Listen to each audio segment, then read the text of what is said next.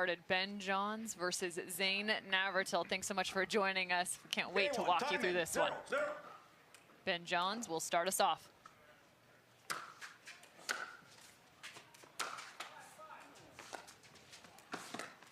And to your point. Yeah, that's already a great looking cut. The net obviously aided him there. 0-0.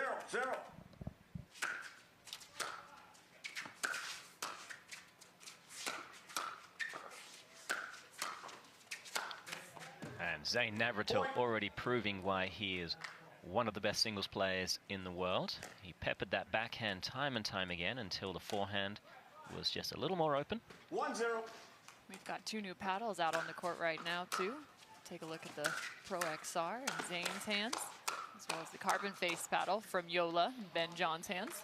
Good hand speed exchange in the end, going the way of Johns, as it so often does.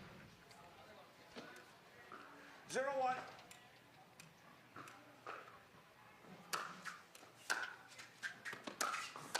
Slicing return to the middle. Yeah, there was a volley there. He just needed to do more. That would have been enough to create a little bit of extra pressure. But in the end, a relatively short ball, and Johns deals with it nicely. Time. Referee timeout. Referee timeout. Huh. I have my scoreboard. Maybe there's a broken pencil, or maybe a broken clip. It's often just an audio-technical situation. So that's the ball that needs to get either more accurate or more power. 0-1. 0-1 is our score. 1-1. Still early on. We've seen these returns like you mentioned. It appears to be 1-1. Oh, excuse me, 1-1. There's another ball to the middle, not giving angles. There's the first volley to your point. Yeah, he did a great job there initiating that cat and mouse. And did a very good job of getting the ball wide, but not so wide that Johns could go around the net. 1-1.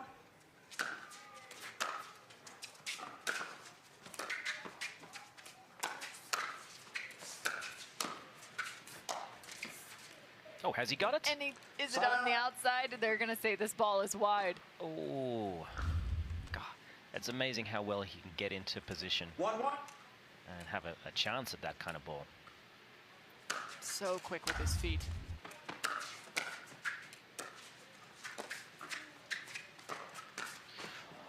And Zane Navratil, he read it perfectly. Oh, he would love to get that one back, I'm sure. It's a tough ball well below the height of the net. You had to give a little extra on that. 2-1. 2-1 now.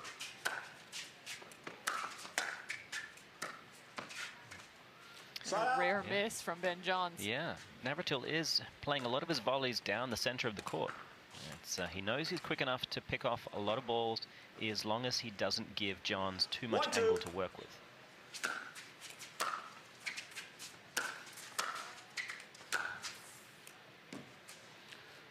Second he's missed just wide. Yeah, if he gets those ones in, this could be a very different affair. 2-1.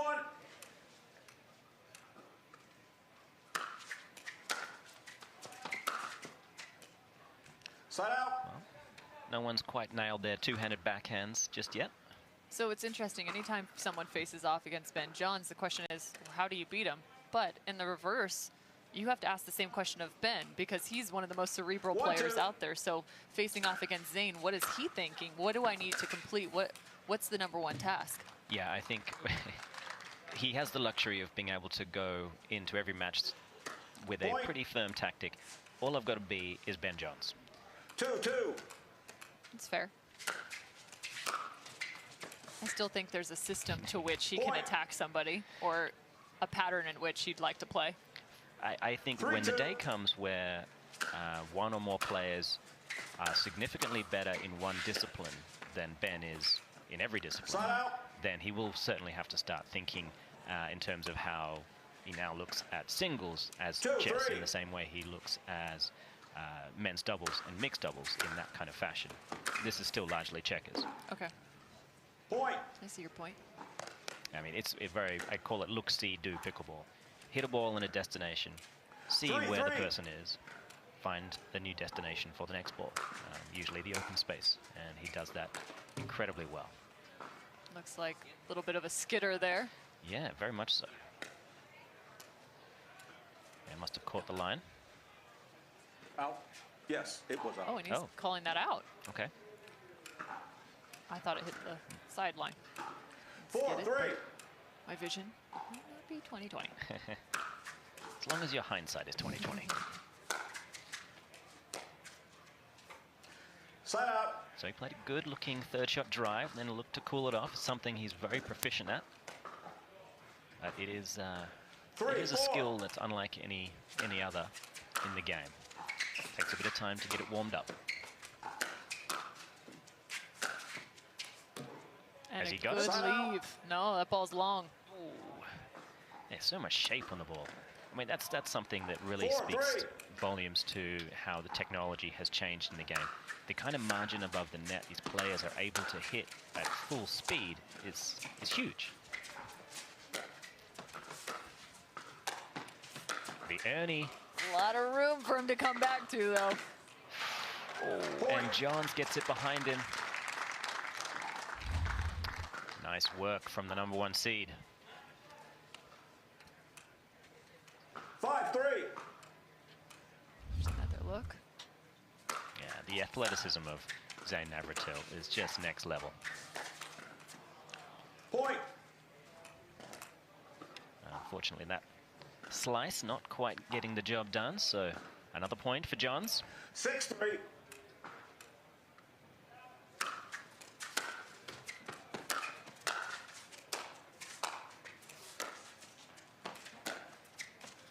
Just scooping that ball for the drop. Beautiful by Johns.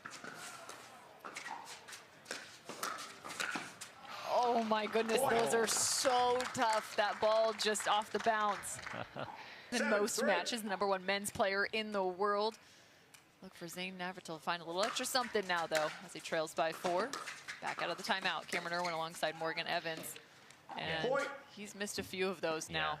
Johns on that forehand side. He's putting so much pressure on that kind of step back, two-handed backhand from Zane Navratil, and Navratil hasn't been able to find the line, so maybe he'll have to mix it up and go cross. Oh, beautiful.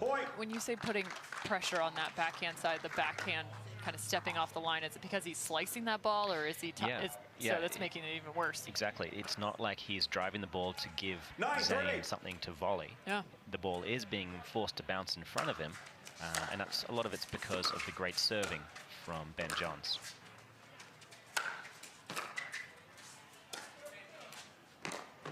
Oh, some touchy-feely stuff there from Zane Navratil. Very good.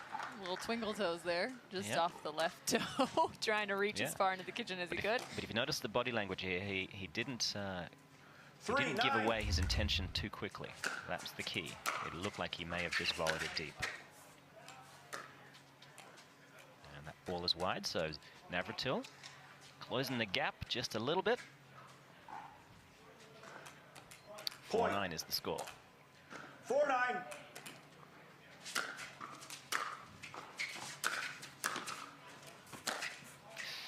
Side out. He needed to get well underneath that one.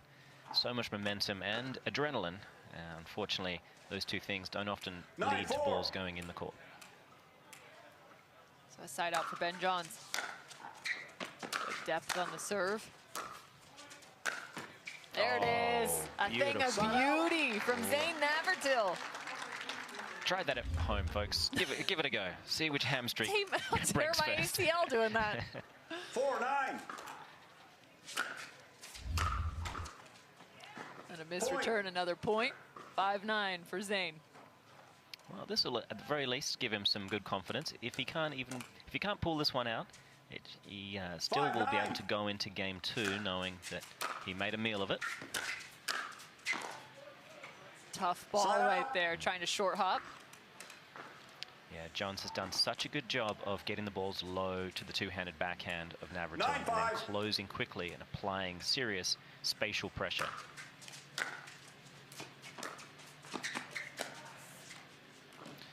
Point. Navratil, he's elected to go down the line on almost every occasion with all those familiar shots. And I think until he starts to mix it up and go cross-court, then Ben is just going to clamp the line and give him no room to move. It appears like Ben is just kind of sitting middle in that regard. In that moment, he was just sitting in the middle. Well, I actually thought before, just prior to contact, he was already moving in the direction shifting of, that way. Yeah. 5-10. Again, down to the kind of grip that Navratil uses. We'll talk more about that after this. It is such an aggressive forehand, topspin oriented, almost semi-western again, and that makes it really tricky to draw the ball back cross court, something that the continental grip does well. Obviously there's no one perfect grip. Side out. A side out for Ben Johns. Navratil just hitting the guaranteed rate sign, which is a guaranteed lost point, unfortunately. 10-6.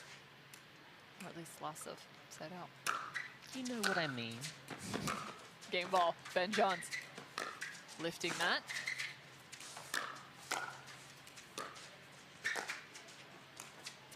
Was it good? No, it was just wide, but I do like the outstretched look for the cross-court ball, a tough one. Ben Johns picking up game number 1, 11-6 over Zane at Navratil, but there was some momentum on the side of Zane late in game 1. See if we can find a little more of that in the 2. Yeah, not impossible. We'll see shortly.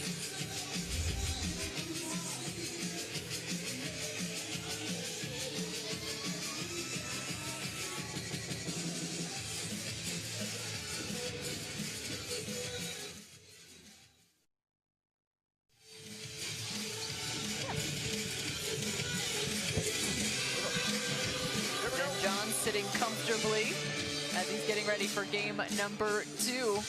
And rocking that Yola gear and Yola paddle in the all whites. I would put that couch in my house. I like that. I like the look of PPA that. Tour, we got one of those, please? If I could get my living room sponsored by the PPA, that would be nice. I'm still just trying to find one of those OGO backpacks, man. Oh, yeah. Those are great. sweet. And a clean single-handed backhand flick volley. I was reading somewhere Ben Johns at times has used 7 or more different types of grips for different shots, and that's how often he's kind of switching between. That's wild to me. The different feels he's so comfortable with and consistent. Great shot right there from Zane, pulling Ben in. Oh, beautiful. That's just me. Lovely. Yeah. We'll have to ask him later on which particular grip was that. Was that number 3 or number 4? Number 28. 1-0. But the control from Ben Johns on that final shot.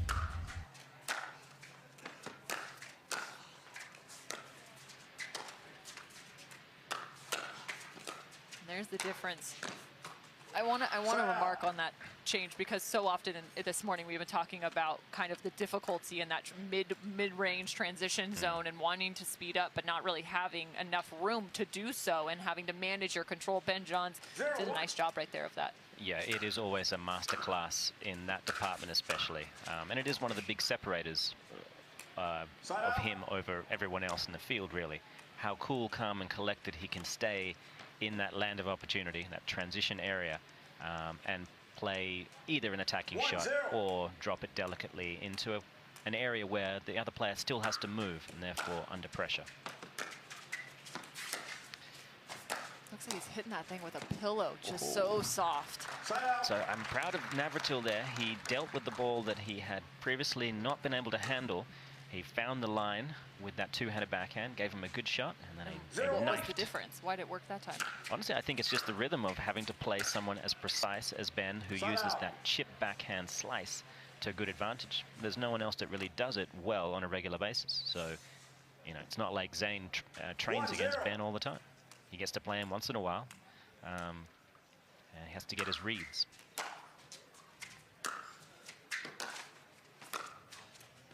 Like that. Man, there's just no bounce off that ball. There's no way to get under it. Yeah, he sliced it well, kept it very low. Here's another look at it. You can't. Yeah, beautiful poke coverage. And I think he's reading the fact that Navratil is historically been going down the line on his passing shots time and time again. He hasn't kept Ben honest in the cross-court balls enough. 2-0. Let's see if the internal scouting report Navratil can stays make back. the adjustment. And it does not pay off. Point. You know, some players can be distracted by an opponent staying back and think, wow, this is different. 3-0. Not Ben, it seems.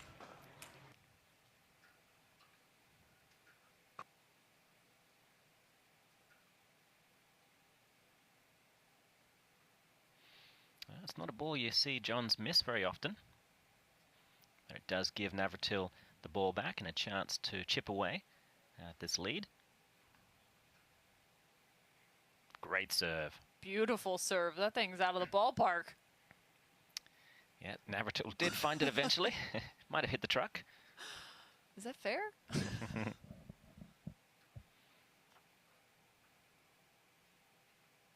And another ball for Zane. Yeah, that big serve set up a good chance to drive a forehand. So often that can be a momentum shifter. Start ripping your serve.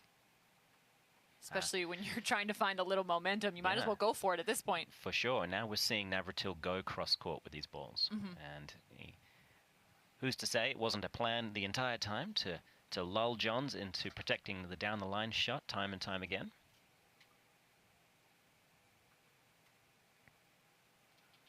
Yeah, still got to hit it clean, though, unfortunately.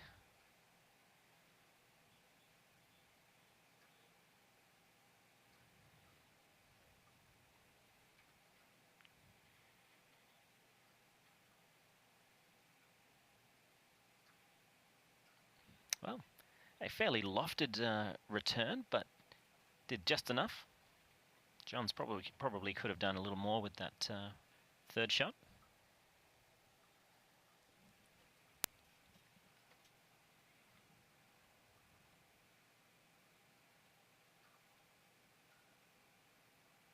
Again, trying to find the lift right there. Close, very close.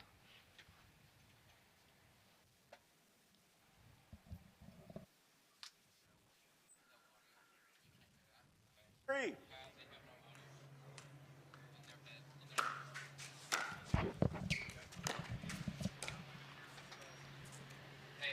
Point. So 3-3. Make it 4-3. Sorry. Ben Johns now up by 1.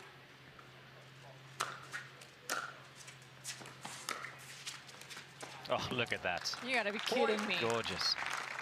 Yeah, he It's had. rolling off his platform, like I'm talking volleyball, off his paddle. Yeah, he had Navratil protecting the line so heavily there that just so much space available. And the power of that two-handed backhand, full display.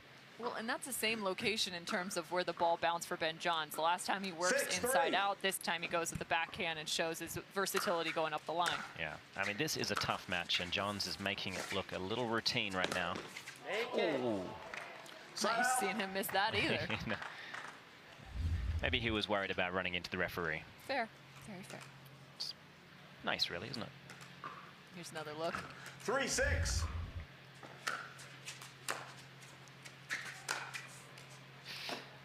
That's the kind of shot he can ill afford to miss. Side out. He got a lot of action on the serve, got himself a nice short 6-3. return.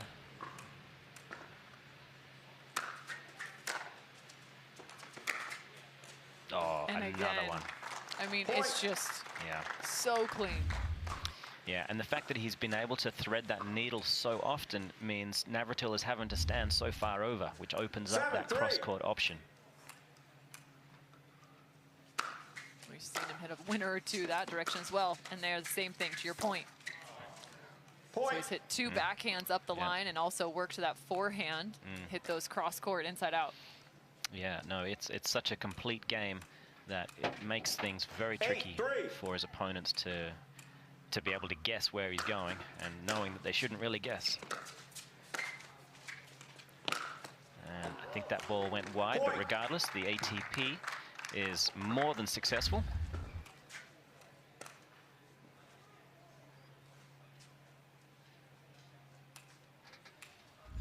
9-3.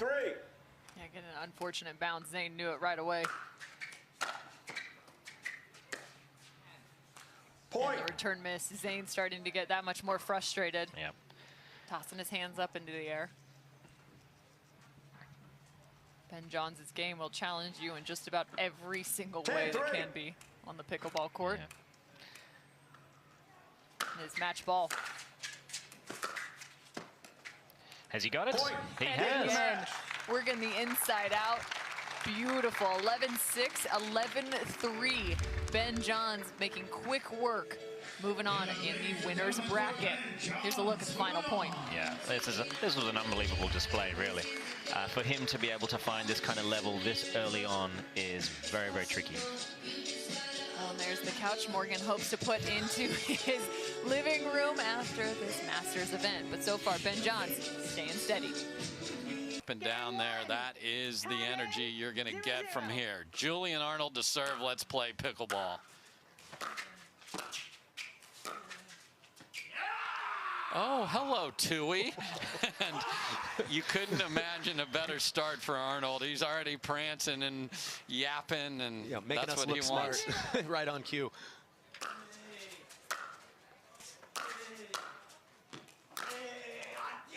And now it's on the other side. So here he comes. Oh, he wants the crowd cheering right now, and he's not ashamed to ask for it either. No, he knows the conditions for him to play best, and he's trying to get everything in the right spot right now.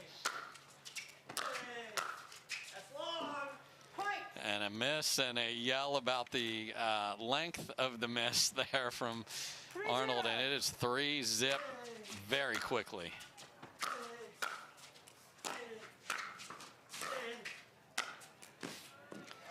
And Ben says, all right, enough of that with that patented one-handed roll. No better shot in the game. No, it's he certainly does it better than anyone, and it's a nice tool to have in your box there.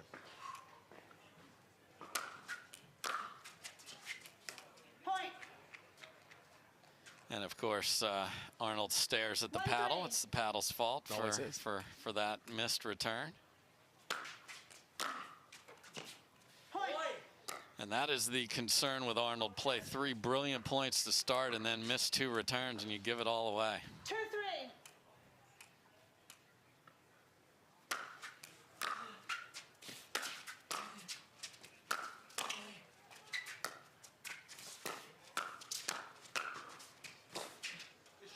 And just ridiculous net coverage from Ben Johns right there. We've seen the shot making from Julian early on, and this is what Ben does better than anyone. Moving forward in a patient style, knowing the geometry, and just giving people that slow death.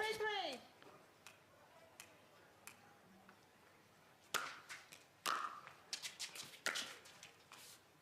Set up.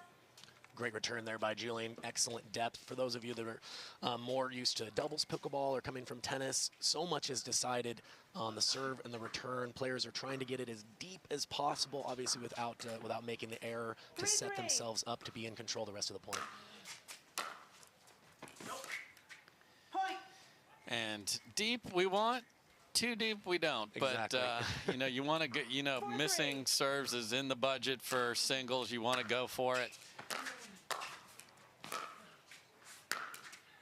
And smash from Ben Johns. So I like this start. We've seen the highlights from both sides. Yep. We've seen a couple errors from both sides trying to get into the flow here. And, you know, as we talked about at the beginning, this is a match that can go either way and has in the past. Yep. Point. That is 3 missed returns of the 4 points for Ben Johns. And you see how the depth on that serve is handcuffing Julian a little bit with that two-hander. He's wanting to get that extension and that spacing, but he's almost having to take that as a half volley on the rise. And that is just too wicked from Ben Johns. Ben says, you're not the only shot maker on the court. I've got a little flash in my game from time to time as well. 5-4.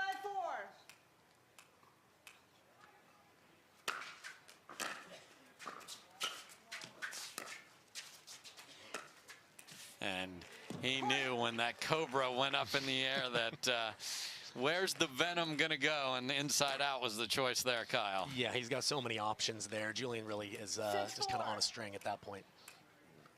After being down 3, Johns is up 2.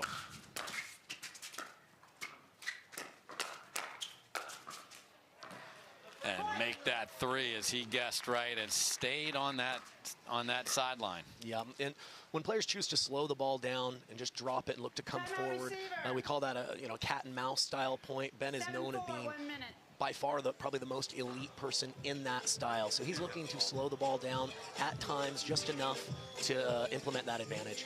Alshon had a well-earned win on center court over McGuffin earlier that gave him that opportunity. Back to center. And out of the timeout, it's now Johns. And, you and I actually watched a match earlier, and we talked about the two-handed backhand that Ben Johns is now hitting. Yeah, even the best in the world are still getting better. They're adding things in. Ben's starting to use that two-handed backhand much more often, especially on the return of serve. There's some reasons for that we get to talk about in a moment. And that sails just deep, and the Andiamo meter is at 0 right now after come racing out 3-zip. It has been all Ben Johns since then. You almost don't need to look at the score of one of Julian Arnold's matches. You just listen for the volume, and you can know from there how he's doing. Where are the decibels? Right now we're at library, and that is not good. Looks like he was able to just catch the line with that up the line backhand return there. And because of that emotional play that he does, he can put 4 in a row. And like he did at the beginning, I mean, those are 3 points in less than a minute. Gets a missed return of his own, and that's the thing he needs to remember. Okay, I gave him 3. Settle in, play my game, make Ben beat you.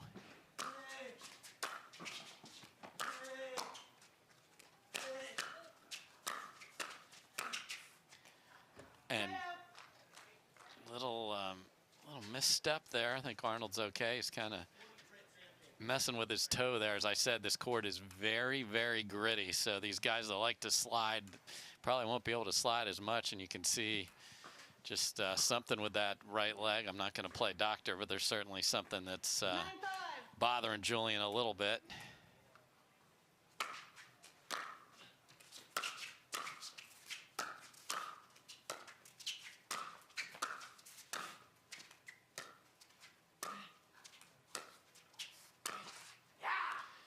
Finally able to finish. John just couldn't get a ball to bounce. Yeah, and the last one was certainly higher than most of Johns' shots, and Julian was able to actually angle that one off and put the point away.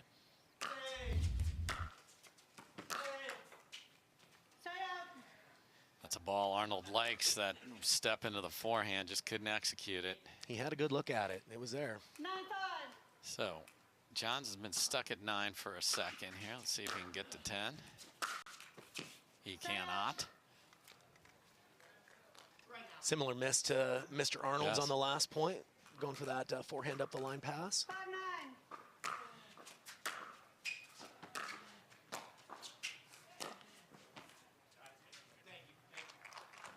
That ball is called just on the line. That's what it looked like from our vantage point. And despite the sort of hectic set of points that we've had here in a row, it's 6-9, and now 7-9. And we've had a handful of missed returns, and that's such an important shot in singles. Like we'd mentioned, you can't be too careful with it, but if you're giving too many away, that's obviously not a great thing either. And now Arnold gets a ball off the tape, and just seconds ago he was messing with his leg. He was calling timeout, and he is within 1 here in game number 1.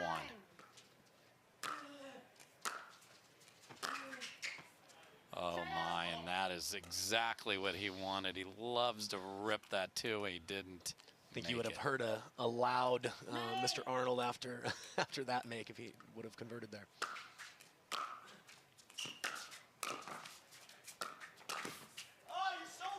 Great read from Arnold, and you heard him yell, "I'm so there." He was, just didn't make it. Yeah, looked like the feet may have still been pitter-pattering just a little bit. Tougher to be accurate when the lower body's still moving. So, game point number 1 for Johns.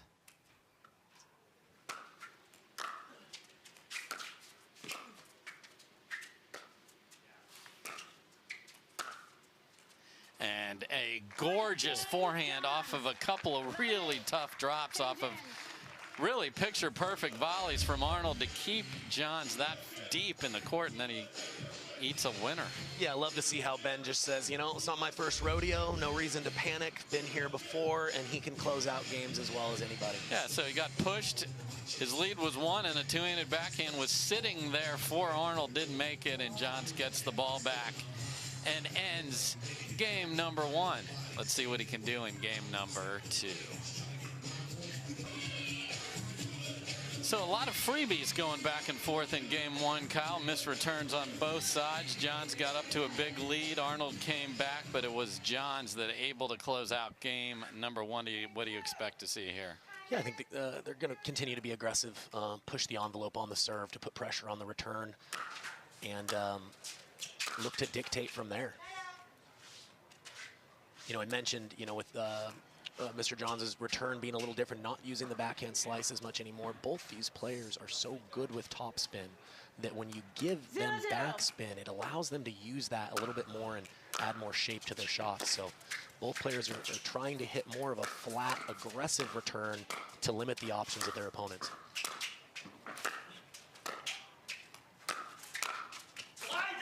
Just a tremendous job by Johns of taking everything Arnold had to throw at him and just saying, no, no.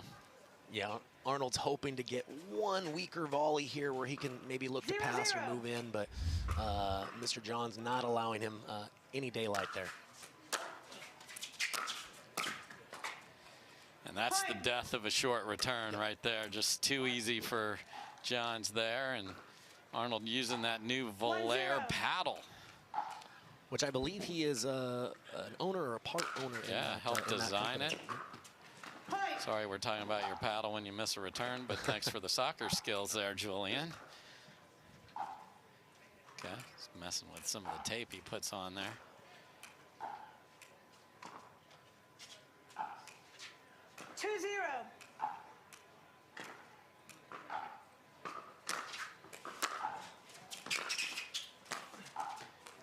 Just wicked back cross court, and Arnold is just really not coming. This is a guy that moves as well as anybody, but as I mentioned, this court is so gritty that the slide that you're used to off the footwear, not where Arnold wants it to be right now.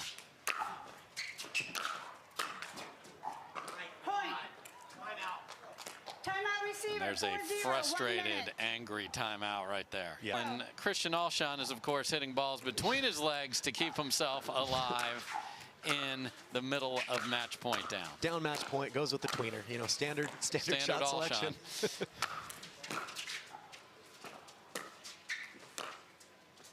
Ben not panicking here. And he read that entire novel before Arnold pulled the trigger. And that's where, you know, it's tough to show how much it matters, but Ben's pickleball IQ is as good or better than everyone's as well. You know, he can play defense, not panic, wait for his opportunity to get forward, and does what he does best. And a missed return there, and we can tell you that Staxrud did indeed finish off his match 11-7 in straights. His very impressive play continues.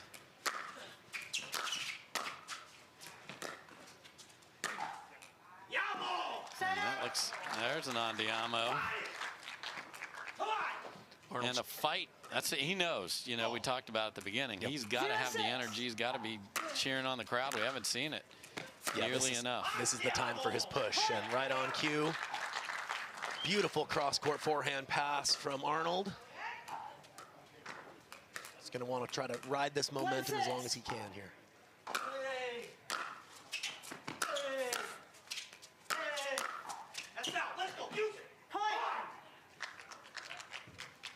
And the decibels are rising.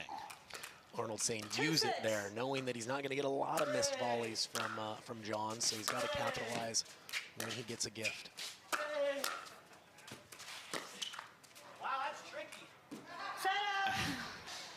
And says, wow, that's tricky. Goes for like a tennis topspin lob when he didn't need to hit that shot. Sometimes you panic and go, you know what, a lob might be nice. Not right there. And certainly not that depth. No, he's making fun of his, his own shot selection a little bit there, I think.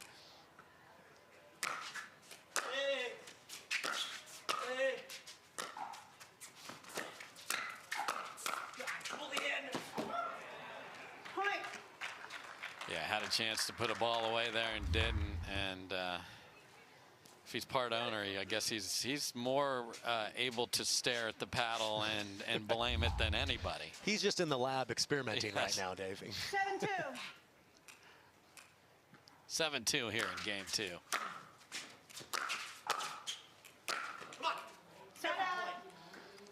Yeah, excellent depth on both the return and that first volley from Arnold there. Gets the serve back. 2-7.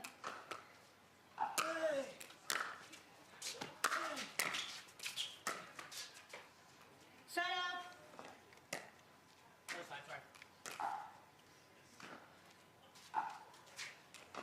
7-2.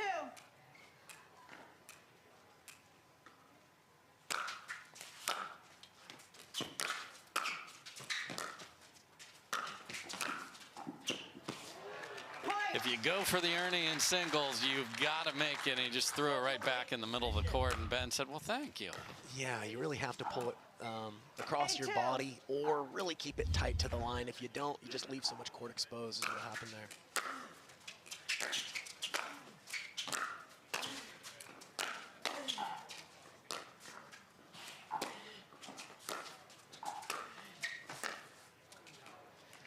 And that ball did not come up. So, again, when we see one player back and one up, it's like, can you get it to bounce? Just bounce once and I can get involved. Didn't do it there for Johns, but he is up 6 here in game 2. Okay, he's staring at the Yola paddle. Everyone's staring at the paddle. We all do it. The rec players throughout this country are certainly doing it. I do it. And that's beautiful from Arnold right there. And he's talking to people in the VIP section. He doesn't care where you're sitting. He wants you involved. He's calling people out, trying to get energy from anywhere he can. He's searching. He's searching.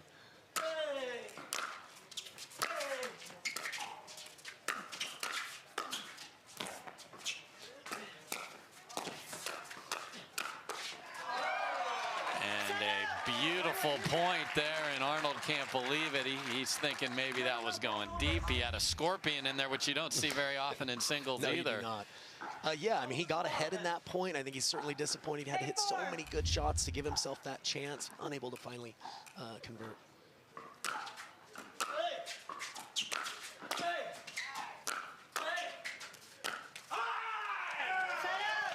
Stab volleying to save his life there, and it worked. I was going to say, those are some clutch volleys. He was pushed back by the serve, was just a step late coming in, but was able to convert a couple of very tough backhand volleys. Look at this youngster collecting all sorts of autographs on that hat. I love it. We're seeing that more and more. These players are heroes to a lot of these youngsters. Another ill-advised lob, unfortunately, from Arnold. So I love seeing the youngsters.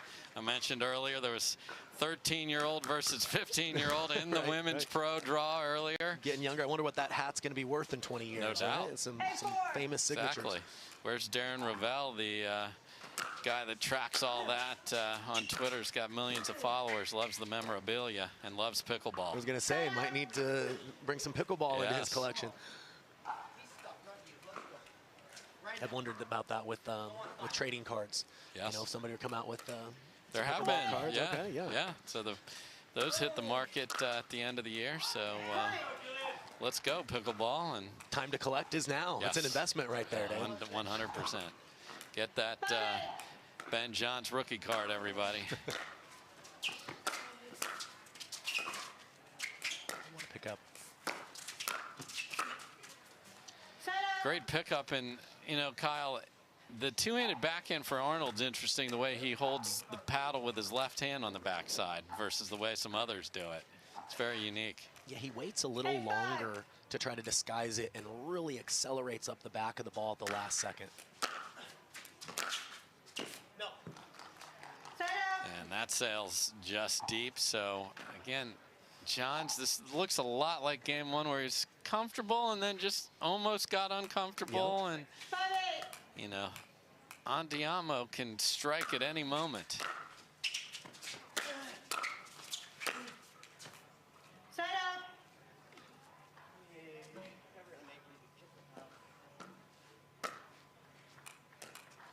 Those passing shots get tremendously tougher when they're coming off of a good volley. Really takes your time away to prepare for the shot.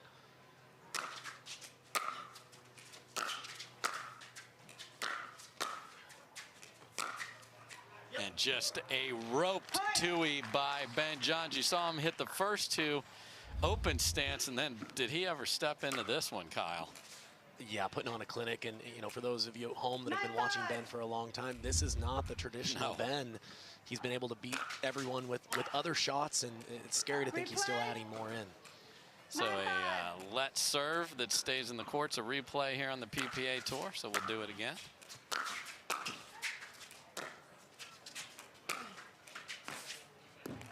A nice ball from Julian Arnold there, and there was a ball very tight to that baseline there that was called in. Ben calls as fair a line as anybody on the tour. Yeah, no, 100%.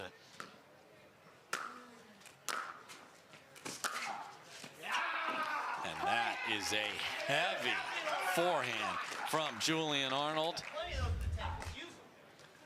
He's got plenty of those in the tank. Well, he best hurry up and get to that tank right now. Well, he believes, Dave. He believes.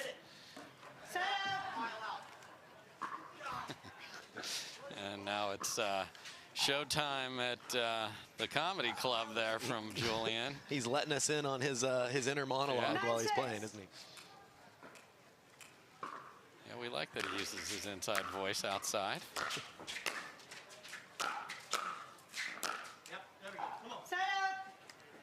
So keeps the pressure on. Let's see if that tank is accessed here as he gets the ball back. Well, according to him, he's got plenty in there, so I'm excited to see it. Wow. That just clangs off. Yeah, now he's going to talk about the apparatus that holds net cam on there. It hit directly on top of that and just took off there. So that serve misses, and that's frustrating, Mr. Arnold.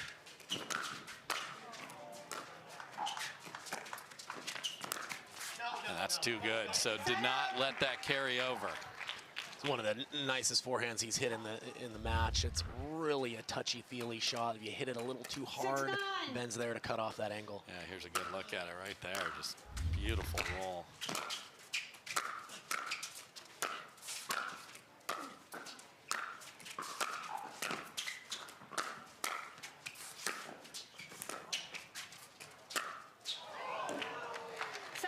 So many steps from Arnold, and John's just, you know, dancing along the kitchen line, and then a big swing. Well, you see what type of a wall John sets there. Julian's coverage was amazing. He hit several good passes, but he never got anything he could really comfortably move forward on.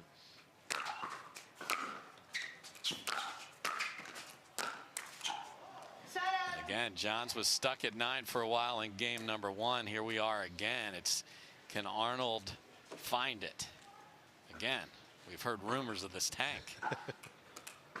6-9.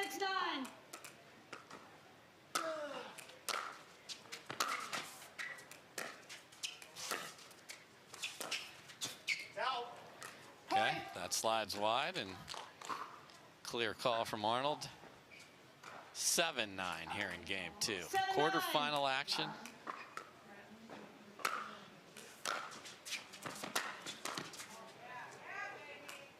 Another blast off the tape there. That stays on Arnold's side, and that was nowhere near net cam holder, though, just to be clear. He stayed away from that location on the net. But to your point, exactly like game 1, he's got it back to 8-9. Wasn't able to tie it up in game 1. We'll see if he can here. Oh, no. So in game 1, he had a beautiful look at a two-handed backhand, and here he had a serve to get to 9-all. So will Johns rattle off the last two, or can Arnold again fight through it. He did not get that opportunity in game 1.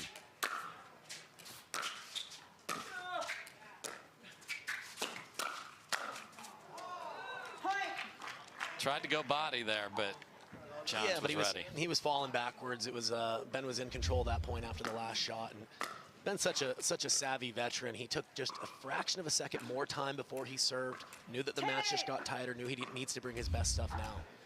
And here we go, match point.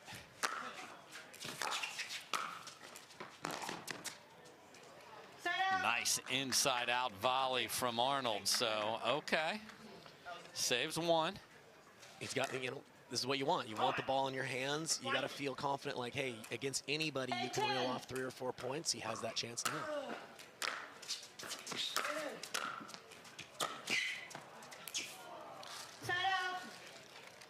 That's a great deep return, and then if you run around that forehand, can't leave it up. That's the risk. You know, if you hit that inside-out pass, usually you have to take a little pace off to get that ball to dip and to give you that recovery time to get back to the center of the court. Match point number 2 for Johns.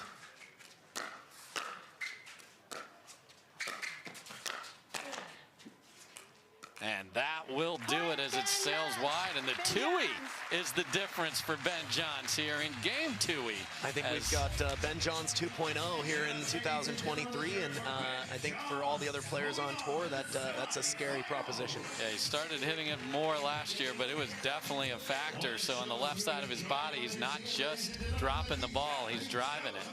And looked very good doing so, both with an open stance and stepping into it. So Johns moving on. He will play the winner of Connor Garnett and Ryan Sherry there on court. We'll update you that after this. Seem ready to play. Ben Johns at the top of the screen. Let's play pickleball. Point. And not the way Connor Garnett wanted to start.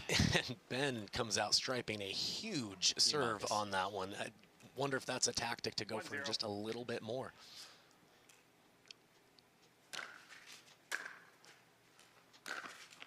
Side out. There's the big swing at a two-hander. So Garnett will absolutely be going for Tui's, and he hits balls on the run that you've never seen before. So look for that. Point. Thank you, Connor. And look at the movement. You know, one thing that Connor Garnett has added in since the last time they played, he is going for just a touch more on his serve. He used to just more start the point with it. He's realizing the advantage of occasionally getting some short returns. And that, ladies and gentlemen, a ridiculous two-hander. We told you it's coming early. And that is his signature shot. He already has, in my opinion, one of, if not the very best two-handed backhands in the game. And I expect that to give Mr. Johns some fits today. Yeah, so if this is your first Connor Garnett viewing, it will not be your last. Federico Staxrud, who won a thrilling 3-game match against Dylan Frazier, awaits the winner on Sunday. Point. And Ben Johns is absolutely clobbering everything, starting with the serve. It looks just a little bit bigger right out of the gate, looking to implement his will early on in these points.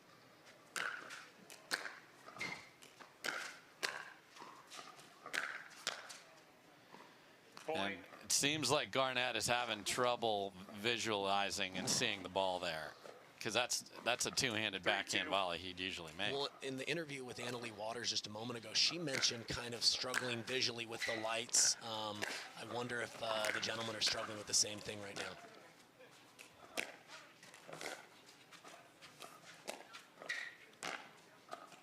Side out. And that ball doesn't come up. So unlike some players who will just try a pass in that situation, Johns is going to wait and wait and see if he can drop it in there and not be in a hurry. He couldn't make it there. Side out. Even though Connor Garnett lost that point, I do think that's the better strategy. If he stays back and rips constantly, I do think that the volley of Ben Johns is going to win out. But if he looks to get forward occasionally, I think that's going to put a lot more pressure on the volley from Ben Johns here. Just deep there from Ben Johns. And you can see even from what the referees are wearing, how the weather temperature change dips quickly here in the desert. There's that lethal one-hander. He has that table tennis background, and that serves him so well. It's an enormous weapon, especially in those cat and mouse points. The ability to whip across his body with topspin on that backhand.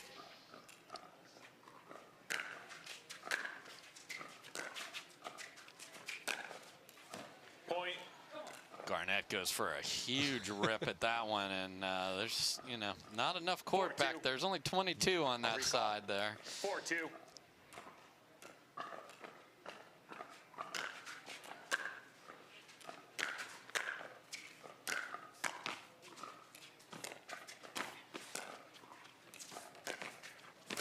Wow, and Ben super casual earlier. He had a put away, but just gets to give a more entertaining point to all of us. So thanks, Ben. You know, Ben's going to go at his own speed. Yeah. He knows what he's doing out there, and 5-2. you know, we're all just trying to copy him and learn.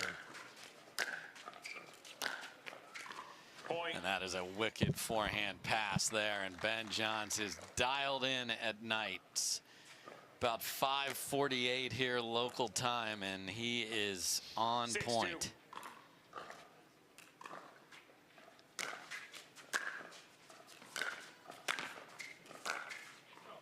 Side out. That two-hander sail. So he's really hitting those serves hard, but the depth hasn't been there yet. But it has worked out okay, obviously, with a 4-point lead. Yeah, I think he 2-6. really feels the need to dictate early, and that's just respect Side of the out. ball striking and the offense that Garnett brings. 6-2.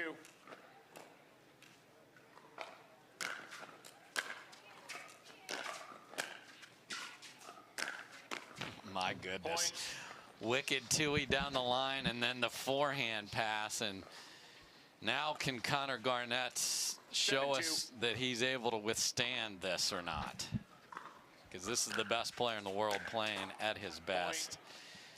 And Timeout. there's a Receiver timeout. scores So 8-2.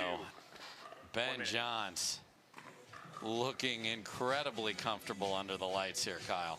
Well, he's so experienced. He's consciously hitting harder now that the conditions are colder. We'll see if it plays out the rest of the match. Yeah, the desert is treating the top seed very well. We'll be right back. All right, welcome back, everybody. Connor Garnett, the 13th seed, Time in. has had a great day. Beat Pablo Tellez, beat J.W. Johnson, beat Ryan Sherry. That's why he's here. Now he's playing the top seed. And that's that classic, a lot of movement. You know, you don't teach it that way, do you, Kyle, to be running through a two-handed volley, but it works for him. Point. A lot of energy out of the timeout here for Garnett. Yeah, I would say Garnett violates a lot of my teaching principles, but he's on another level, so maybe he needs to start teaching me, I think. Point. Gets a miss there, and this is sort of what happened. He got all this energy when they played in Newport, and then he had the confidence to go for more and was making it. So we'll see if that is flowing again. Point. And the answer is it's flowing a little more and a little more. Yeah, I know that since his arrival on the pro pickleball scene, he's done a lot of work on his forehand to try to get it up to the level of his backhand, and it's showing right now. Side out. Look at that. That was going to be an ATP passing shot from the baseline. He tried to shape that around. Just couldn't keep it in the court, though. So leads but 3 now for Johns. Point. And the big serve, it's just hard to get that all the way back to the court. And then if you come in behind it, you are in big trouble. So 9-5. this massive serving from Johns is paying big dividends. Point. Well, and that's what's tough to see, you know, for the viewers at home, is the pickleball IQ that Ben Johns has. We watched his match with Julian Arnold, another very good player, but it was earlier in the day. He slowed the ball down a lot more. Now it's just early offense and often. And there's a perfect example right there on his first chance at game point. Ropes a serve in the corner, and Garnett knows he has to hit a big return. He's not able to do it. And folks, this is what the best player in the world playing at his best looks like. Garnett had a great run coming up to it, but it's all Ben Johns in game 1. Welcome back, everybody. Dave Fleming with Kyle McKenzie. We got the youngsters hanging in there, enjoying everything here at the beautiful Mission Hills Country Club. So love to see the youth coming into this. Folks, we started at 7 a.m. There were 53 people in the qualies trying to get into the main draw. No, the events are getting bigger. You can't just walk in and play pro anymore. You got to earn your spot. And I believe they were playing for only eight spots. Yes. Yeah, it's Side out. it's tough just to get this opportunity to play against the best in the world here. And the best in the world is looking even better than the best in the world looked. I mean, this is a performance right now.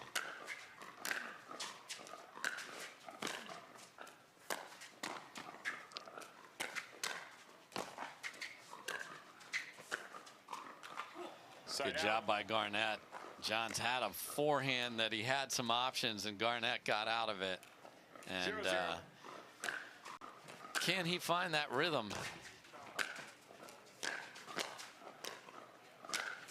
Side out. That's going to be frustrating for Garnett because he knows when he has a ball on that side of his body to hit that two-E, he has a chance to hit a winner. Didn't do it there. Yeah, easier said than done. He had an opening, he just didn't quite convert. Point. And these heavy serves again, just because you know you can't cut it because it'll end up short and you'll get passed. Football. Left foot. And Garnett looks down and is like, yeah, probably I was. You know, he has that sort of frenetic style where he's moving a lot. You know, Johns will never look off balance at the kitchen line, and that's the beauty of pickleball. Different styles work.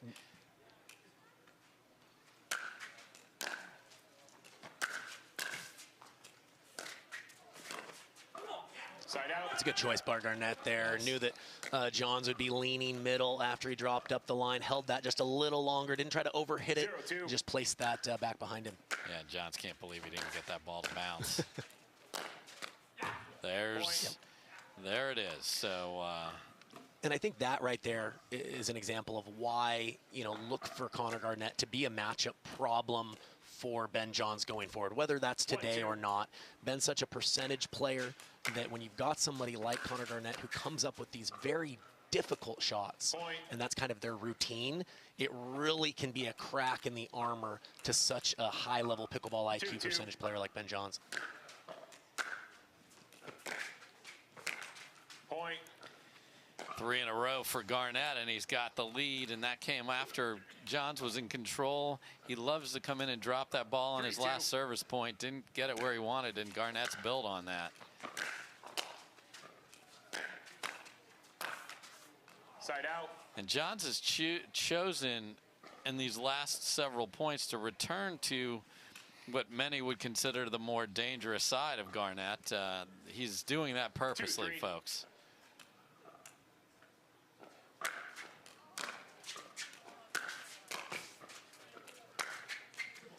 That time the hold it and pass does not find a Garnett paddle. 3-3.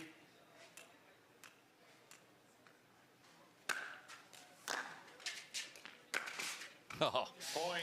and Garnett was through on the anti-lock brakes there. I mean, he was beaten badly. It's like football when somebody's breaking ankles. It's that was ugly. No, it looked like he had ice skates on there.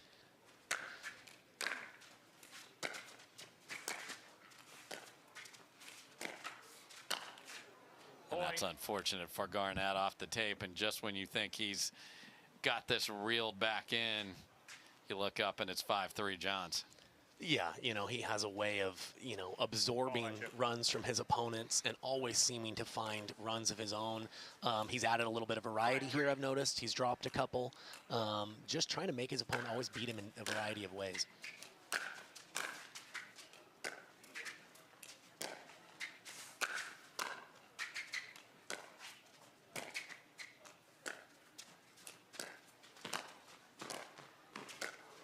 What a get from Garnett, and he's there too, but just misses it. And what a point from both sides there, as Johns, again, just patiently trying to get his 6-3. shot that could bounce. He got up to the kitchen, and then Garnett. Point. And there's the Timeout timeout receiver, call after 7-3, another 1 minute. blistering serve. And this is, attention all pickleball pro players. This is what Ben is bringing to the table, and he is hitting two-handed backhands heavy from the baseline. So Ben Johns lurking and on his way to Sunday. Welcome back, everybody. Ben Johns up 11-5, 7-3. Garnett called timeout. Time in. Doing everything he can. It's just 7-3. sometimes the guy on the other side of the net's just better.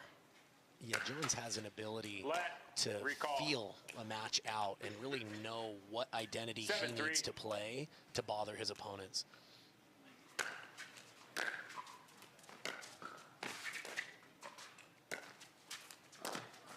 That is unbelievable from Garnett, because when Johns is in that position with the backhand, he's usually in complete control. Yeah, especially when he 3-7. executes it like that. It's so tough to go back behind him, but Garnett fast enough to pull that one up the line.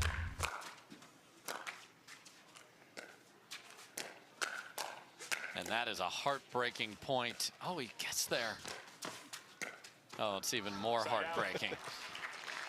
Wow. Garnett, after a gorgeous point to get the ball back, was in control and then off the tape in trouble. Good fight. Right now, Johns is exposing one theoretical 7-3. hole in Garnett's game in the cat and mouse. He's yet to roll that two-hander cross court with much consistency.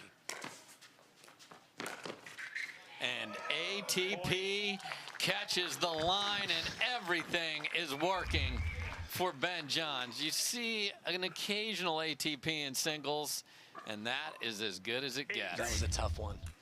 Best in the world, looking like the best in the world right now.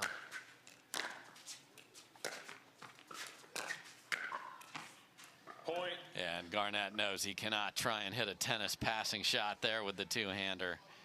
Yeah, Timeout like I receiver, mentioned, 9-3, 1 Ben's minute. enough of a percentage player. He knows that he can cover the line. He knows that the cross court he can cover if it's a speed up most of the time. So really the missing hole is if Connor Garnett can take pace off and move that ball cross court. Ben's recognized that he hasn't been comfortable doing that. And if you notice, he started dropping a lot more rather than powering through Connor Garnett like he was in game one. Yeah, and you've seen Garnett, we've talked about he'd rather play a ball off the bounce, so that makes the kitchen even bigger, because if he's going to drop it and Garnett wants it out of the bounce, not out of the air, well then I don't have to be as precise with that drop, and that's a problem for Garnett in this sort of point construction that Johns has preferred here. Yeah, when Garnett plays doubles and uses a similar approach, you have a partner, right? Yes. So if you're leaving a little court open, normally your partner can bail you out or extend the point. With here, you've got to have that variety of sometimes you pull the trigger, sometimes you just angle it off. So 2 points from Sunday in a matchup with Federico Staxrud, who has already gotten a championship Sunday. And a two-handed winner that Garnett seemed to let go there. And we are at match point for Ben Johns. 10-3.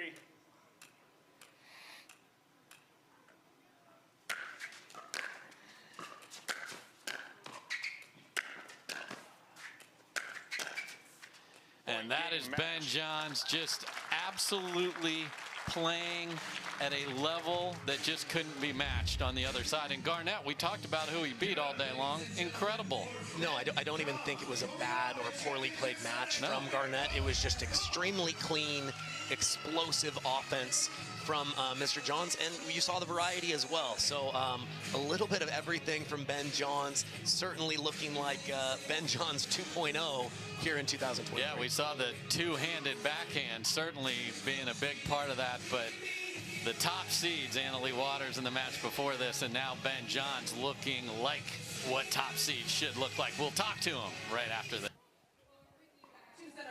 Well, time where Ben Johns has punched his ticket to championship Sunday. Ben, Connor is incredibly talented, a young and new player to the tour. What tools did you know he was going to bring to the table in this matchup? Yeah, well, it's really cool to see new faces on the tour. It happens all the time. He's got an interesting and unique game style. So, you know, whenever you play this way for the first couple times, it's really about kind of trying to identify patterns and do what your body tells you to do at the right time. So I felt like I did a good job of reading stuff, and that's really what makes a difference when you're playing your video like that. Well, coming into 2023, you look like you're playing some of your best singles yet that we've seen. Why are you feeling so good? Was the holiday a good reset for you? Yeah, I think I definitely benefited from the break. The break was really nice. I've been training though, so it's never really downtime over a true break, and I think the training has gone really well. Made a few breakthroughs and some stuff, so the body's feeling great, and looking forward to the season. Well, something everyone is talking about, you're sporting a brand new paddle here at this tournament. What is it? This is Project Perseus. This is Yola and I's baby, and pretty excited about it. Feels really good, and we're just going to do some couple months more testing with it before we release it to the public, but I'm super excited for it. Rumor has it nobody's allowed to touch it. Is that true? No, you can touch it. You just can't play with it. It's only mine for now. I like it that way. All right, guys. Well, I'm excited to see what that model will do when it comes out on shelves later this year. Congratulations. We'll see you on Sunday. We now focus in on championship court. Alec Weller and Raina Ash versus Ben Johns and Annalie Waters. So this is your welcome, right? You get through the qualifier and then you get the #1 seed. Welcome to the big show. The main event. Let's see how they react to the pressure in front of the bright lights of center court.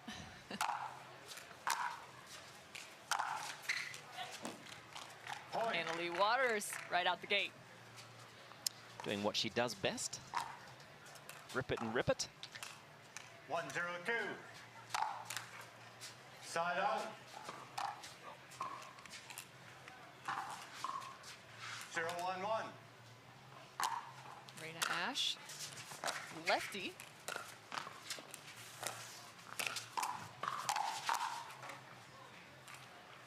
Second serve. Ben Johns, that patented backhand flick attack, it's just deadly. And just like that, the ball's gone. two rallies in and we're already in trouble. Yeah, if he managed to crack that with a backhand flick volley, that's someone check the paddle. 0-1-2. Just jokes. We don't want to start another paddle game. Do not go there. Might make for some good TV though. Nice combo and good defense from Weller. Side out. Classic Annalie Waters style right there. Speed up and close with that backhand. 0-1.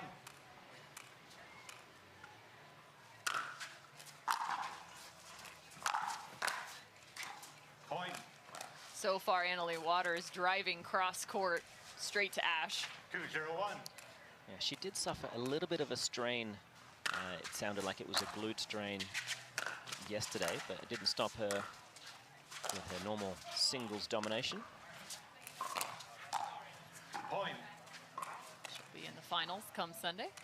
3-0-1. Up against Leah Jansen. And on the men's side will be Ben Johns, Point. Federico Staksrud. It'll be good. Staksrud, when he's on, my goodness, that man is talented. I believe he's what, the 7 seed? Yeah, I think you might be right. Pretty impressive performance from him.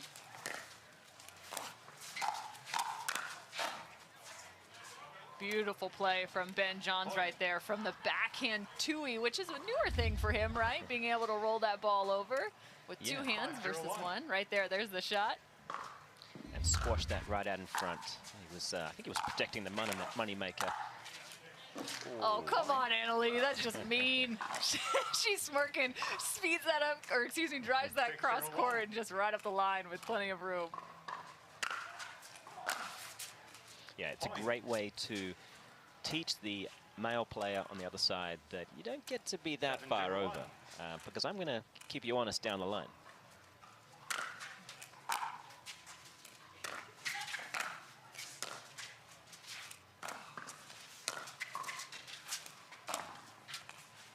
Point. That is the kind of pressure that the best players in the world will put on you. You feel like you have to be absolutely inch perfect to have a chance to win points. Second serve. Well, hopefully that will serve as a good reminder for Weller that even the best make mistakes. A missed serve there from Johns. Side out. So 8-0, but they get the ball back now. Shot to get on the board. You got to imagine the nerves are a little bit high on championship court facing Johns and Waters.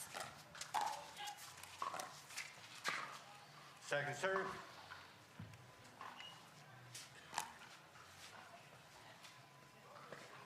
Zero 8-2. He's got a big serve, doesn't he? Side out. She was sitting there. She was ready for it, but it was, I think, him taking a little bit of the pace off, actually. Mistiming on the counter. Point. Even for Waters, this is aggressive play. Yes. She's putting on a show right now. She goes, until you can stop me, I'm just going to keep going for it. Yeah, why not? 9-0.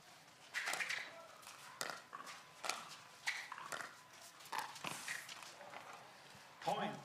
A lot of pressure when Johns is moving that quickly across the kitchen line. 10-0-1.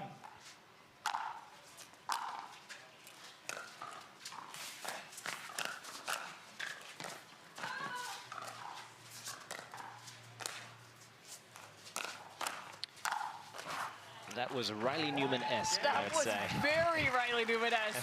Pulling the paddle all the way up to his left shoulder, dropping it back down. And a nice little roll to finish out game number 1.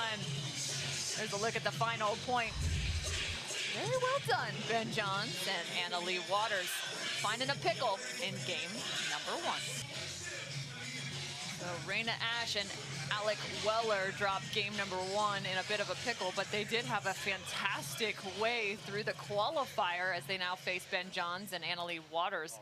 One of the matches is they faced off against Goldberg and Devides, and incredible, finishing 13-11 in that third game to earn themselves the victory. Yeah, so they certainly earned their spot here. It is their first appearance at the professional level. I mean, that's a solid team. 0-1. And Salome and Second serve. Johnny Goldberg.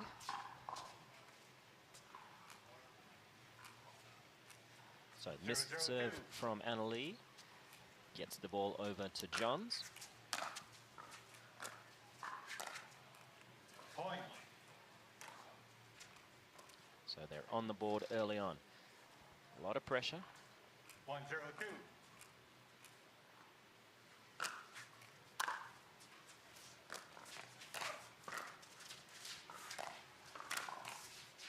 Point. Great job there from Johns getting the ball down so quickly.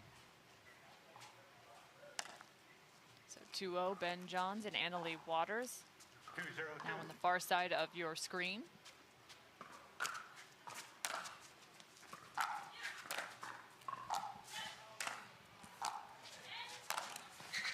Ernie from Weller, covered by the southpaw, his partner. Side out. Yeah, nice work there. He really kept his balance, got plenty of power, so they get the ball back.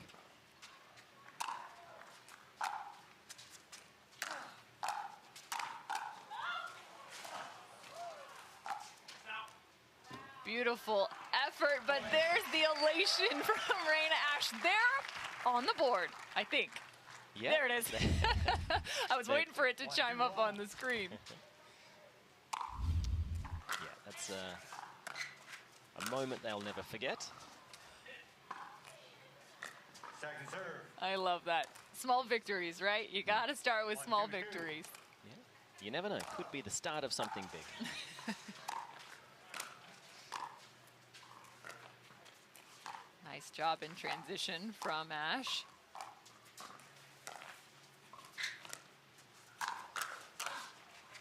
She goes right at Ben. That was a well-constructed point. Good patience. Some nice cross-court dinks. 2-1-1.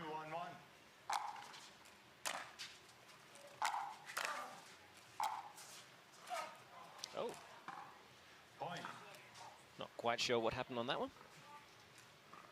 3-1-1. Score 3-1. Make it 4. Yeah, she is really finding her range with that two-handed backhand so quickly. 4-1-1.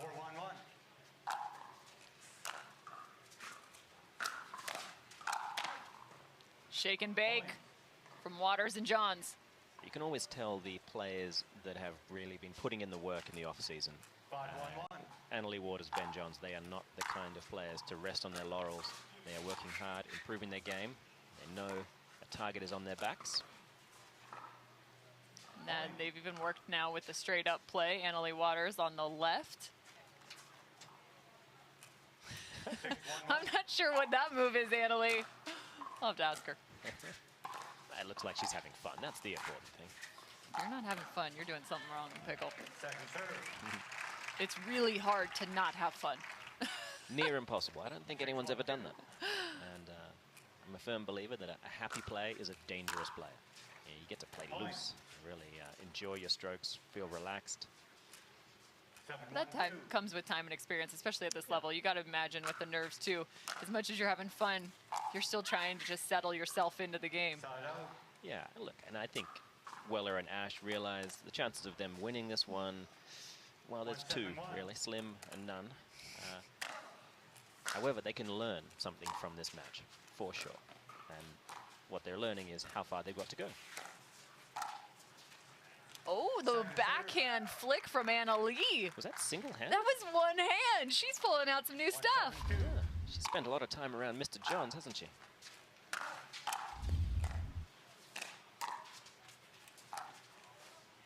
And there's her traditional 2. You should go back to the 1. That was a dream. 2-7-2. I'm hearing Anna Bright's got a new one-handed flick. Can't wait to see that one pop up in a game. Yeah, very excited to see her teaming up with Dylan Frazier today.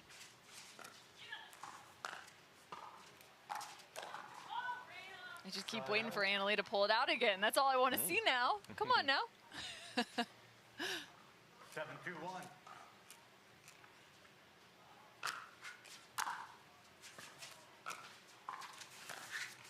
Man, the motion of that third shot from Ben Johns, it's like sliding sideways.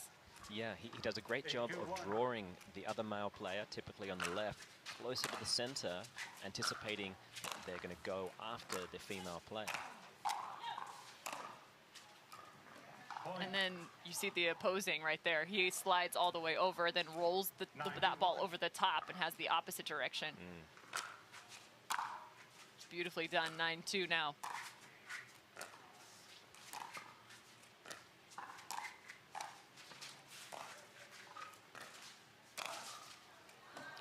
Oh, he got plenty of meat on it.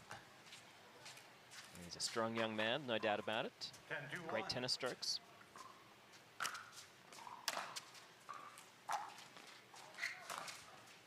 There's one, backside, Ben Johns. That is a fantastic shot. 10-2-2. Yeah, John's just looking for the middle ball. There it He's is. done it again. And with the finisher, she rolls that one up the line with the backhand flick. Look at her. Ben Johns is even giving her props right there, saying, yeah, you see that. Putting everybody on notice. Annalie's got one. Here's a look at the final. Oh, it's gorgeous. Beautiful. From that left tip to the right shoulder, Ben Johns and Annalie Waters, their first round match is in the books. 11-0 and 11-2. Game 1, time in, 0-0-2. I have a feeling a lot of people are going to be tuning in to that grandstand court for unnamed reasons.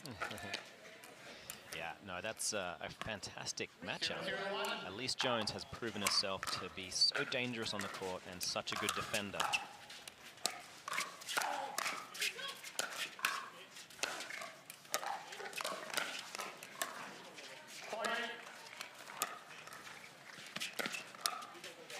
Meanwhile, they're underway on championship court as well. We're giving you the 2 box of coverage.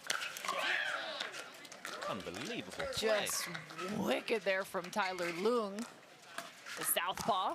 out of Utah. Actually, both those athletes out of Utah. Him and his partner, Elise. And we saw on the left there, Frazier crabbing across the kitchen. Had a good look at it.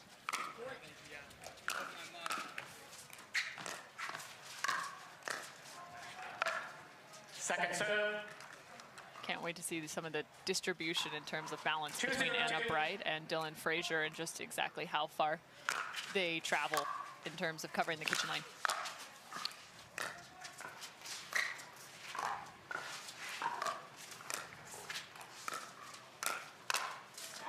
And that's not near you want to look for. Yeah, the other thing I'm very curious about is, will Dylan Frazier actually feel comfortable attacking Anna Leigh? Many have tried. I think almost many have failed. The vast majority. You know, we got to see Anna Leigh against Ben Johns at Nationals, and she succeeded. Ben tried his luck, and the young lady didn't just hold her own, taught him a lesson. Anna Leigh played alongside Riley Newman at Nationals. Won. Side out. But where do you attack then? Where do you go against Anna Leigh and Ben? 2-0-1. That's got to be in the locker room earlier on, I'd say. No, look, it's the moment someone really solves that riddle, then we know. You know, it's tricky. There's no weaknesses really to speak of, and they're getting better. Anna Leigh, we saw some new shots from her earlier on. One hand backhand flick. She was on the left doing it though. Still working with her two hands more often than not, as does Anna Wright. The two-hand backhand. 0-2-1. Anna Wright typically in women's plays on the left because of that dangerous backhand roll she has.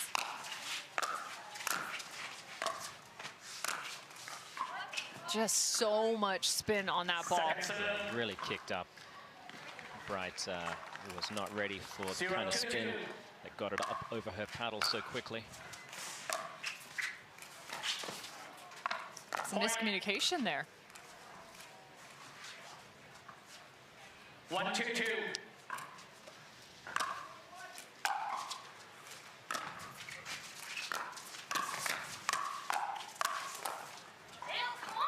Great work from Frazier. Quickly getting over there, getting the ball down in a hurry. 2-2-2.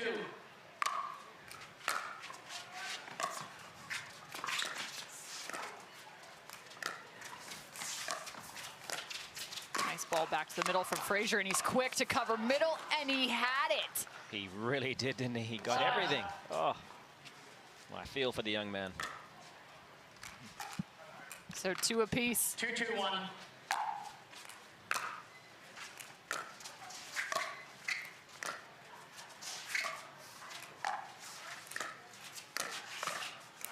And gets a little help from the net. I think Frazier's paddle would have been there had it not clipped the net. 3-2-1. Great depth on the return. What a touch play from Ben. Second serve. Yeah, that is one of the difference makers that he has over every other player. Being able to continue to move through the kitchen, through the transition area very calmly while dropping balls and being able to knock off that next one because of it. Tries to be a little sneaky against Anna Leigh, and she is well prepared. So that is 1-0 to Anna Leigh Waters. Okay, I'm going to keep another running score here. Frazier and Anna. Holy.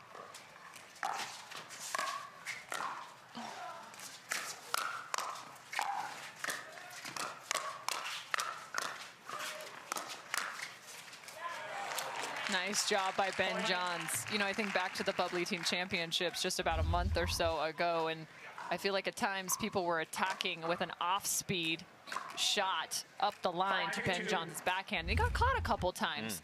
So I was wondering if that may take place, but that time he did a really nice job defending that back shoulder.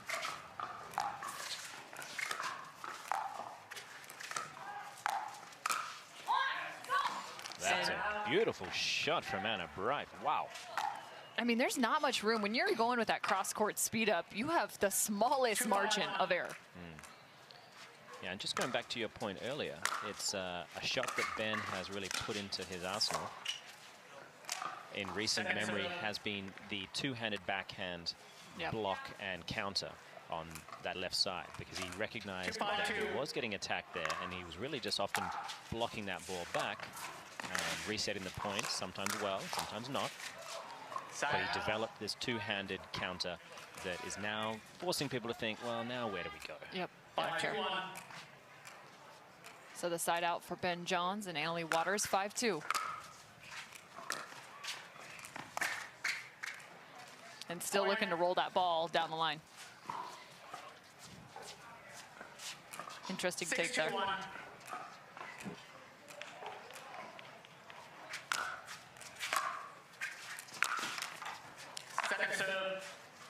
Johns does not miss too many of those forehand drives, does he? 6-2-2.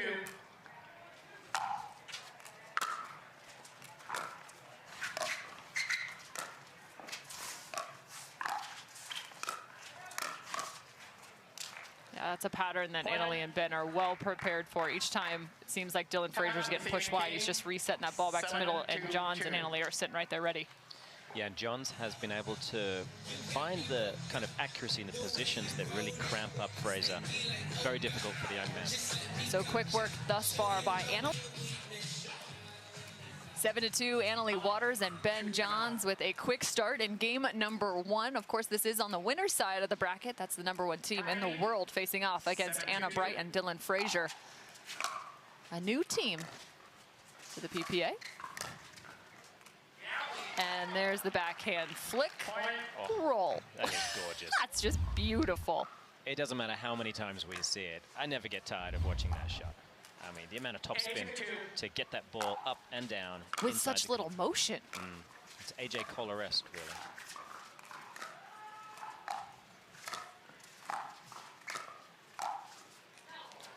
So the few times they've found success, it feels as if Anna Wright is finding that right side.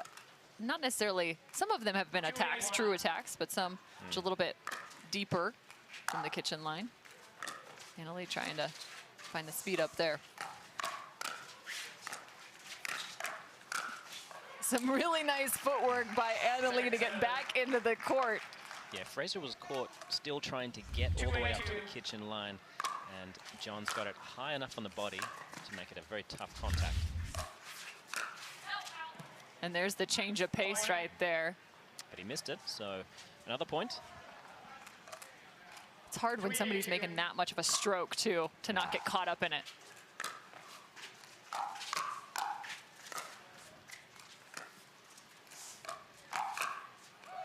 Oh, and he nearly tags her. Waters, good job with the backhand, Ernie. Yeah, it's amazing to see Waters and Johns grow as a team over the years.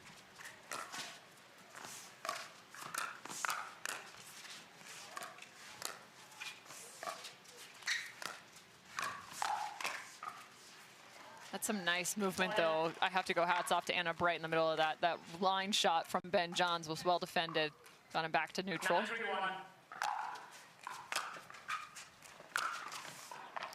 Johns has missed 2 drives now.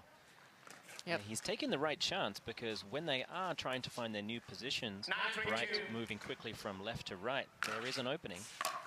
But he's got to make that shot. It is now game ball for Annalie Waters and Ben Johns.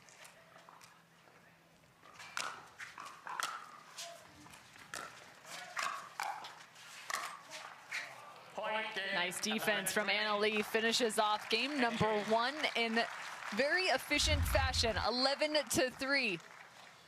The #1 seed staying true.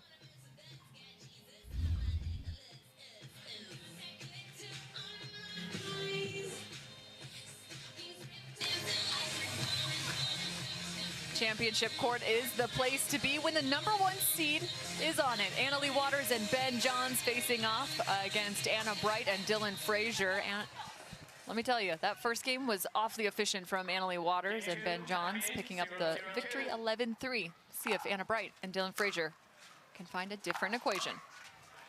That's not the way you want to start. They managed to do it as well, having made 3 unforced errors. I mean, imagine if it was clean from Ben Johns on the 3rd shot drive. It's like salt in the wound, Morgan. What are you doing? Well, they can't hear me. Don't worry.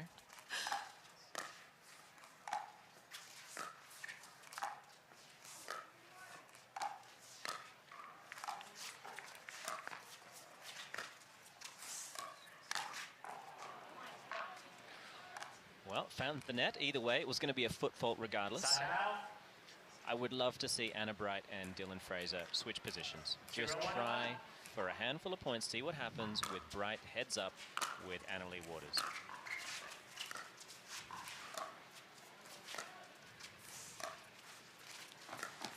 Oh, and just when you think you have him, you don't. You've got to be joking me. He did such a good job. He was practically doing the road runner out there, and he still caught up to the ball. 0-1-2. Look at this. Yeah, he's deceptively fast.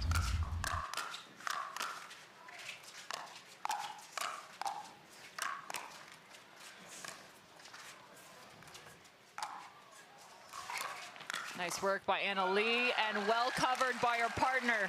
Teamwork at its finest. Yeah, that is heartbreaking. I thought Frazier and Wright played the best point of their match so far, and it still was not enough. There's a lob off a bounce there.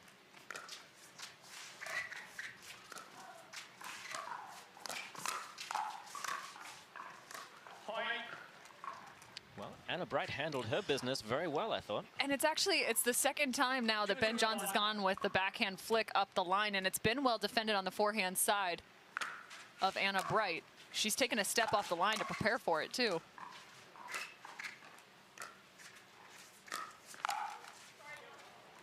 I think I'm going to send Frazier a text just to see if he can get Wright next to, sorry, opposite Annalie Waters. 3-0-1.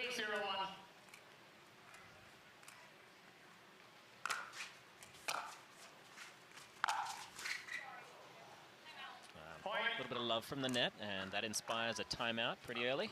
Yeah, very quickly, 4-0, Annalie Waters and Ben Johns. It's so frustrating when that takes place. You feel like you've got yourself set up, and next thing you know, the ball's 6 inches higher than your paddle.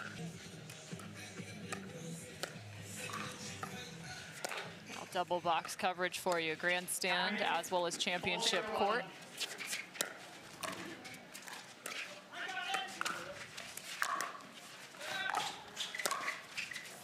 It's a true test of your multitasking. A nice job there too, so it looks like finding that backhand side. Nice cover by Dylan Frazier in the middle.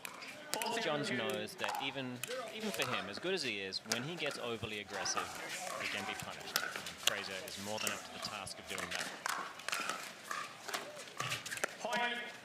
That was quite impressive. Looks like Tyson and Catherine doing some steady work. Still out on grandstand as well. Here on the return. He moves in so quickly with that single-handed backhand, and that would be enough. But if he wasn't deadly accurate as well, it's hard to see a way through this team, I tell you. How about that shot, the change-up? Yeah, inside out, two-handed backhand to the crossbody of the cross-court player. The corner pocket. How the game has changed. You're just sitting here reminiscing to 2017. Hey. I was still good in 18, maybe a little of 19-ish.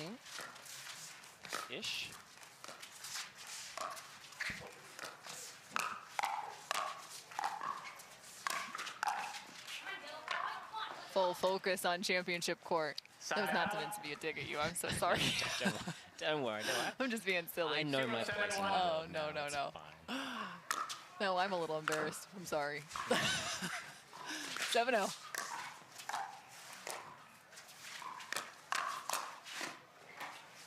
Well, if Johns can get away with that kind of shot selections, then he will keep going. I mean, why not? That was on return of serve as well, so he is playing a very ambitious style of pickleball, and it's working out well.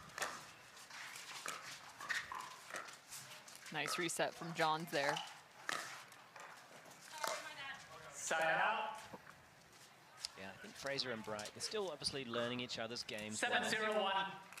Frazier has been in the Delray Beach area for a while now, and they've been doing some real training together alongside with James Ignatowicz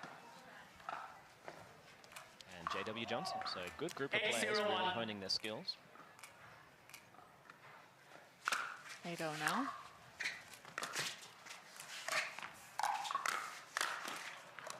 Point.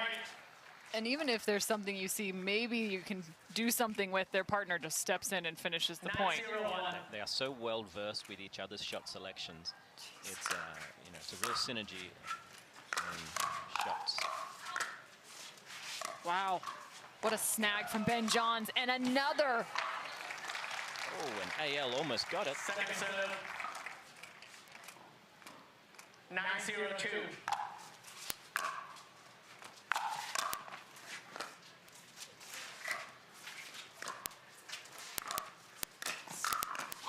And there it is from Anna Bright. Yeah. She's ready for it. She's there. Someone has to teach that man's backhand a lesson. 0-9-1.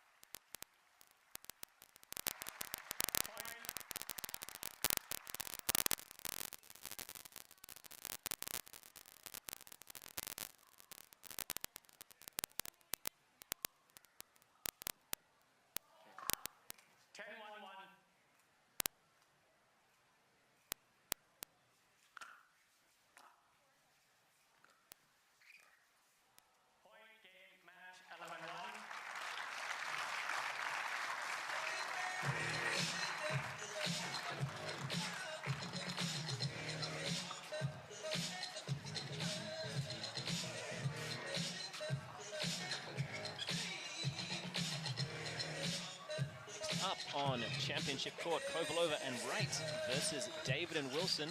You are not going to want to go anywhere. But we are. But we are. We're going out. Dave Fleming We'll have our and next crew Kyle in. McKenzie will be joining you shortly. Don't go away. Well, this is the first one that I've been to, and I'm going to put it on my bucket list to see a few more. This is class all the way.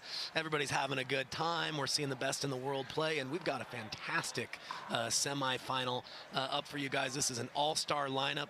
Dave, tell them who we got here. Well, I'll tell you what we got. We got Tyson McGuffin and Catherine Parento back together.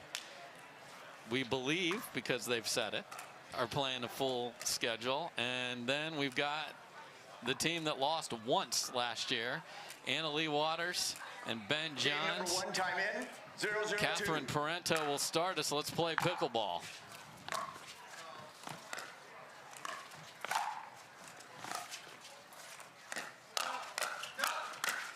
Point. And an Ernie from Anna Lee Waters early on, but it's Parento and McGuffin who hit the scoreboard 1-0-2. first here.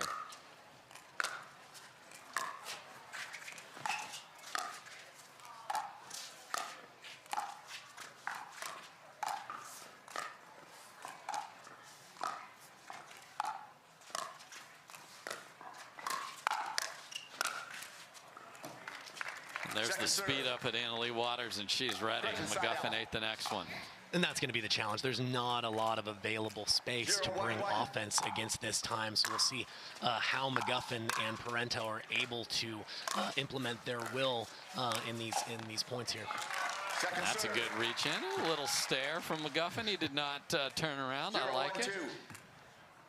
Got to play with big energy. That's how he wins. Unbelievable hands from Parento there. Oh, and then can't will the next one over. Screened. That ball was never getting to We've her. all been there. An amazing get, then you get a routine ball and you miss the second one.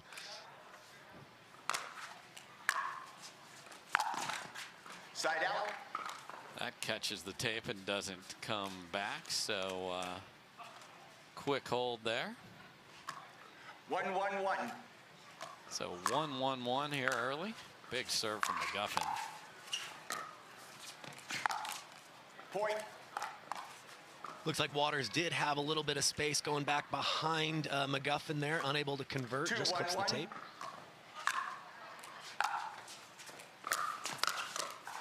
Great take from Ben Johns there. Just don't let that drive get to your partner.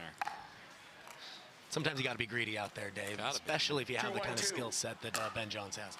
Yeah, if you goat, go get it. Side out. Parento did a great job of handling that cross-court attack from Annalie Waters, but too much Ben Johns after that.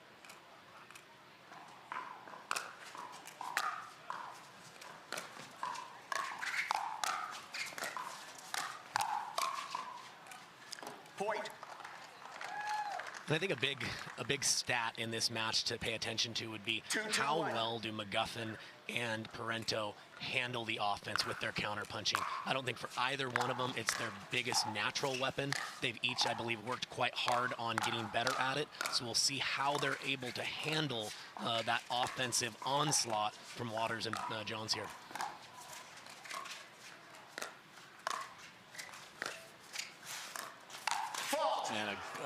And Annalie Waters with the great move, and then looked down and was like, please be on the side, please be on the, oh no.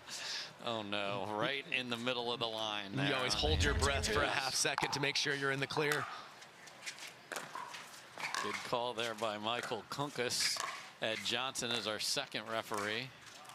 Point.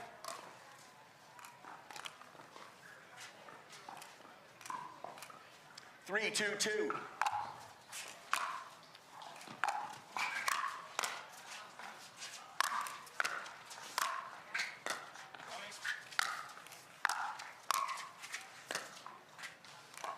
Oh, and then after being way ahead, Johns gets the perfect skitter off the top of the tape. Yeah, when the best team in the world's getting some good fortune, you just have to really show some mental toughness if you're competing against them. As awkward as you will ever see Annalie Waters, just never happens. Yeah, she dropped the head of the paddle, which is, I think, the correct form in order to bring it higher, but she didn't really engage her body much on that one. Looked a little surprised by the location.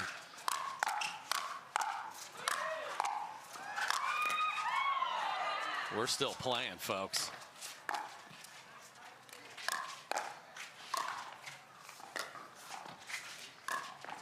Oh, she wanted to finish with the poach.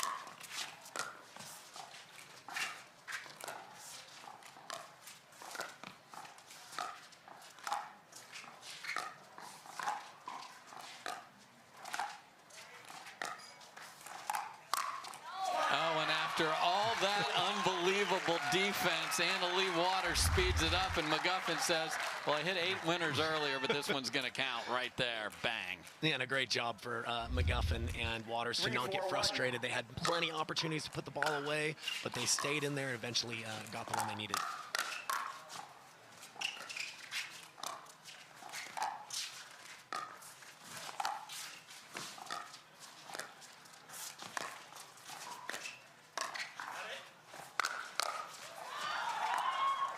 Parento on the deck with the save. What a point here.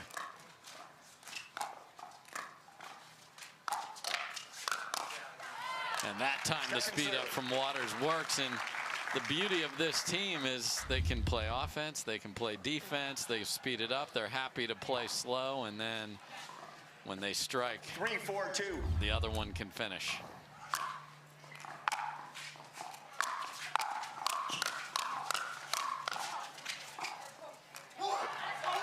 Okay, and the first bark from McGuffin, and him being very aggressive is important here, especially when they're serving. Yeah, he's going to naturally rip drives, but what I loved about that point is he closed in after the drive. It's going to take more than one shot normally to win points off of Waters and Johns here. Oh, and a little Friday the 13th luck for Parento there. It's still Friday the 13th in Canada, too. 5-4-2. There's no conversion rate on the calendar. It's not Saturday over there. No. Oh, no. And then a missed serve after getting a little gift.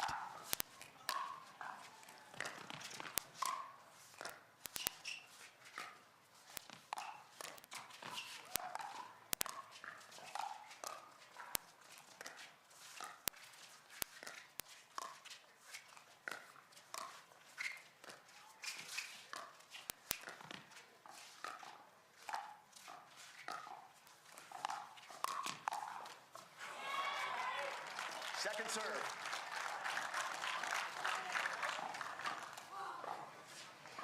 Four, 5-2.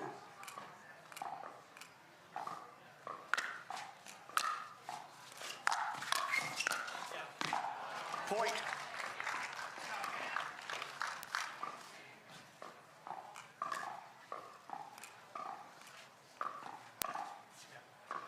Five, 5-2.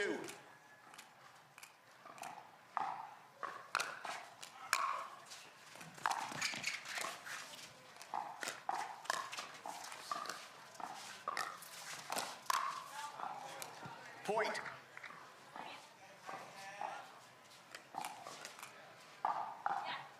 Six, 5-2.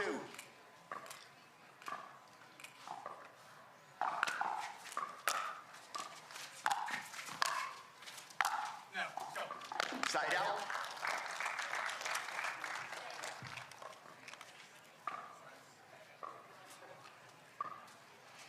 Five, 6-1.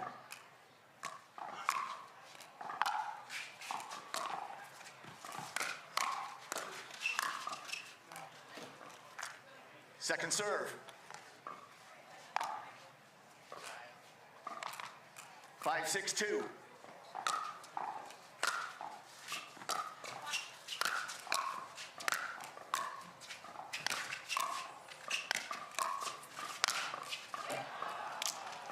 Side out.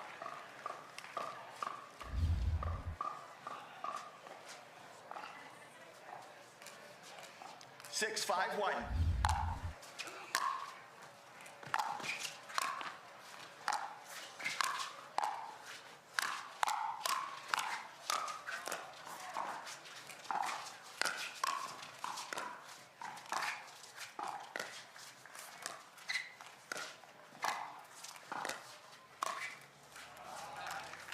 Point.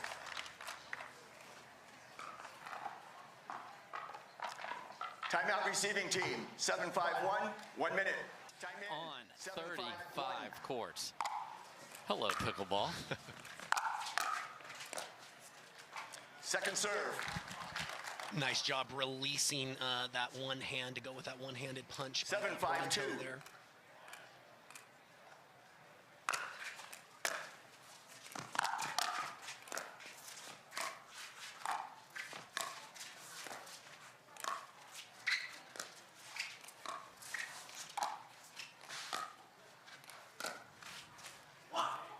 Side out. And just deep from Ben John, so a little frustrated with that.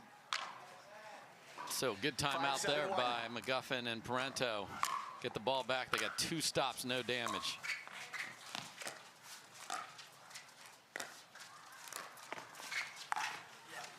Oh my.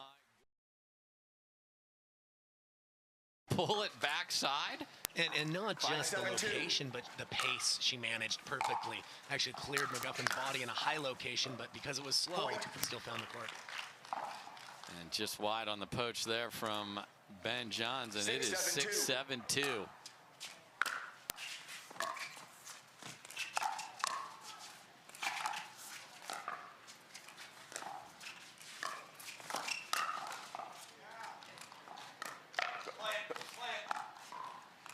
Point. I think that caught body part there and not paddle from Ben Johns, because it did go over, but point is over if it hits your forearm or wherever that caught him. McGuffin was joking around saying play on.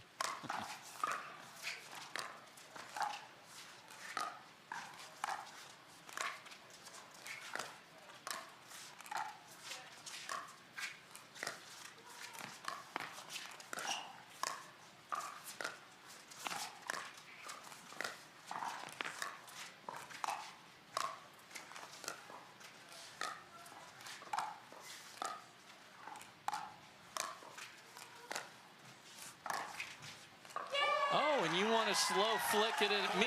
I'm going to slow flick it back at you, says McGuffin, with the 1-0 there. What a ball from McGuffin.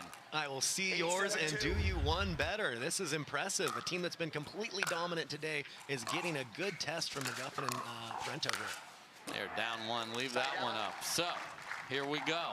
7-8 on a 1. Game 1 of our first semifinal. And I can tell you one person who hopes this goes 15-13 in the third is Thomas Wilson, just to have that break that he needs to get ready for his semifinal. Absolutely.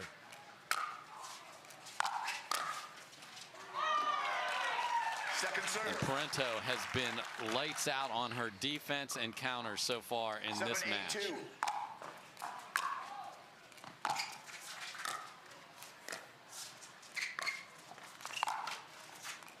Side out. Another slightly greedy ball from Annalie Waters. They're trying to push it down the line, backing off the kitchen, and again, no harm done, and they're up 1.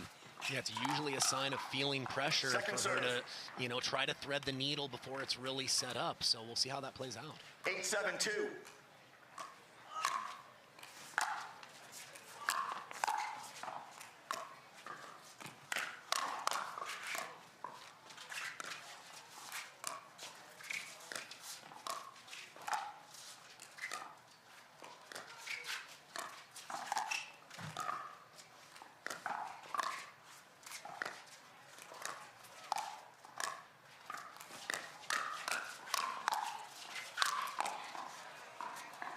Look at that come back in, but McGuffin patiently finishes. And folks, this team looks fantastic. They are pushing the top seed, and they have forced a timeout call from Johns and Waters. 9-7. The Selkirk duo looking great here. So we've talked a lot about paddles. We see Ben Johns there, or we will see him in a second there. You see McGuffin and Parento, but he's using Project Perseus, which is coming out. That is one of the greatest Greek heroes, Slayer of Medusa. Okay.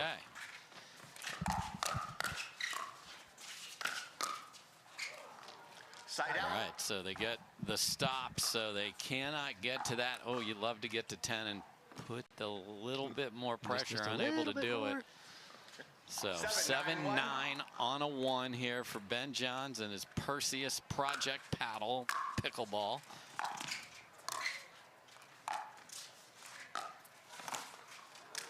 Second serve.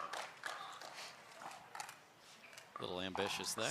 Kind of like we talked about, they're feeling some of the extra pressure in the neutral jink rallies.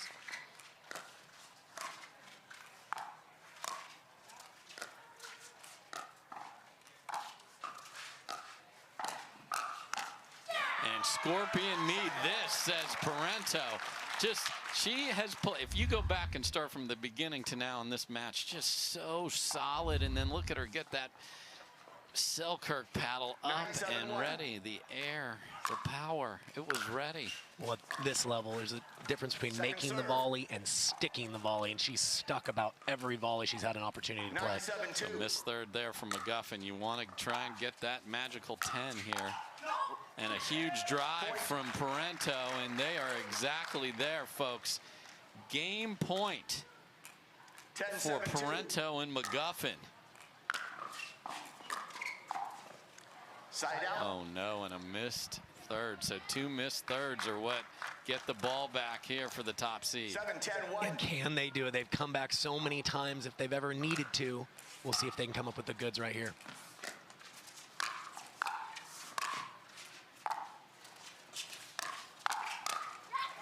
Point. Step around attack from McGuffin is thwarted by Anna Lee Waters.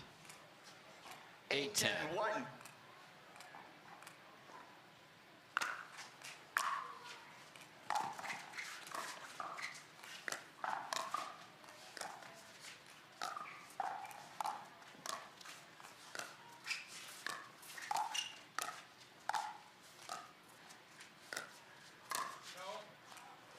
Oh, and a little flick from McGuffin goes deep, and it is 9-10-1, and it is now Parento and McGuffin who have to say, wait a minute, and let's slow this down, and you've got to take those missed thirds out of your mind. They may have been creeping in there on that shot. Big finish coming right back. There's 1 timeout remaining. Well, folks, this is what a semifinal should look like. The crowd is loving it. And it is 9-10-1, Ben Johns to serve.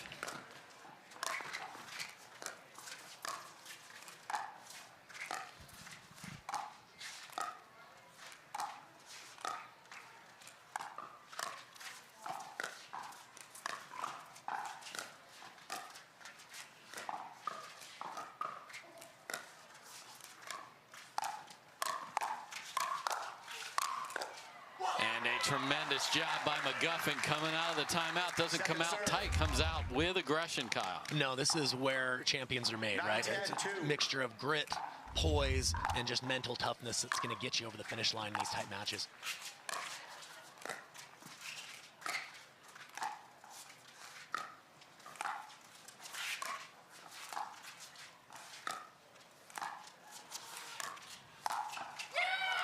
And Anna Lee Waters, after short hopping a couple of dinks, sees an opening and takes it right here, and we're tied at 10. Point. And shake and bake, and suddenly the game point is with the top seed at 11-10-2. Just an onslaught of offense from Ben Johns there.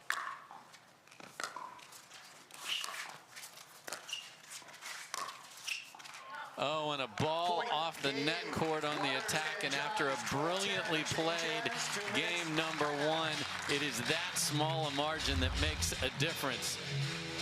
McGuffin and Parento had every chance, had the ball on their paddle, didn't even get into the point with a missed third, and they now have to dig out of a loss in game 1. They got to 10. They did not get to 11. Can they get to 11 in game 2? We'll find out. Well, this is the Hyundai Masters, and you got to be a master of your body, your mental fortitude, and your ability to execute when the chips are all pushed into the middle of the table and the top seed were able to get it done. Yeah, McGuffin and Parento gave themselves the chances, but they just had a tiny lapse in their level for a couple of points, and against the best team in the world, sometimes that's all it takes. So here we go, game 2. And there's that flick from McGuffin. He got one in, and sometimes when you make that first one, you're like, oh, I'm going to make 3 or 4 of these. Now he's missed the next 2.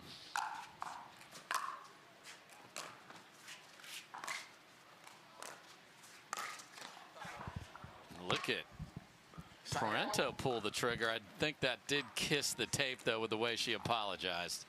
0-1-1.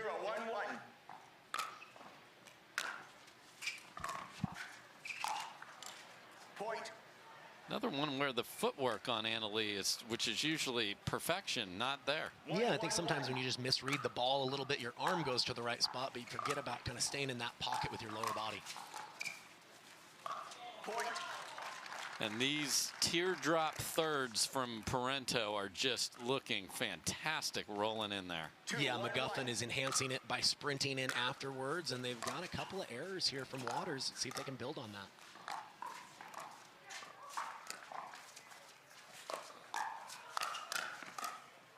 I mean, tremendous ATP from McGuffin, and now it's like a normal shot. Like, yawn, I got the defense there from Anna Leigh Waters. That was brilliant. Made it look easy. Made it look very, very easy.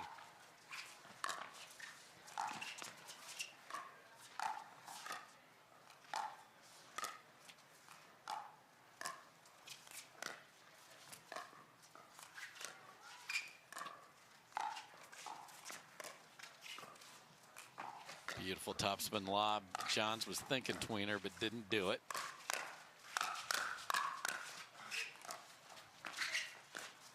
Switcheroo. And just wide from Johns. These points are at a ridiculous level, what it takes to win one. Yeah, McGuffin was putting his footwork on display there, and they're going to need that from him. He's dancing around, looking to find a few more forehands. He's not as capable offensively with his backhand off the bounce, and they're going to need his offense in this match.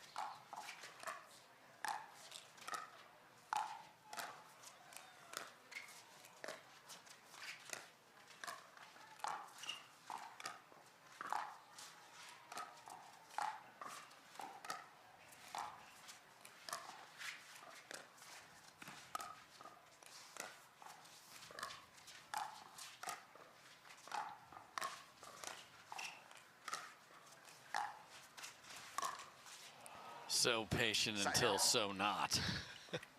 You know, I think that's in the budget to some degree. I think at this level, you're not just waiting for an error. You're looking for your offensive moment. It wasn't, the red carpet wasn't rolled out, but sometimes you have to thread those needles or at least go for it.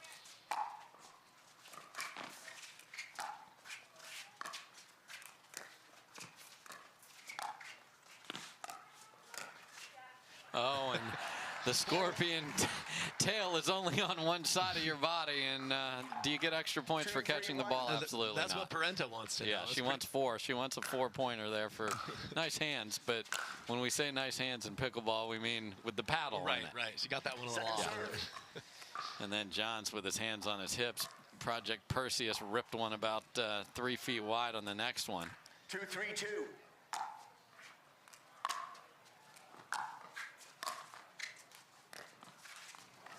Side out. Okay, and then a missed dink. So again, Parento and McGuffin, they sort of hung in there and got in front and had a chance. Let's see if they can follow that script here and just get one more point. Yeah, really liking their body language between points. Yes. They really seem ready to compete. They're very connected from a chemistry standpoint, and they're here to fight. That's just a gorgeous attack from Ben Johns from below the top of the table. Yeah, knows that if he can get that ball into the right hip of McGuffin, very tough for him to straighten that out, especially if he can get down on it, which he did.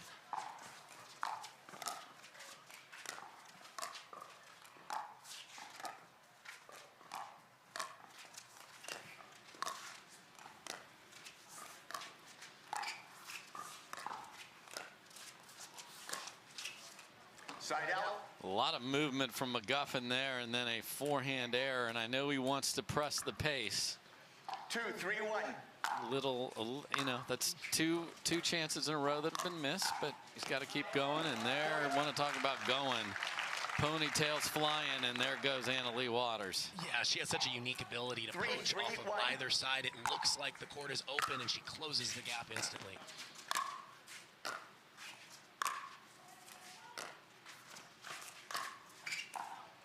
Another forehand that goes deep from McGuffin. He's shaking his head. He's got to get on top of the underneath and get that roll to fall. And I'd rather see him get beat by the counterattack of Waters than be, missing these balls in the tape or long. Sometimes just making your opponent beat you is something you can say for it. Point. Good read by McGuffin, but Waters and Johns were in a race to get to that ball first after this right here. Yeah, he read it right, but he wasn't totally able to get on top of it. It stayed level, and Johns and Waters punished him on the next ball. And this is what the top seed does to you. You think you're up 4, and you were, and then 40 seconds later, you're down 4. It's crazy. All right, can Parento and McGuffin rally? We'll find out. Welcome back, everybody. This is semifinal number 1 of 2, and Anna Leigh Waters and Ben Johns have pushed ahead by a couple. We'll see if they can keep that going.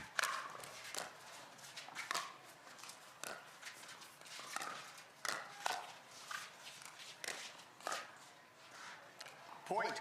Again, the spot that he is choosing, Kyle, is what makes the difference there. Well, I feel like he's probing. There has been probing. 6-3-1. He's tried the forehand a couple of times, and Parento's been up to the task, put that one right into her body, and really handcuffed her there. Point. And if Ben Johns is going to be on the right side of the court, why not let him be a spectator over there as Anna Lee Waters rips a two-hander right through 7-3-1. McGuffin and Parento, and this run continues.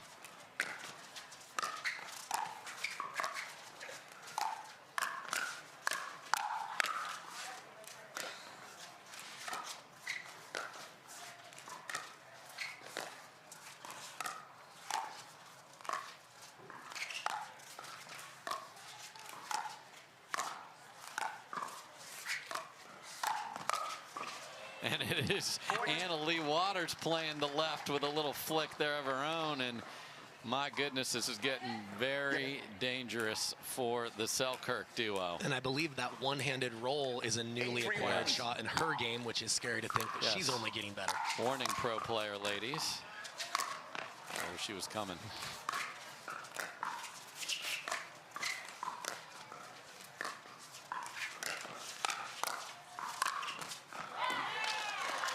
But look at Ben Johns. I know he didn't win the point, but he's waving the two-y at you now, too, as something to attack with. See that coming up on this next ball right here.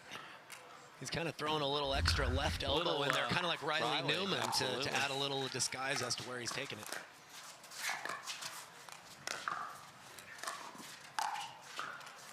And another gorgeous flick winner. And this is a duo. They can feel when they are pressing it, too, and the crowd's like, wow. And they look at the smiles. I mean, they know they're entertainers too. I mean, they're unbelievable athletes, but the pace that they can put on you and the pressure, you have to call timeout because they know it and they know you know it, and that's the hardest part. They know that you know that I know. No, very true. And yeah, a veteran move here by McGuffin and Parento calling the timeout, but you can kind of sense it in the air. In the first game, Waters and Johns, their shot selection started getting a little bit ambitious even for their skill set, but they're settled in now. They're playing much more free, and having a lead can allow you to do that to some degree too. Yeah, I mean, the scoreboard affects the way you swing the paddle. It's just an inanimate object back there, but it's right here in your head. Well, I think there's a reason Ben Johns, the first time I think we've seen him try that two-handed off the bounce attack is when he has the lead. So they're very aware of that.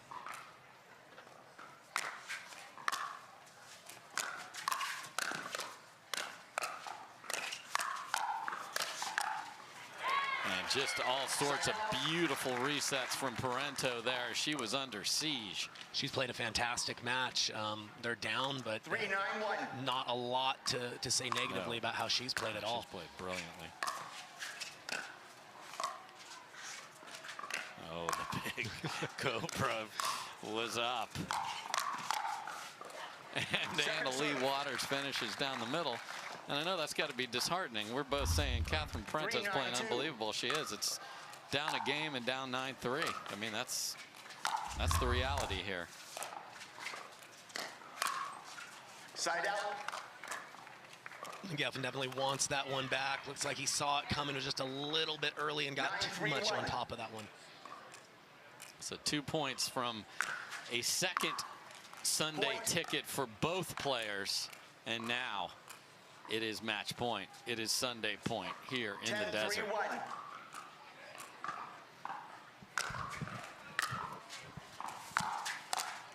And that will do it. So a very impressive fight from Parento and McGuffin, but the top seeds, Anna Lee Waters and Ben Johns, show you why they're the top seed.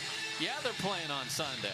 Yeah, we keep telling everybody about how amazing these draws are. They are, and guess what? The top two players are playing mixed doubles on Sunday, they're playing singles on Sunday, and we'll see tomorrow if they're playing men's and women's doubles. They're that good. Well, they can beat you in so many ways, and they're so intelligent. They have such high pickleball IQs that they can really choose which shots to match up against which opponents. I thought Parento and McGuffin did such a good job in game 1 of really neutralizing and winning a lot of those neutral dinking points, but more variety got thrown their way in game 2 and they weren't able to keep up. Yep, they saved 1 game point in game 1. We'll talk to the winners with Hannah Johns right after this.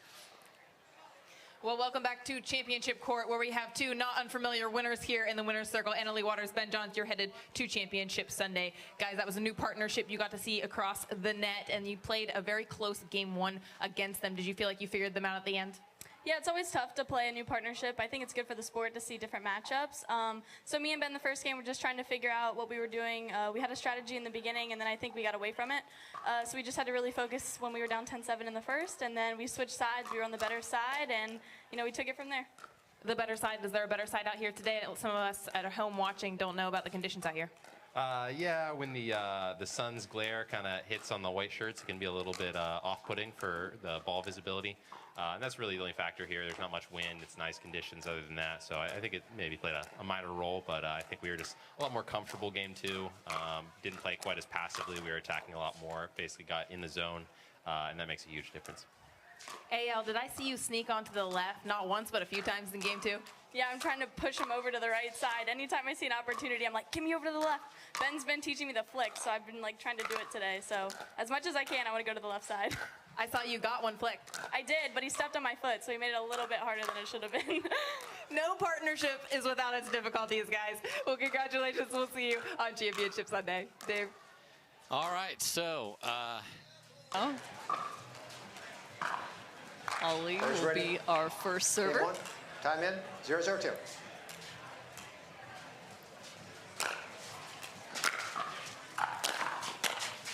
Speaking of thirds, that first one is driven.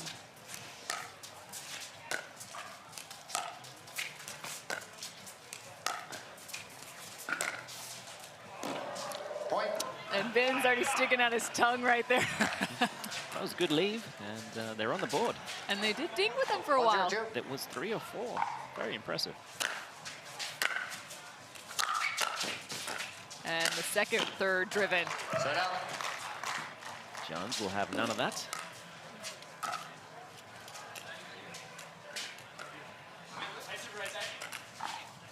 I'm curious to see if the Johns brothers will try to race to the finish line or do it by the book.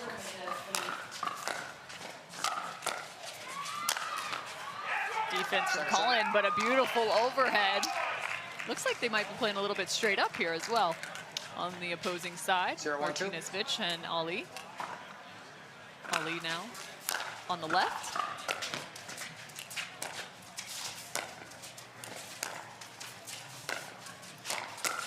And he's got the flick. Very nice. Yeah, that's a great shot.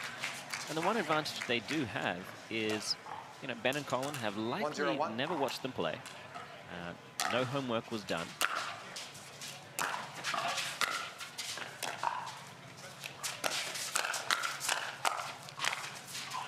Oh, and he just overcooked that one, but the first 2 strikes, they're going heavy up the line at Colin. They really are. They know that might be their player to attack. Colin Johns, though, he has made a living on resetting balls from everywhere. One of the best defensive players in the game. Point. That one's on me. Sorry, Colin. That's the third drive we've seen from Ali and Martinez.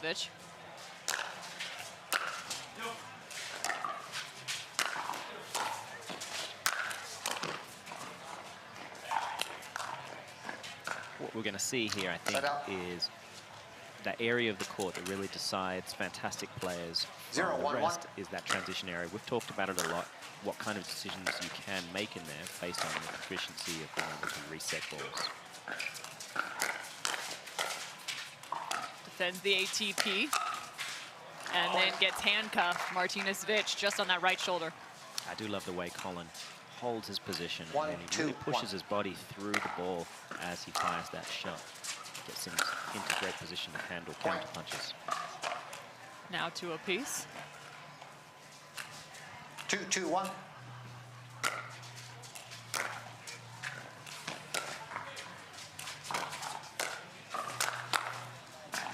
And Ali's got a nice 2-handed backhand out of the middle.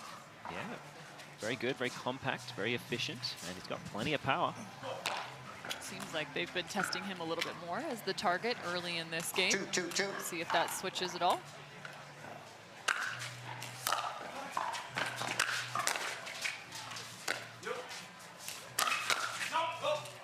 Side out. Wow.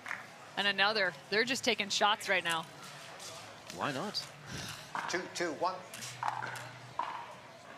It's going to be interesting, though, is how quickly Ben and Colin adjust. The scouting report comes crystal clear just after a few points for those two. Now they've switched, going a little bit more at Martinez. And right there, immediately. Yeah, I think a handful of dinks will award them something to work with. And Colin Johns is so good at being able to slide that ball off his paddle up the line.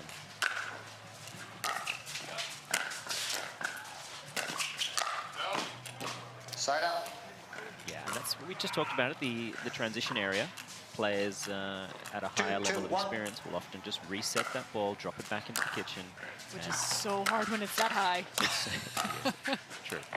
All you want to do is just rip that ball. I understand the level of discipline needed. I'm still working on it.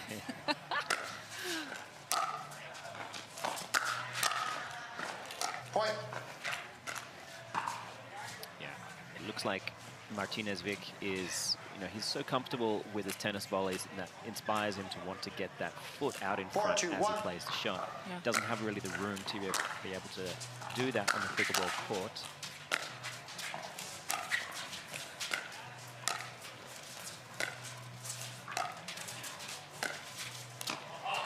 And the dinner, the dink winner from Ben Johns. That thing was slippery. Yeah, he sold it so well with his body language. Drew Martinez back closer to the center, opened up the space out wide. 5-2-1. Beautiful shot. That's just filthy. Second serve. I think Colin thought, well, if my brother gets to do those kinds of shots, then I get one as well. 5-2-2. Cross-court block, though, from Ali. Look at that.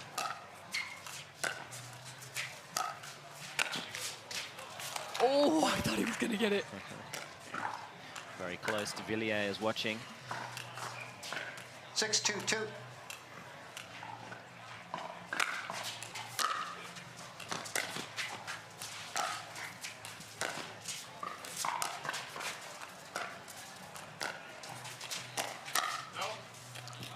Now Colin again. A few speed ups from him we've seen off the bounce.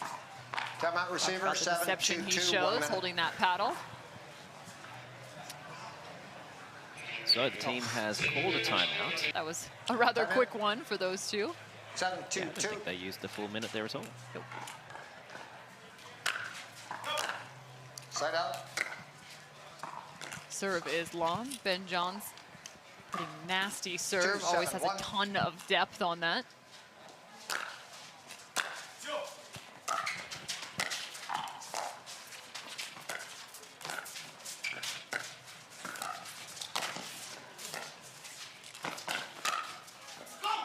And it lands. Martinez. Wow, that's impressive. They were just bouncing around there, getting caught off balance, left, right, and center. 3-7-1. Somehow pulled it out. Well played, gentlemen.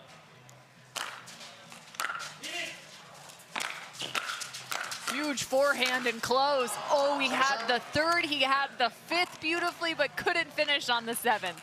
That tricky seven. 7-2. He set that up well.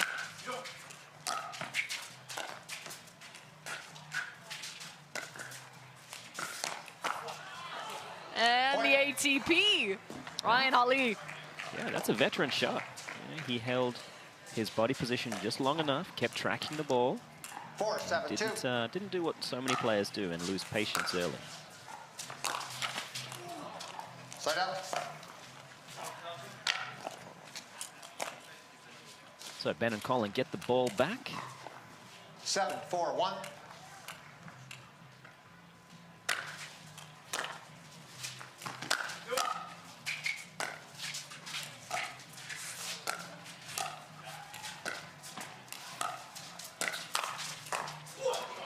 And again, Ryan, beautifully played. Yeah, nice he really defense. got low there. 7-4-2. Made it an overhead for himself.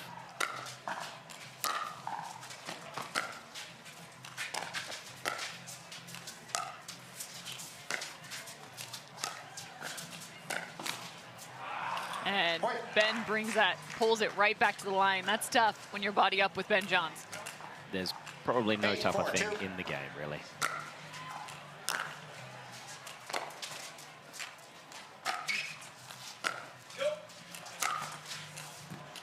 And that's what you're talking about, the leave from Colin Johns. That's amazing. He has such good vision, and he recognizes what we all need to know out there, that sometimes the best shot you ever play is the one you don't. I'll lead back to the left.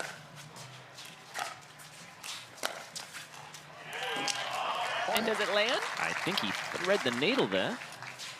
Painted the line. And now just 1 point away. 4-2.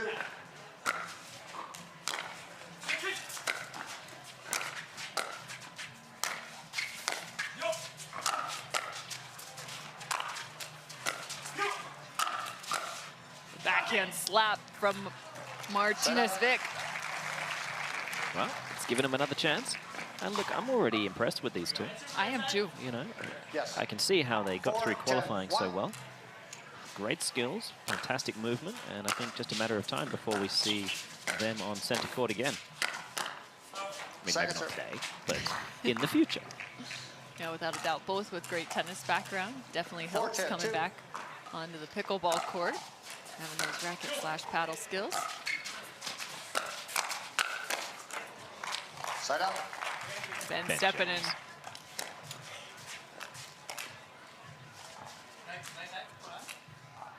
Ten, 4-1.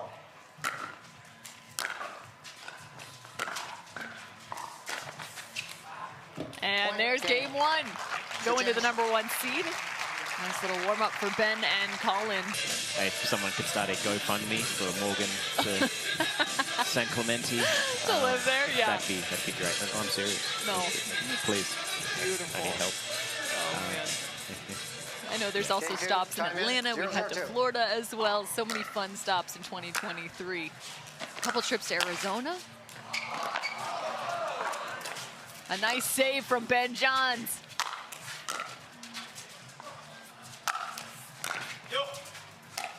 Oh, looking for the drop volley. A little too much drop to that volley, actually. 1-0-2. Still thinking outside the box. I like it.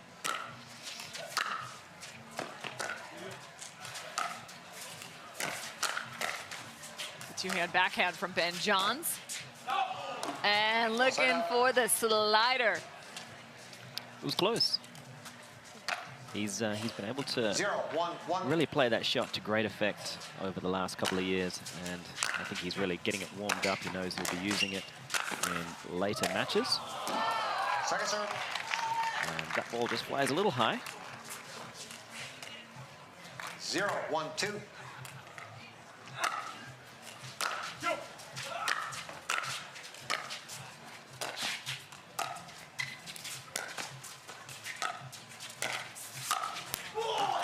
Great footwork from Martinez Vic to cover middle again off the net. Yeah, he's starting to get a good read of when his dinks are just getting a little high, and therefore what Ben Johns can actually attack. And therefore he's clamping the middle, doing a good job of defending that area of the court.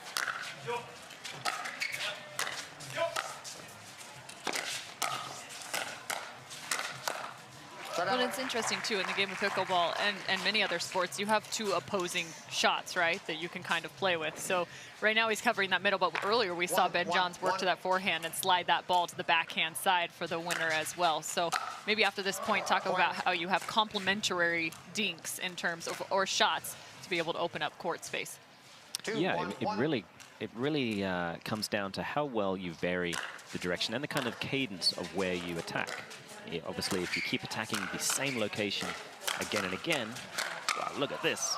And there's a little firefight on championship court. Some big swings from the young tennis studs, but in the end, Johns and Johns coming away. Yeah, it's getting your opponent into a rhythm of what they think you're going to attack, and then making sure you vary it enough. That's really the key to having consistently good attacks. Speaking of consistently good attacks, yeah. It's perfectly cued, Colin Johns. Yeah, and one of the reasons why that one works so well is because he doesn't just do it exclusively. He goes towards that right shoulder into the middle and with the same kind of body language.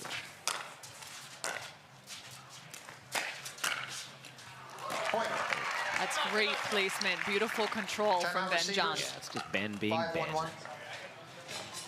Yep, there's a famous volleyball player that does the exact same things. We say, Phil doing Phil things, Ben doing Ben things. We'll be back with more.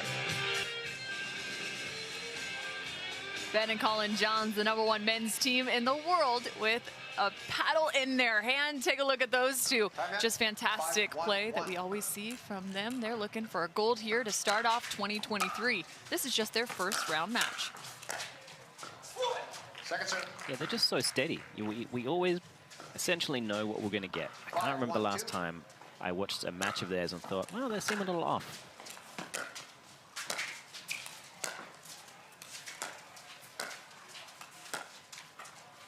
Point. Their opponents, of course, Ryan Ali, as well as Martinez Vitch.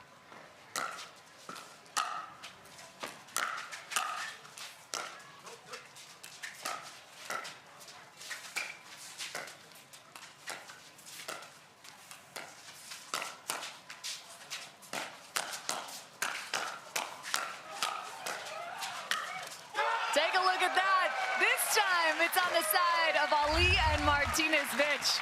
Yeah, that's going on their personal highlight reel. I think one of them's already put it on Instagram. 1-6-1. Very nice, gentlemen. And that ball is long, so another ball to Ali and Martinez Vitch. Could we see a momentum shift here?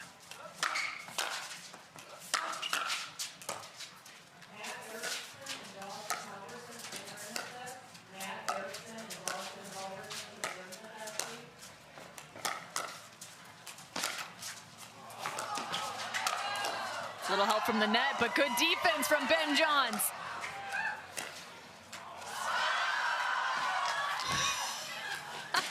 Little gamesmanship from Wom.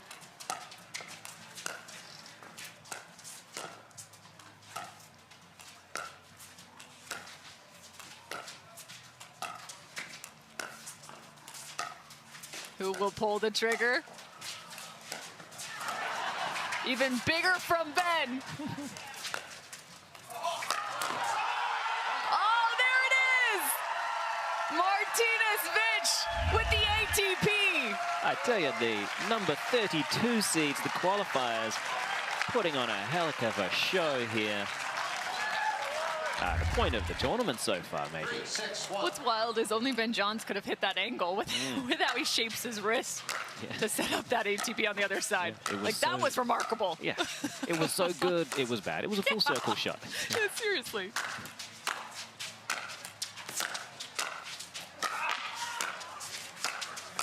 I think Ben's had enough now. I think so, too. He wants to put the kids to bed and get on with his next match.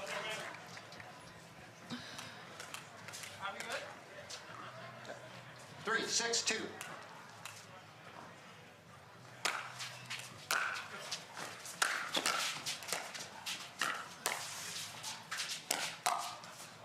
Side out.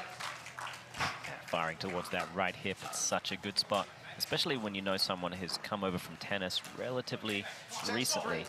They may still have that continental grip that lets them get exposed on that right side.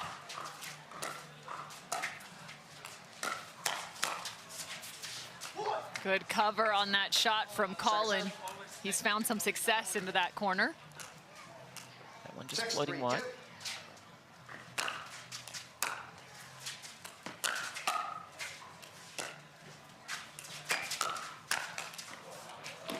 Colin drops his hips down to be able to get the first, but not the second.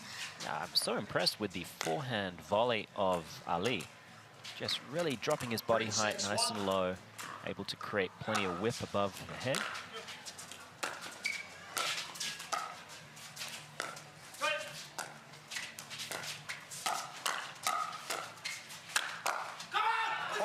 And continuing the pressure.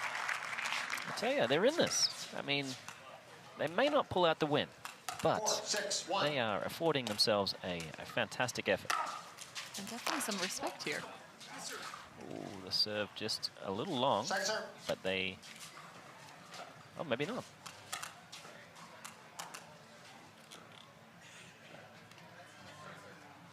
You guys are 4-6-2. They call that out. I heard you call it out. Yeah. You guys are at 4-6-2. Okay, so a little discrepancy on what the call was. You're good. In the end, the ball was called out. 4-6-2. So it'll be Ali to serve to Colin Johns.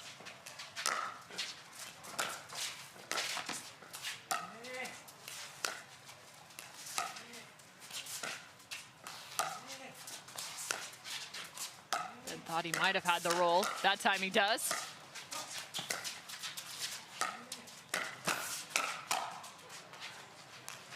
And that ball lands in right on the corner. Putting a little backspin, slicing that ball down.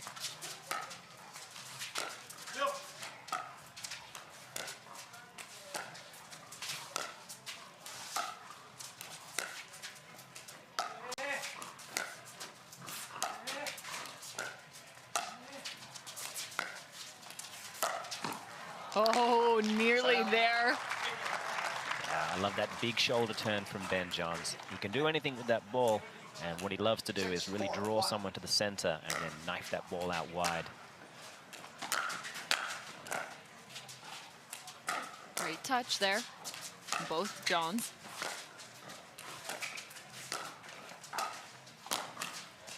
And again, that's what you're talking about, being able to go up the line and then also to that right shoulder. Yeah, it means your opponent has to start just guessing. And unfortunately, when you play that game, you can easily guess wrong. 7-4-1.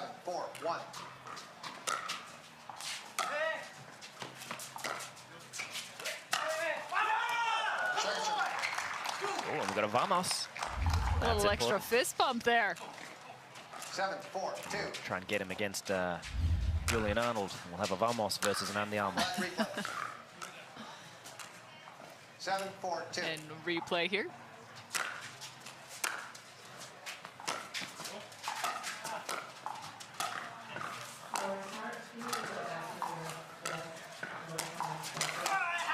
And reaching in, Ben Johns, plenty of space from Colin. See, he leaves an extra step off the line. Yeah, I think he doesn't want to play with his food anymore. He wants to get this done. Yep.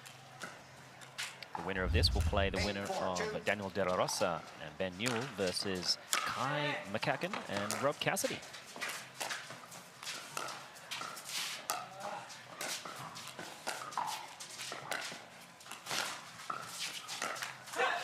Side up. Looking for a few different shots there. I love watching just the variance and how the game progresses for both the Johns brothers. That time Ben took that flick and kind of just dropped it low, rolled it low at the feet instead of a true speed up. So that ball served long. 5-8-1.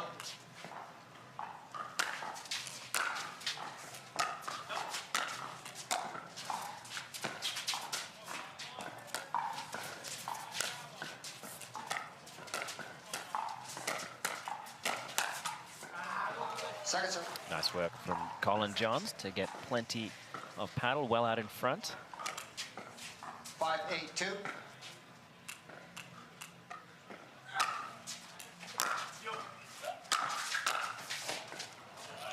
Right at the feet of Brian.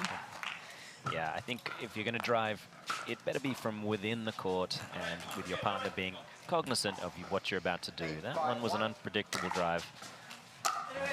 We may be running out of ideas kinds of shots.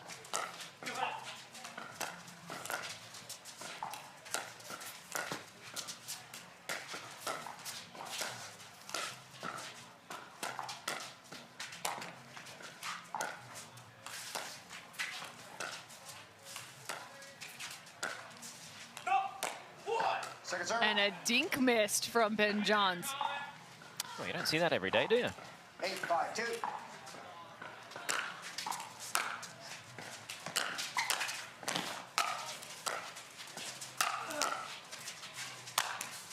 Angle well covered.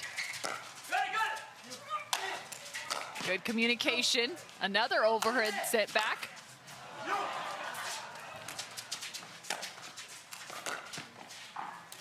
choice by Ryan. I'm curious, Ben stayed back the entire time. I think he knew that ball was going to drop. He could have swept in? Come in. Either works. But he played a patient game, dropped another ball into the kitchen, then found his opportunity. And a timeout called quickly as a return is missed into the net, which brings us to match point as a timeout is called. It's not going to be long before their game really comes into fruition.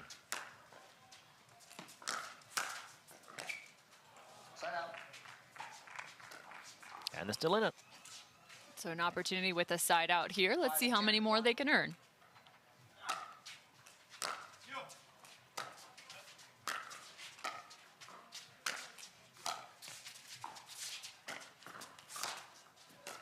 That one skid off the line, and there's some wheels, but not quite fast enough for Ryan. Speedy Gonzalez, almost there. 5, 10, 2.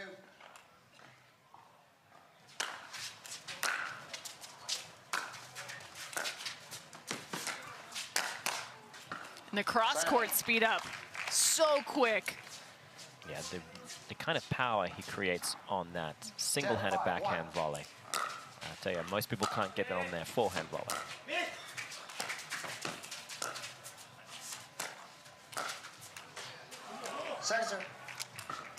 Colin Jones just caught a little stuck in the mud there, I'd say.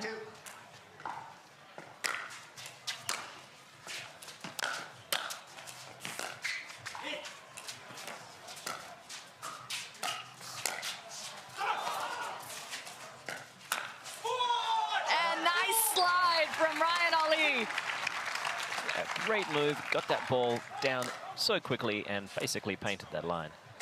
I tell you, the shot production from some of these kids, they're fantastic. Second serve. 5, 10, 2.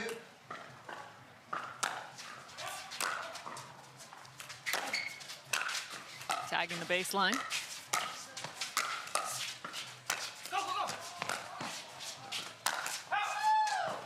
Side out. That's out of the ballpark. A souvenir for one lucky customer.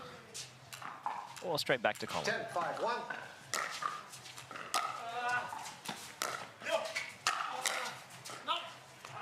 And they earn one. Oh, second serve, excuse me, that was Ben. Yeah, that ball might have been going long, but Ben played it anyway. They're having fun, they're smiling. Plenty of crowd here on championship court.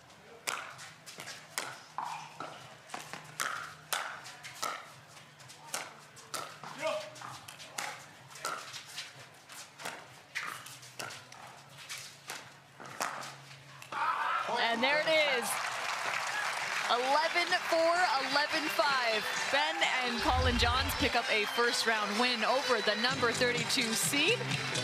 What a great show on both sides of the net. Really was. I was, delighted to see these new young bucks in the game. Qualifiers. They will head into the ranks of the back draw and see if they can't get a few more wins. We'll be back with more from championship court. This has been men's doubles.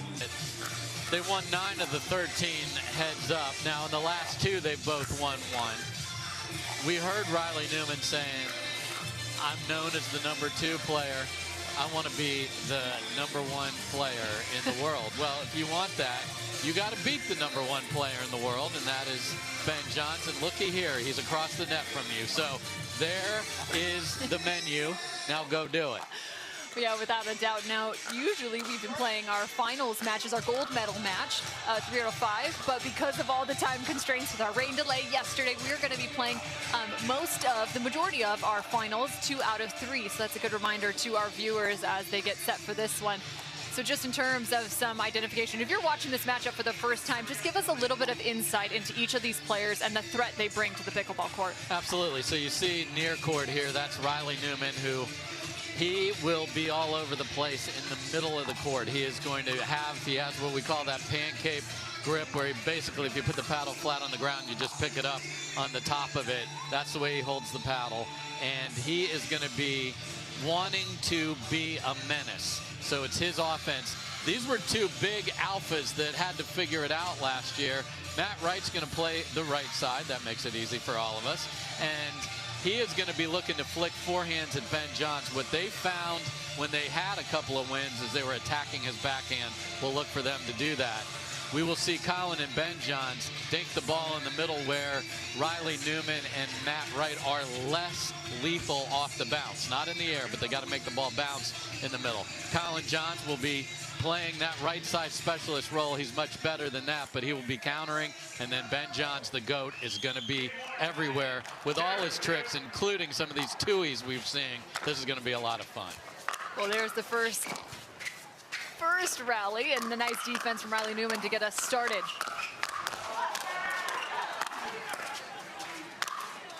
Unbelievable. No better way to start the men's final than that. Matt Wright and Riley Newman have their hands in the air. They've lost the ball.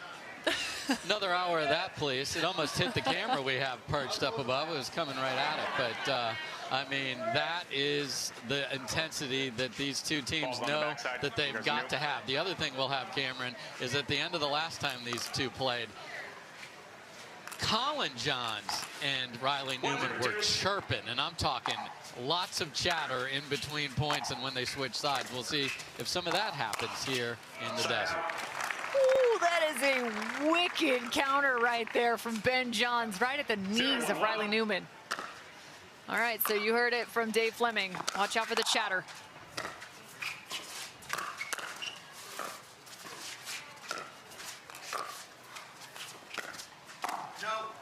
Great touch. He tries to catch Ben as he works back to the middle there, but just a little high on the flick.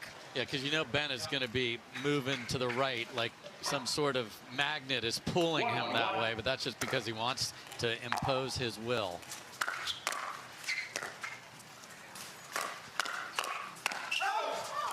And there's the combo from Riley Newman. Loves to speed that ball up middle, slide more middle, and close out. 1-1-2. Riley Newman, originally out of Washington, now living in Arizona.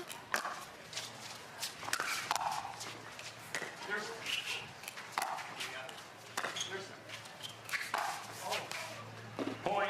Matt taking a step back, trying to speed that ball up. Looks like maybe something on the court. Yeah, he just hit a pebble or something well into the, I mean, that's the level of precision that these players can tell that a ball took a bad hop off of a minuscule little pebble, but, or he just missed the shot.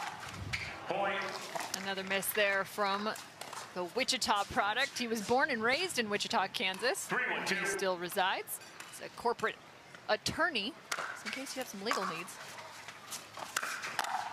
I'm Matt Wright.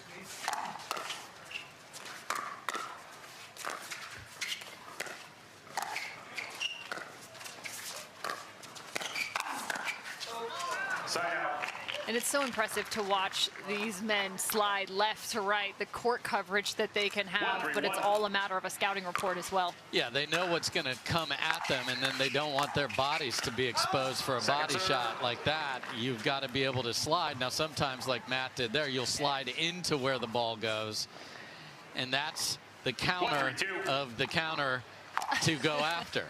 I know you're going to do it, so I'm going to do something a little different.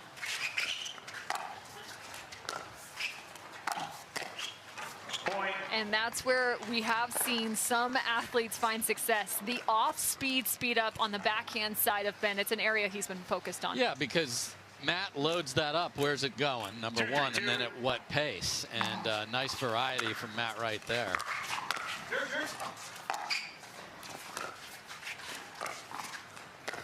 There's the willpower. The willpower of Riley Newman trying to get that ball over the top. Ben and Colin, again, the #1 men's team in the world out of Maryland.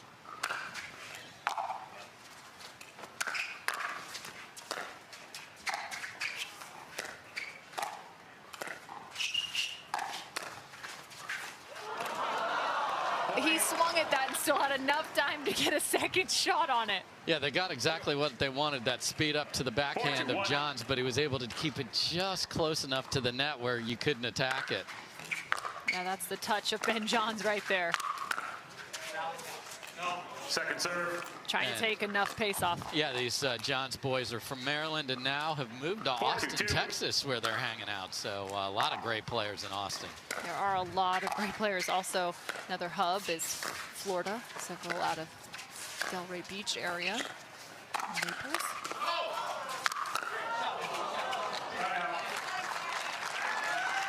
Crowd's loving it here on Championship Court. It's so fun to look at this replay because you can see our entire crowd. They're also covering the court just at the baseline and above these athletes as well. Sending that well into the sky is Matt Wright.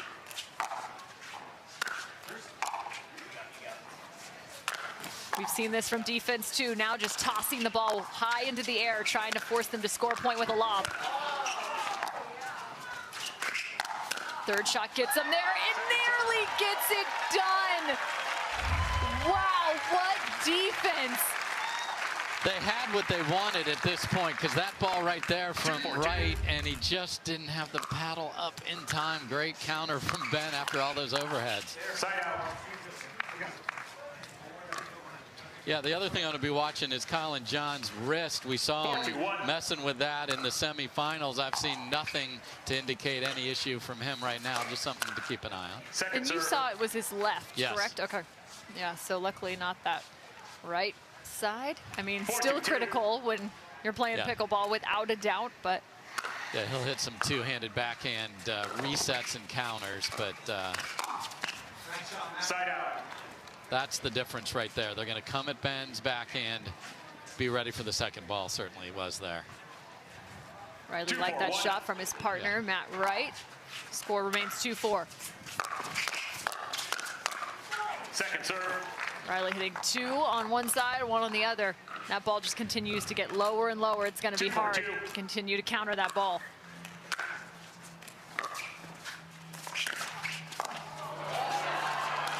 How did Matt Wright get that back? And another. Matt Wright came to play.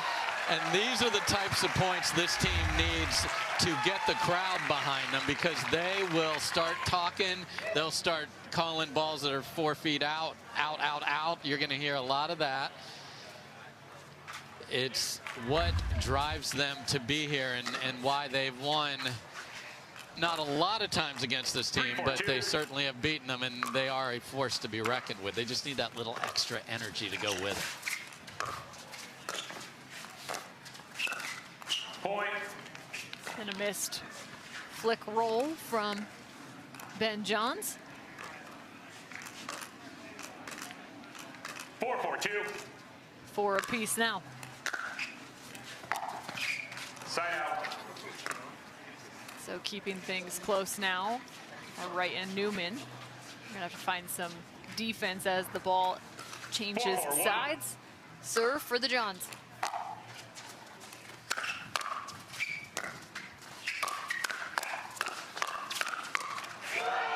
Beautifully done from Colin Johns, sliding and finishing the point. And he can do that because Big Brother's huge forehand is sitting there in the middle, so he can slide outside the sideline and just sit backhand. Second serve. The margin for error on that shot from Riley Newman is so minute because they're sliding and pressuring that right side. Yeah, there's 3 inches of room right there, and he found it. You got to be absolutely perfect.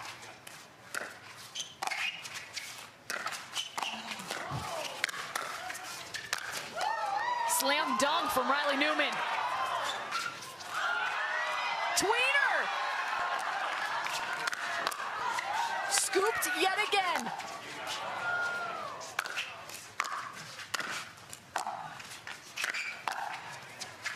Beautiful defense, and man, at the hand of Perseus, Ben Johns finishes the point. Off with Medusa's head. I mean, that's the type of point that Riley and Matt really want to win because they'd be going bonkers. But we watched that entire point with smiles on our faces as the crowd was oohing and awing. I mean, we knew the level would be great. It has been absolutely fantastic, and that's a good timeout from Wright and Newman right there. So after a big momentum play and down by 2, time to take a timeout. Well, you're definitely enjoying some of this championship court coverage because this men's final is going to be a good one. It already is. Just 2 points of difference between Ben Johns, Colin Johns, Riley Newman, and Matt Wright in this men's gold medal match. That's how the game started as well. A wild firefight.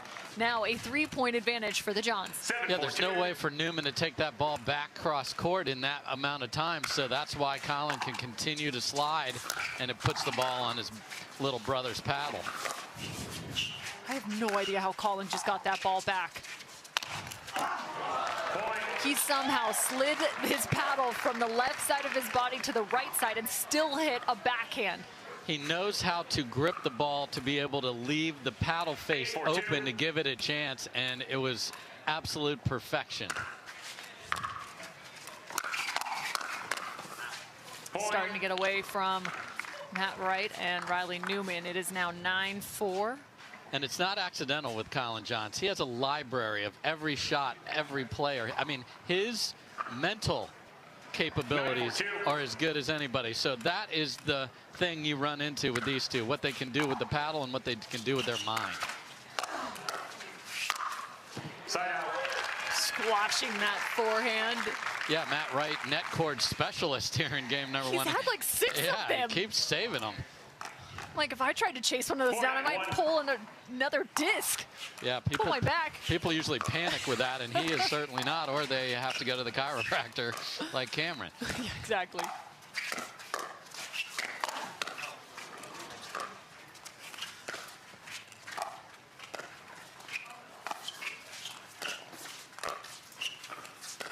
Some steady thinking now. Point. That was interesting. Again, the off speed at different times, it can catch you off guard. You can be early, you can be late, and all of a sudden you're not finding the right side of your paddle. Yeah, you don't see Ben misread a ball very often. He certainly did there. A lot of lateral movement there from Riley Newman. Showing his quick feet.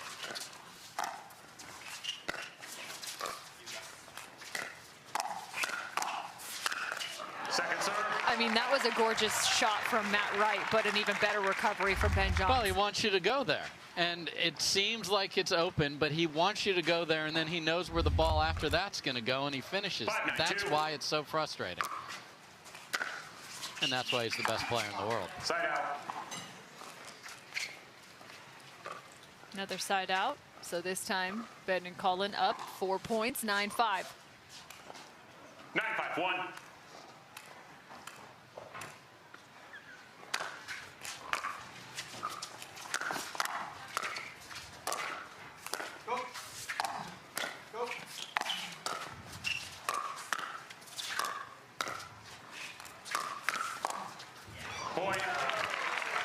Very well done, Colin Johns again. The ability for these athletes now to slide the ball off the edge of their paddles as a finishing move. Take a look at this last one from Colin Johns. You'll get a look, hopefully, on this replay. It's coming. There it is. There it is. Swiping that ball. It's game point. Second serve. An ambitious reach there from Ben Johns. You got some room, you might as well test the waters. Yeah, he's trying to bring that back across Matt Wright's body and tag him or get him in a weird position, unable to get it. Point game. Oh, no. So game number 1 going to the Johns brothers, Ben and Colin, 11-5. They had a pretty gnarly semifinal to come into this, but they look like they have found their true form here in the gold medal match. So many great people are with the Carvana PPA Tour, a great group that travel around, is also our officiating crew. We're going to give a shout out to our current crew, Mark Thomas, Michael Kunkis, Norman Velgunt, and James Koo, currently working this men's final. Now time to get game 2 underway.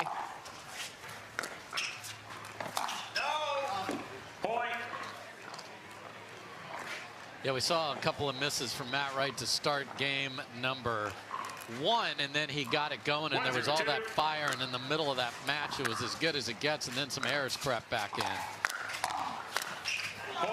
And then Ben Johns crept back in. I don't know if Ben Johns creeps. I think he just comes in full flying. You got to watch out for him.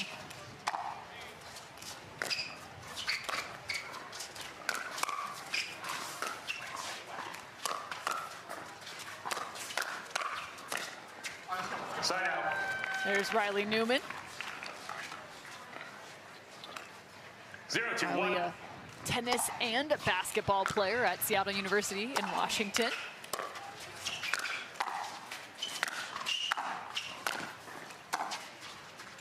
Second serve. Yeah, just the focus and intensity from the Johns brothers in this match is going to be hard to overcome. It certainly happened, but they got to get going.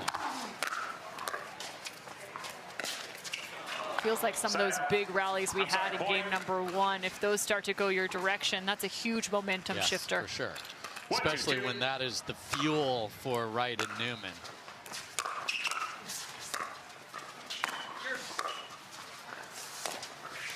Newman continuing to work with that two-hand backhand. Reset the ball up, but that's just enough air underneath of it for Johns to attack. Yeah, and a perfect spot gets Matt Wright reaching.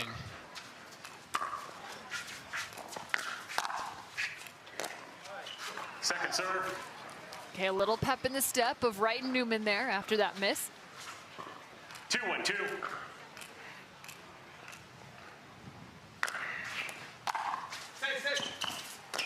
And a miscommunication, and they get a little lucky with the net cord there.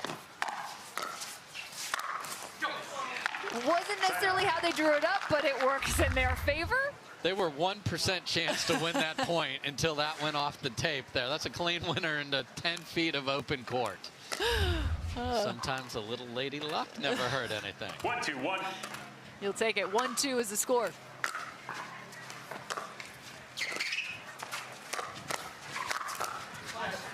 Point. Nice play from Riley Newman. So much fun comes with this sport, and especially with its growth. Riley Newman has a flight out to Australia this evening out of LA, where he's going to be doing some pickleball work as well.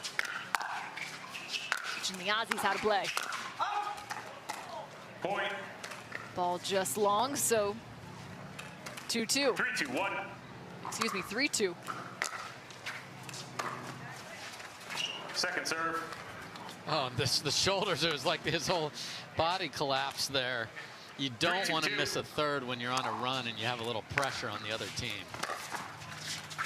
Oh my, 2 in a row. So that's tough. And you know, we'll look back on game 2. Was this a turning point or not? No, that's a great point by you. And it actually just came up back-to-back times, to your point. Second serve. Still staying steady, though. Yeah, and Riley has just now decided to just fire at Colin Johns. If somebody's always resetting, keep going there. Make them counter.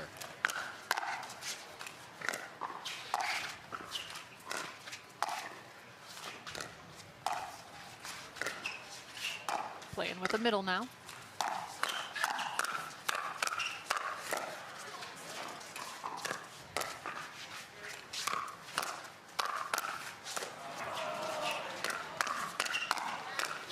It just keeps going, and that again is one of those extended rallies. I mean, you gotta go hats off to the Johns brothers. They play defense, get back to neutral, and then they find an opportunity like this to turn the tables. Yeah, and all of that isn't possible without the Colin Johns reset clinic in the middle of that. Just ridiculous, under siege, and keeps putting the ball in a safe place.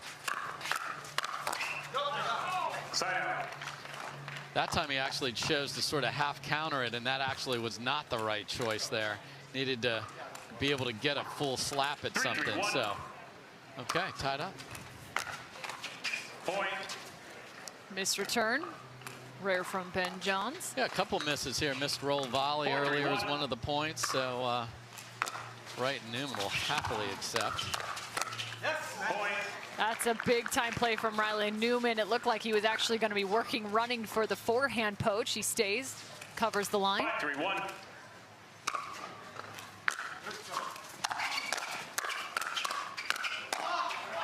Second serve. That time Colin Johns is sitting forehand. He's like, go ahead, bring that to me, and smacks it and sets up baby brother for the winner.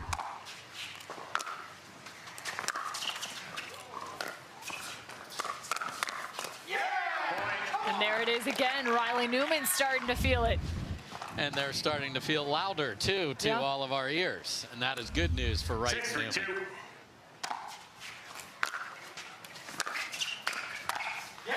Oh, Matt Wright coming in with the backhand punch. It's now 7-3. Yeah, and the Johns brothers are not a team that likes to take timeouts. So No. I don't think you'll see it unless it gets dire here.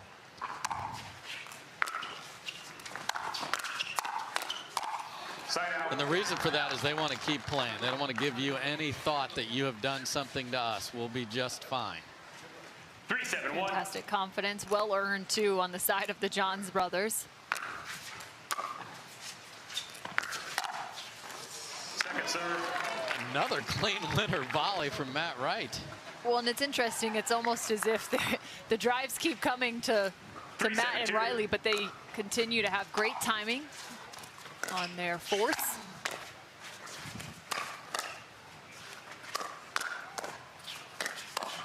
Point.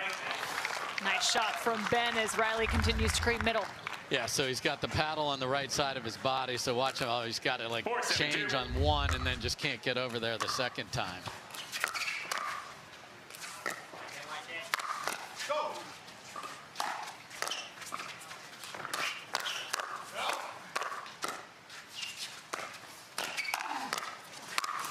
Just the steadiness of Colin Johns in the middle of that. He just looks like he's standing flat-footed, but the resets continue to be beautiful. That's the one right there. 7-4-1. Just wild work, even though this goes to Newman and Wright.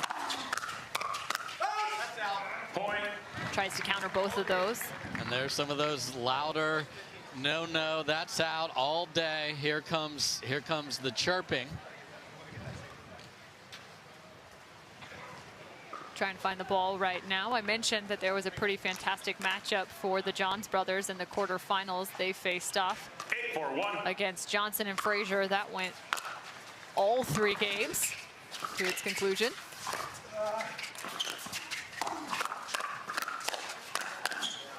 Second serve. And you can just continue. You start to see the patterns take shape, especially in those firefights. The direction of the ball and who's able to redirect really determines the winner there. Yeah, Colin Johns again sliding and being able to get on top of it. That was a big shot for them in winning game number 1.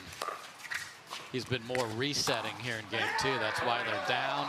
And then Matt Wright back through the middle, and now he's urging the crowd to come along for the ride. I'm surprised this hasn't happened earlier. I thought these two were going to start getting the crowd on their side from about the start of game 2. And another. Yeah, see, there's some more chatter. You knew it was coming. 10-4-2. Crowd's like the 12th man. Hello, Seattle. It's game 2. Side out. And not quite so fast. So 4-10, they've put themselves in a very good position. They've got to earn 2 balls back, though.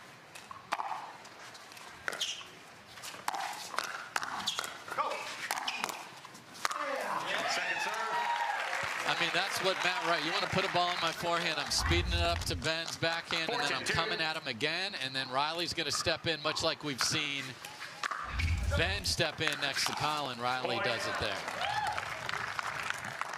There's the pace of Ben Johns flying in. 5-10-2. It's now 5-10.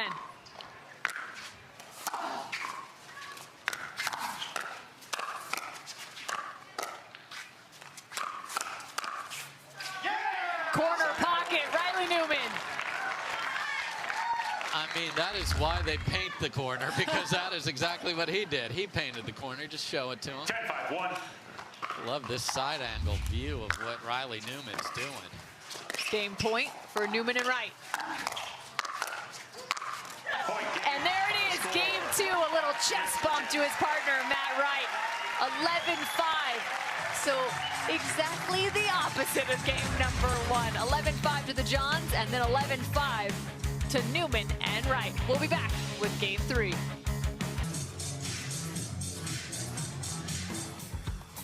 coming up at the top of the hour. TC live at the Australian Open. Again, that's coming up at the top of the hour. But for now, we got to finish up our men's final here from the Hyundai Masters of the Carvana PPA Tour. The first stop in 2023. 25 total stops, and I wouldn't be shocked. There's probably going to be an extra 2 or 3 thrown in there. Why not? Come play where the pros play. And these pros are playing Wright and Newman, sped it up a little more at Colin Johns, and then going after that Ben Johns backhand. It worked. We'll see what happens in game 3. If you're just joining us, this is the men's final. Game 3 starting right now. Winner take all at this point. It's a race to 11. Must win by 2. Calling Ben Johns on the near side of your screen. Nice, Riley. That's Riley Newman with that wicked backhand. Yeah, and the other interesting thing is that Newman and Ben Johns will face each other in the mixed final as well. So a lot of bragging rights on the line here this afternoon. Without a doubt, Ben Johns with a shot to find a triple crown. As does Annalie Waters. Ooh, twinkle toes, Colin Johns. Just enough space for the earning. And just a dainty little touch there, just keeping it in the kitchen. Well done. Yeah.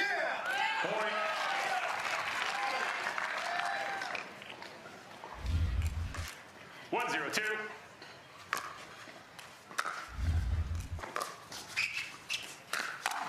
Side out. So this is really coming down to who can dictate. Saw Ben Johns take a high third and just crack it right down the middle. Which side will be able to impose their will? Ben Johns looking to impose his will there as he misses that just wide of the court. And to your point, you're 100% right. Game 2, it felt as if Matt and Riley started to take the ball off the bounce, speed up a little bit more frequently, and we're winning more of those firefights.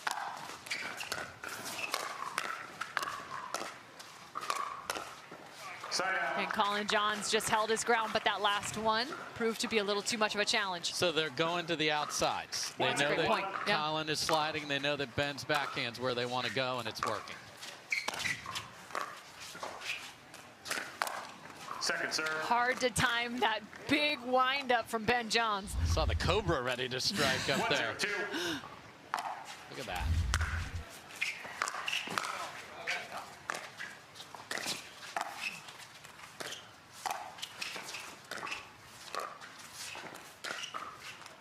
Ben on the move. Point. I love that. They dinked about 3 different locations before the speed up, so they're showing him all different kinds of looks. Yeah, and then Matt's like, the minute I get a ball I like, I know where it's going. He knows where it's going, but I'm okay with that. There is Riley Newman. Jump in the corner. Yeah, and the fourths need to be better from the Johns brothers, as a passive ball like that just can't happen. That was actually a 6th. There's the net court everyone loves. And another one. Couldn't put enough sauce on that one to get it over. Yeah, only the Johns brothers like that next one.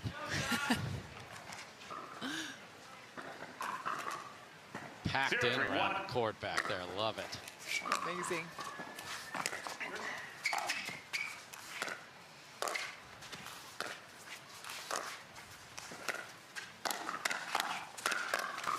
Point. And again, Ben Johns finding an opportunity out of the middle of the court. Just that right shoulder of Riley Newman. It's tough for him to cover.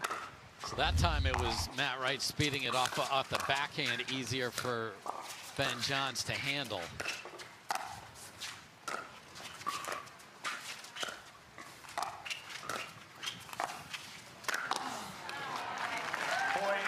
And that actually is set up from a fantastic dink. When you pressure somebody on a dink, that pop-up, you better watch out. Yeah, you set yourself up, and everybody's like, okay, dink with a purpose, what does that mean? Well, that's what it means right there. Point. And there are definitely different ways that you can dink with a purpose. It's not just pace, it's location, it's spin, and it's a scouting report on the other side of the net. Absolutely, and variety, and then where are the targets? Where's safety? Second serve. mentioned some of the targets right now for Newman and Wright on the exterior of the court. Yeah, in the air when they're attacking, for sure.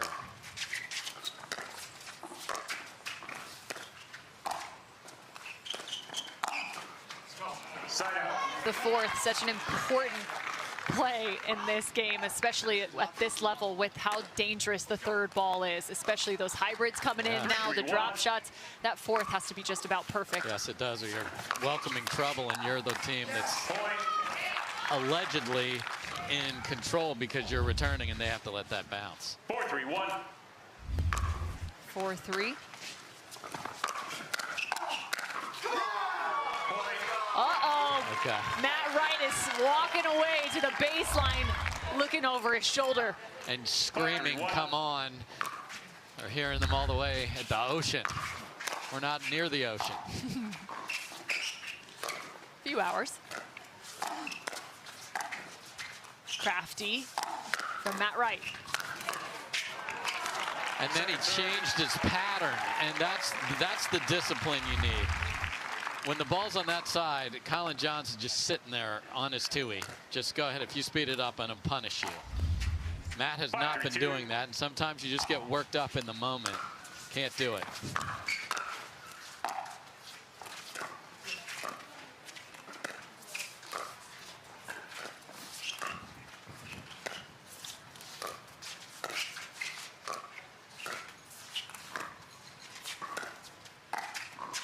Taking one out of the air. Right now, mostly just short hopping. Oh my goodness.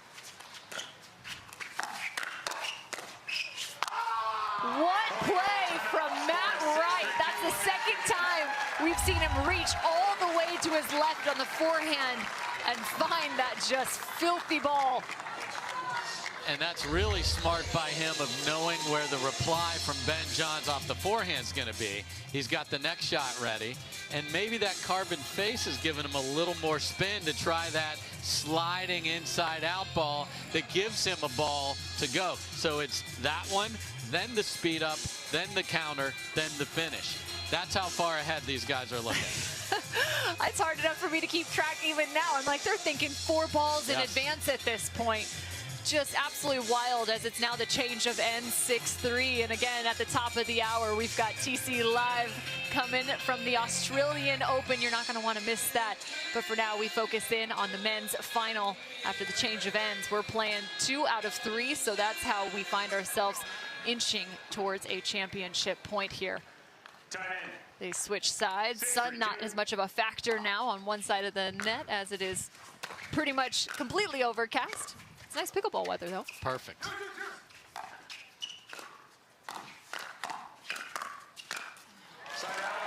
And he just continues to bring the hammer. Yeah, and that time, Matt Wright tried to be cute and slide a ball down the sideline, and that's not going to work.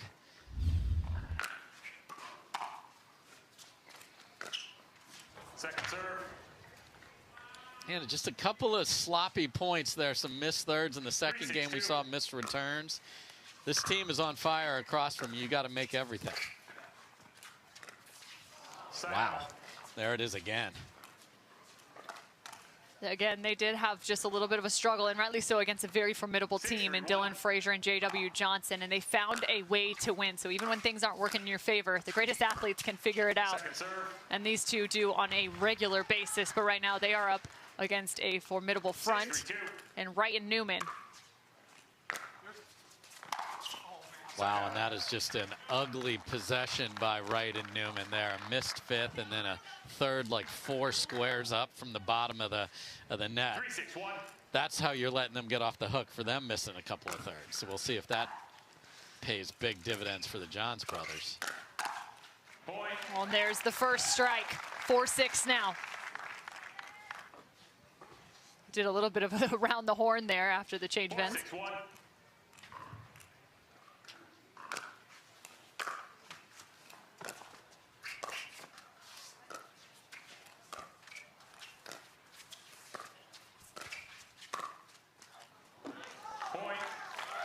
I don't know how that didn't hit Colin. He got out of the way. Yeah, and again, we talked about maybe 3 inches of room if you're going to go down that sideline. Now, he was remarkable in hitting that precise of a target in game 2. The margin is so slight that if you're not right on it, he'll either swat it or let it go. That one was weird off the tape, too, it looked like. So, nice matrix move by Neo Colin Johns there. So 5-6, they earn 2 back. Now trailing by 1, and again, the greatest athletes figure it out when things maybe aren't going their way. Maybe some of their touches just slightly off, but these two, you can never let your foot off the gas pedal if you're facing them. No, that's why that last time they had the ball back after a couple of Ben Johns misses, you want that in his head. So right now, they're already back out on the court, ready to go.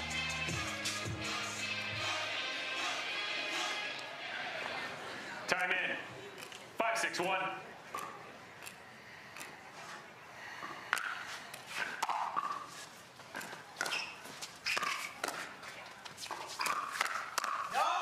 Point. Big swing and a miss from Riley Newman, and Cameron, we're knotted. 6-6-1. They just don't go away.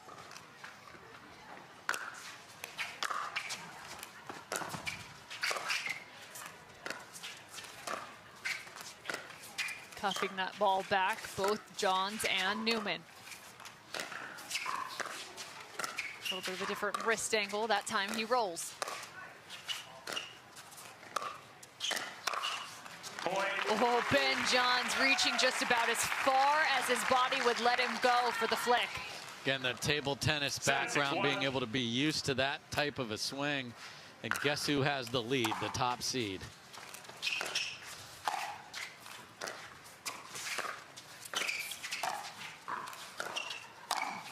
Point. The score was 3-6 at the change of ends, and all of a sudden it's now 8-6, the opposite direction. The run for the Johns brothers just continues, and it's still first serve.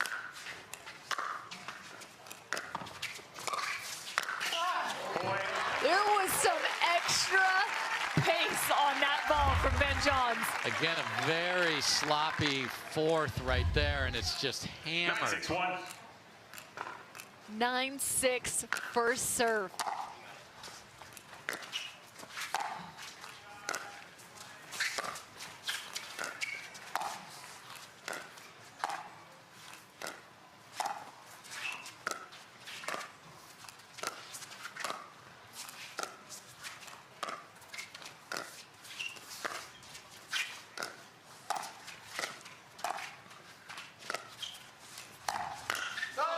Second serve. And then finally, a little bit more patience on the side of Wright and Newman. Yeah, I mean, Matt had to wait till he got a ball that he could bring, and, you know, these players are willing to pull the trigger. They don't get too tight and not do what got them here. Side out. Nice shot. You hear it from Riley Newman and Matt Wright. So much needed side out. That was a 6-point run for the Johns.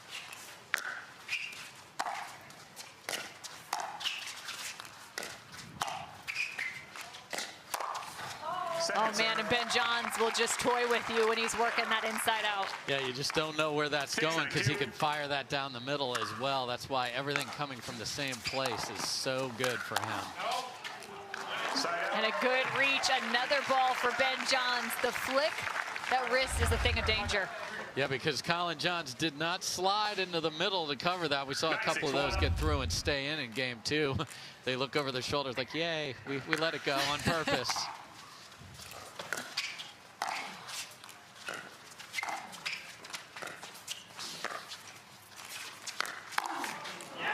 And the ATP around the post, Ben Johns using every inch of court.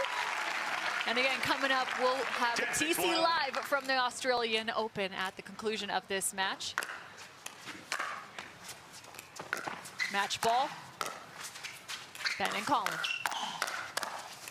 Second serve. Not so fast. What a clutch shot there, and having that grip where he's got that paddle squared up, able to wipe it across the front of his body and save one. Yes. But there's another one coming right here. Another match point opportunity for Ben and Colin Johns.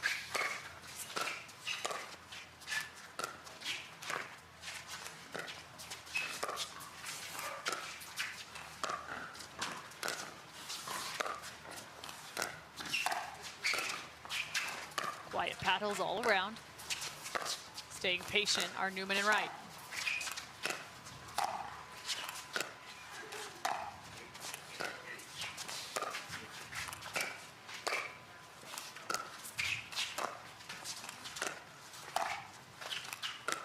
Got the longest dink rally we've had. They're waiting for them, baiting them to take a shot. And then finally, the patience for Ben and Colin Johns. 11-6 in the third. They are your Masters champions. Yeah, they know dinking in the middle is safe because it's not going to get a speed up. And Matt Wright decides to run around and just can't get the body there. And after switching sides, they didn't give up a single point after that. They win 8 in a row, Cameron. So Ben Johns and Colin Johns, you saw the fist in the air for Colin. They played tough. Some of the points didn't look like they were at true form for Ben and Colin, but ultimately they still found themselves in a fantastic position. They played just well enough to beat Matt Wright and Riley Newman in 3 games.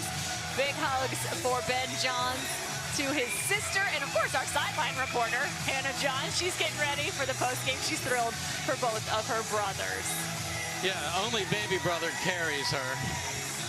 All right, let's see if we can get all of the Johns ready to go. All right, Hannah, take it away. Well, welcome back to Championship Court. Ben Johns, Colin Johns, you guys have clasped the title here at the Hyundai Masters, and what a final game 3, down 3-6 in that final game. How did you come back all the way to take it? Well, I guess that side turned out to be the better side. There were a lot of ebbs and flows in that match, and some of them were not really explainable to any one thing. I think that they're just a team that can catch fire, and you got to weather the storm, and that proved to help us through in that third game. Well, this is a matchup we've seen time and time again all through 2022, but the talent is only getting better and better. How much longer are we going to see this same Championship Sunday look? I have no idea, but obviously we played those guys a ton last year, and I think every final was enjoyable. And I think rivalries are great for the sport, so very welcoming to new people and new matchups and all that. That's exciting as well, but love seeing those guys in the final too. Well, guys, a lot of people are talking about how the sport is evolving. We're seeing it really speed up and get aggressive. What is your take on that? Certainly it's getting faster. I think the average shots from a couple years ago is definitely lower. So people speed up the ball sooner. Certainly patience is a virtue in our game still, but I feel like it's going more in that aggressive nature. Well, with that, we're going to be able to present your trophy now. Dan Hewitson from Invited is going to come on court now to present your trophy along with Ches Gibson. Thanks, guys. Ches. Yep. On behalf of Hyundai and Invited Clubs, we'd like to present you with this trophy and just congratulate you on an absolutely fabulous tournament. Good job, gentlemen. Hoist that trophy, guys.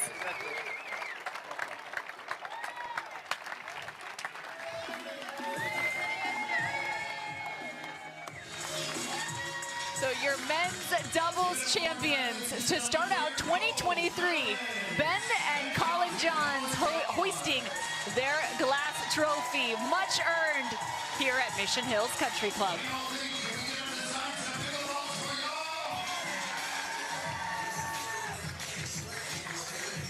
So the beauty of what we just saw there, Cameron, is what adversity does for you and what adversity earlier in the day does for you. We saw them in huge trouble in the match before this against Dylan Frazier and J.W. Johnson, and having been in that fight and been in that cauldron and know we're fine. They don't call timeout unless it's dire. We know what we need to do. We go back to the basics. They knew even on that last point, if we dink middle, we're fine all day. Let them try and speed it up. They got the error. When Riley and Matt went to the right choices, and those are such small targets, that's what got the rampage. You heard Colin Johns talk about the fact that sometimes the team gets hot and you just got to deal with that. They're talented players, but that's why they're champions. And I know Ben wants a triple crown coming out the gate. He's got one of the 3 spots. He's got 2 more to play later today. So Ben Johns has a few more matches to play here on Championship Sunday, but he's got to be thrilled with the first alongside his brother. They have done a fantastic job to start 2023. You gotta love the energy and the amount of focus those two show every time they step onto championship court. A good reminder too, we have our mixed doubles final. That will air at 8 p.m. Eastern on Fox Sports 1. So if you want to catch that match, that's where you're gonna need to head. But thanks so much for joining us here on Tennis Channel. I've had so much fun, of course, with you, Dave Fleming, our resident pro senior pickleball player. I'm Cameron Irwin, and this has been your coverage from Championship Court here at Mission Hills Country Club. And again, this is the Masters on the Carvana PPA Tour. And it's no surprise, Annalie Waters, the #1 women's player in the world, likes to attack, and she has a deadly backhand that you're going to have to pay attention to. She's about ready to get started on championship court. Again, Cameron Irwin alongside Dave Fleming. Annalie Waters, just 15 years old, and she'll have your first serve. And that's the first miss right there. Her partner, Ben Johns, the #1 men's player in the world.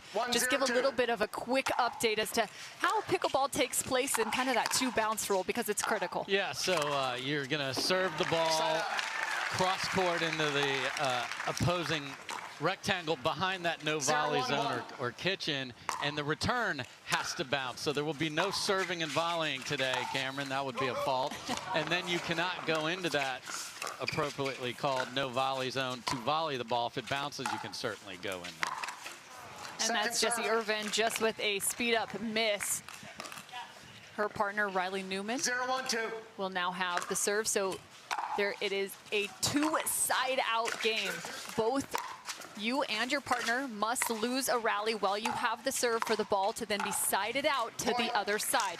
You can only score points when you have serve.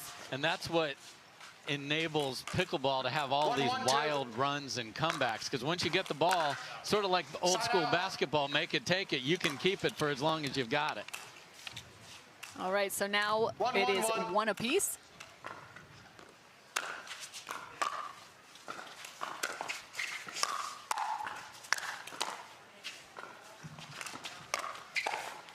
Great defense from Annalie Waters. Out of Delray Beach, Florida, she nearly turns defense into offense, but you got to be kidding me. That's impressive play. I mean, beautiful recess, and then came flying in there to try and finish. Point. And then the easier way to get a point is to have your opponent miss a return. 2-1-2. 2-1-2, so you will hear the serving team score first, the opposing team or the returning team score second, and then the third number is the first or second server. The poach from Annalie. Yeah, and that's what we call a shake and bake, meaning your partner drives or drops that return, and you go chasing, hunt it down. It's got a target, lock in, and Annalie Waters does that better than anybody. Here's a look at a third shot drop from Ben Johns.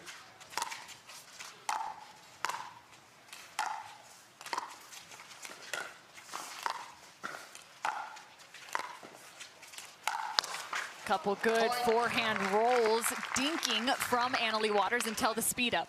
Yeah, and this is the traditional mixed doubles positioning as well. The male player is usually on the left side of the court to have his forehand in the middle, but you will see teams fluctuate because these ladies have humongous two-handed backhands in the middle.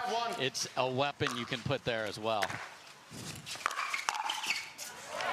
Speaking of weapons, there's one such weapon. Yeah, Annalie Waters is like, bring it, Riley. I'm good. I got a birthday coming up. I'm going to be driving. I'm going to be 16.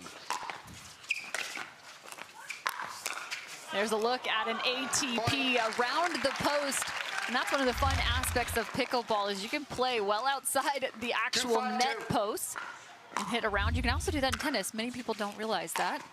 Yeah, it doesn't happen that often. And Jessie Irvin is one of the best at doing that. And sometimes you're not sure, how do I cover that beautiful ball from Jessie? Second serve. And a missed third right there. So there's a couple different ways you can approach a third shot. Either there's a third shot drop or a third shot drive. There's also a hybrid now. It's a little bit of mix of the two. Side out. Yeah, and you wonder when you put the best male and the best female together, how is that going to work out? They became a partnership last year. They lost one match the entire season. That's how good this worked out. There is the lefty. And by the way, he's not left-handed. He's still carrying the paddle in his left hand. Incredible play from Riley Newman, who just turned into a southpaw. Second serve. Yeah, he is probably the best all-around athlete. He's got the offense, the defense, the strange paddle grip that he has that is not a typical tennis grip. He's got what we call a pancake grip, and he will go lefty. And he did, and he just wants pressure. Riley Newman was a basketball and tennis player growing up. Played at Seattle University, where he played singles and doubles in tennis. Wanted to become a professional basketball referee, and instead found the game of pickleball, and we're grateful for it. He's a fantastic athlete. Great competitors. Anna Lee Waters finds the sideline. And she found the outside edge of the sideline there and got it. And that's how you keep that guy who wants to be aggressive in the middle, honest. Beautiful ball from young Anna Lee Waters.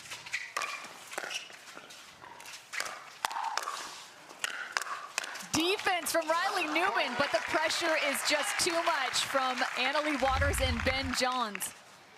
7-3-1.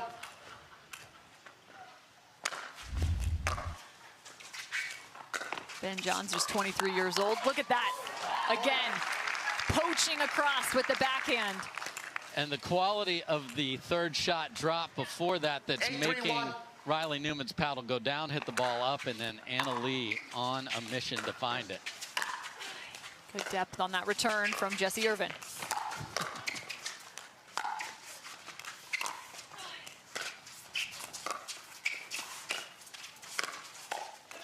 Oh, tricky. He sees Anna Lee in front of him, and he attacks. So at 8-3, the #1 seed is doing very well. Anna Lee Waters and Ben Johns have a steady lead here in game 1.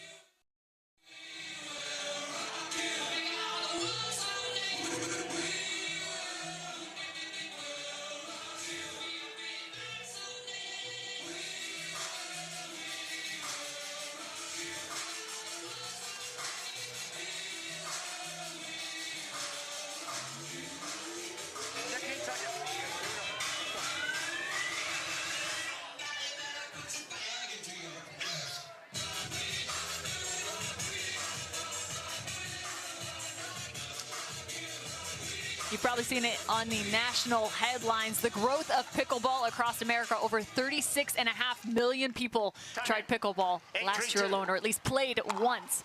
This growth has been a major factor in building the PPA Tour, the Carvana PPA Tour.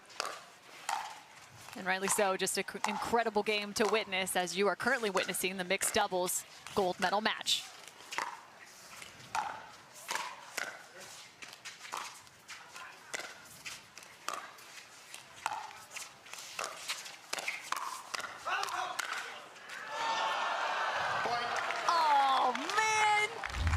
Off the net cord. Sat there for a while. You heard Riley Newman yelling, "Let that one go." It's that ball right there he felt was out, and then, come on, man. Oh, everyone's feeling that. If you've played pickleball before, you know how much that one hurts. Yeah, and missed returns hurt as well. That's 3 missed returns, and we're at a game point already. Oh, close for Anna Lee. She knows it. About 2 inches of difference, and that would have gone her direction. Yeah, the court's 44 feet long by 20 feet wide, so you got to find a much smaller area than a tennis court. How about that angle? Watch out in the stands. Ben Johns is coming for you. Yeah, we might want to check the ball to see if it's still in that beautiful round shape. That is hammered. Ben Johns misses the return, so now 10-4. Same guy. Same guy. 4-10-2.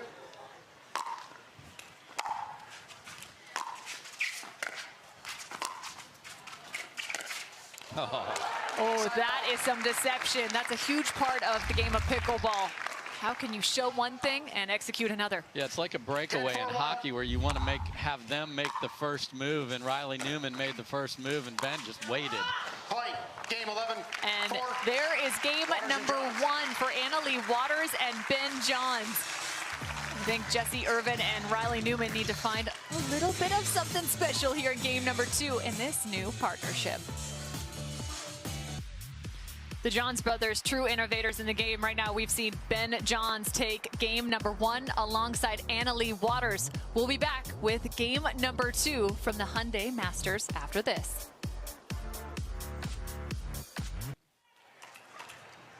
The mixed doubles final is underway, and it's time to get into game number 2. Cameron Irwin alongside Dave Fleming. Jesse Irvin gets us started as she's partnered alongside Riley Newman. On the opposing side, Annalie Waters and Ben Johns, who picked up game 1, 11-4. 1-0-2.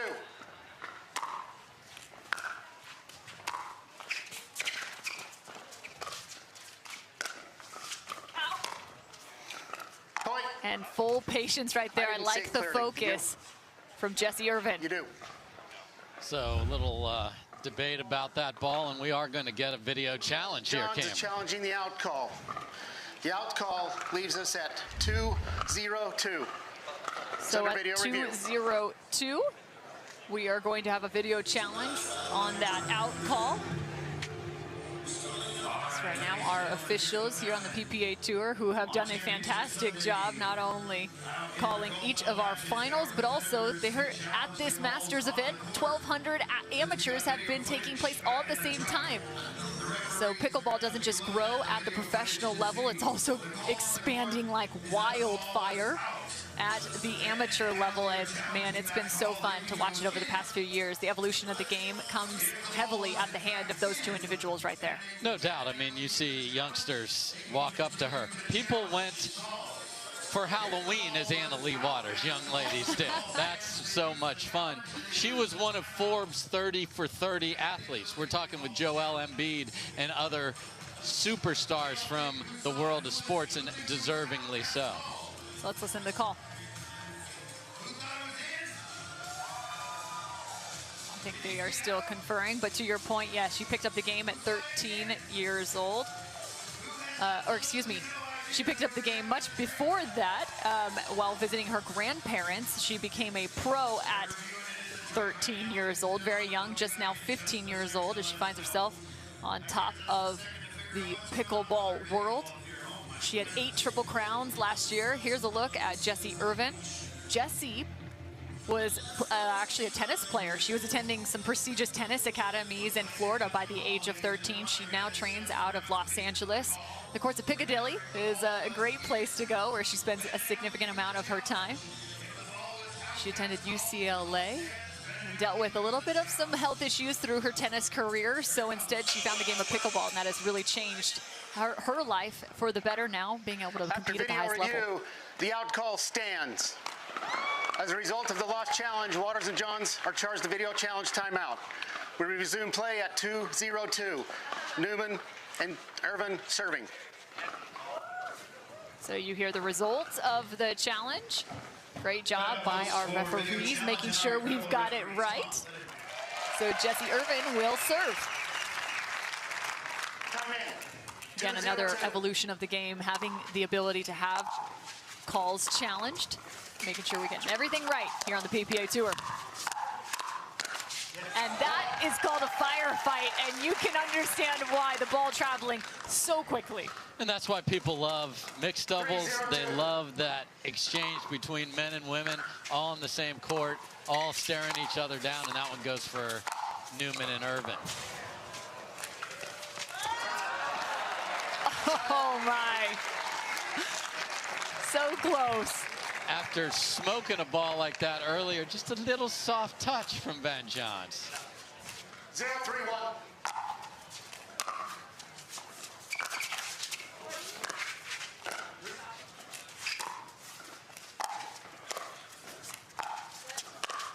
See Annalie right now playing off the kitchen line. Gives her a little bit more time to counter that ball. And counter she did with the two-handed backhand there. Especially in mix, giving a little more space off the kitchen line, too, to allow your partner to step over with their forehand.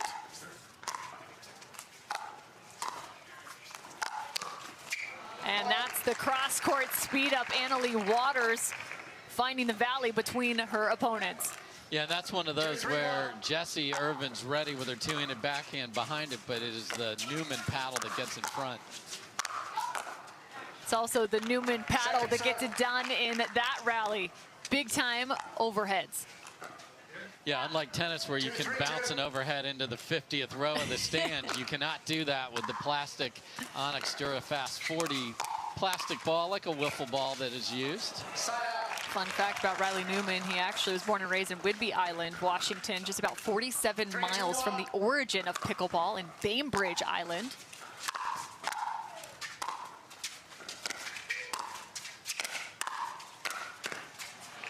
Yeah, you got to take the ferry over, and then you can actually see the very first pickleball court. So if you're a pickleball aficionado, go check it out if you're in the PN Dub. 29 years old, it's Riley Newman. Ooh, that's some court coverage from Ben Johns. Ben Johns now residing in Austin, Texas. We mentioned he's originally out of Maryland. Yes, a terrapin and a mechanical engineer, so he has a lot of say in the very paddle that he is wielding. Nice step in from Riley Newman. That's the Perseus, though, in the hands of Ben Johns. He's working with Yola to be able to create that paddle, test it out. Yeah, the table tennis fans watching know that name. They came into pickleball last year, and why not come with the #1 player in the world? Annalie Waters, though, stepping in front. Just not enough on that last shot.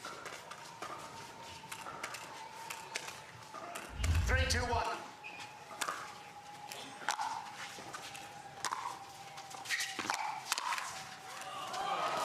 And a helpful bounce for Jessie Irvin. Yeah, they'll take it. You know, they've already matched their score from game #1 here. They'll take every fortuitous bounce that's available.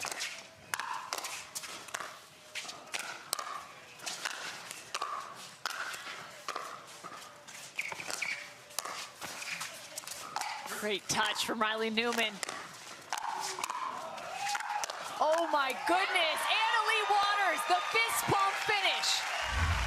And that's what you have to deal with when you play against these two. Tremendous defense from Irvin and Newman. They just couldn't get the ball to bounce so they could advance to the non-volley or kitchen. And then they get a fist pump.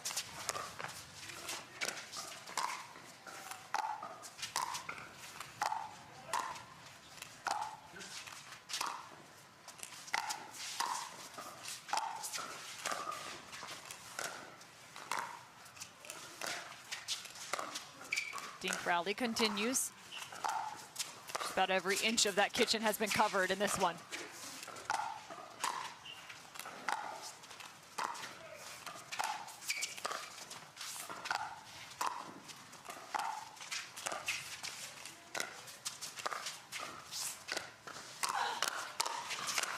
Jessie speeds up first. She's first to give up the willpower to stay within the dink rally.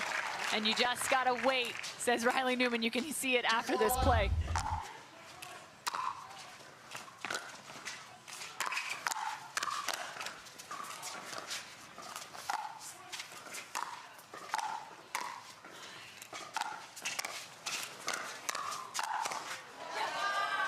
And again, creating some opportunities. Annalie Waters, the lob. That was a new aspect in 2022 in the game of pickleball, or at least more highly utilized in the game last year.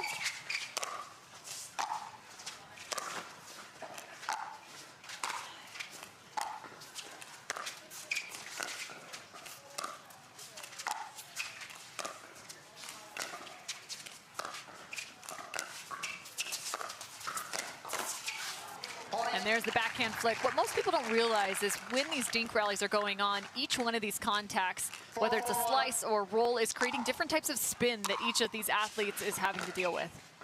For sure, and you are not just trying to just hit the ball over safely. You are trying to do damage. You're trying to move your opponents sideways, open up a shot in the middle, open up a shot to the sideline. If you bring them together, you have a new partnership in Irvin and Newman. How do they work out the middle? These are all calculated. At the recreational level, we just want to get it in. Without a doubt. Here's a look at a third shot drop from Anna Lee. Second serve. A little bit high on that side. Timeout. So after that, it's going to be time to take a little bit of a break here from Rancho Mirage, Mission Hills Country Club. We'll be back with more.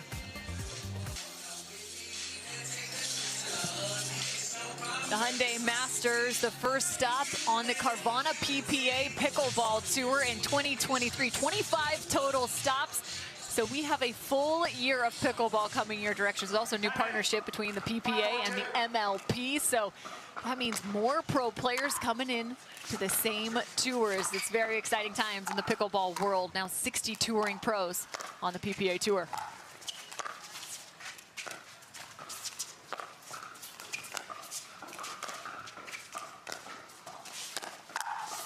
And squashing that is Annalie Waters as we're in game 2 of the mixed doubles final. And what we've seen so far in this last few points is the team that speeds it up first is speeding it up at the wrong time and getting crushed.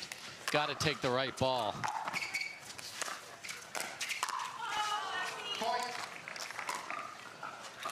Here's some frustration from Jessie Irvin. Yeah, she backed off the line a little bit and then took a huge swing at the ball that was right in front of her face. You just want to punch that.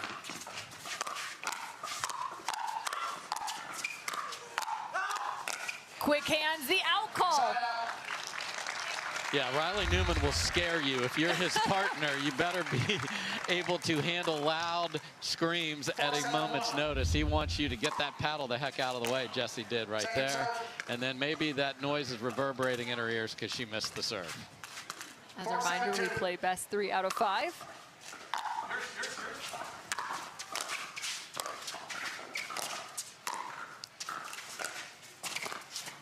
Here's the left hand again of Riley Newman. Ooh, you get a little lucky there. Getting a lot lucky there, Cameron. I mean, that's, you know, this ball coming up here for Ben Johns is absolutely going to be put away 90 out of 100, but that's one of the 10.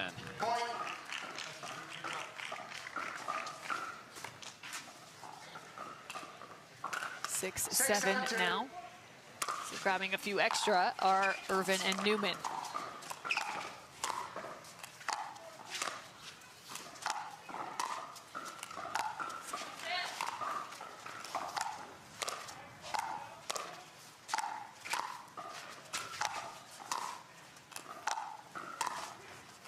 Great job by Jessie reaching into that kitchen. And then Riley takes over. A better job by Jessie not allowing those forehand rolls of Annalie Waters to get away from her. Yeah, and she's given room for Riley Newman to come in and put pressure on, and that's what's gotten them tied up here.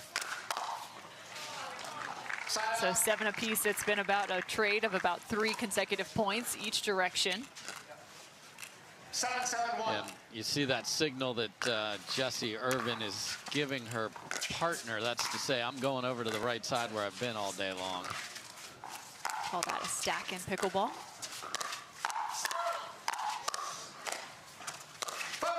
Right foot was in before it came back.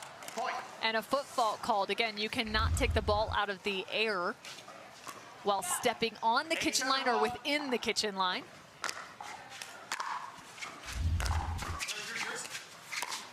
A little bit of a tight one there.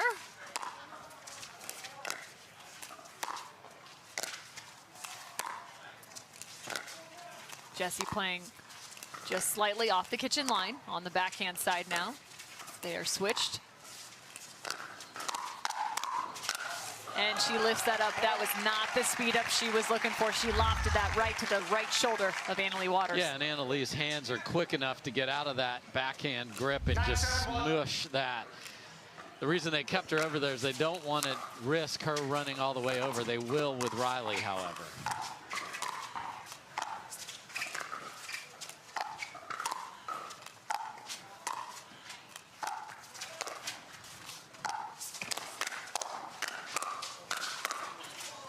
Lightning quick hands and an epic finish from Ben Johns. And this is what this team can do to you. You feel like, oh, we got a lead, there's something good going on, and then you look up and it's what? Game point against? That's the pace and the pressure they put on you from the second the match starts. Well, you said it, Dave. Game point for Annalie Waters and Ben Johns.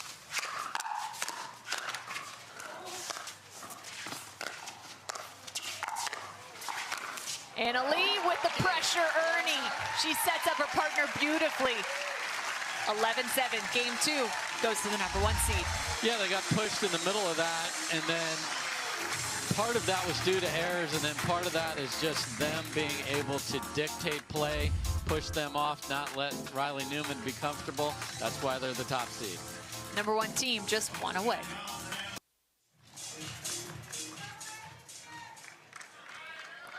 Welcome back to game number 3 of the mixed doubles final here at the Hyundai Masters, the first event in 2023 on the Carvana PPA Tour.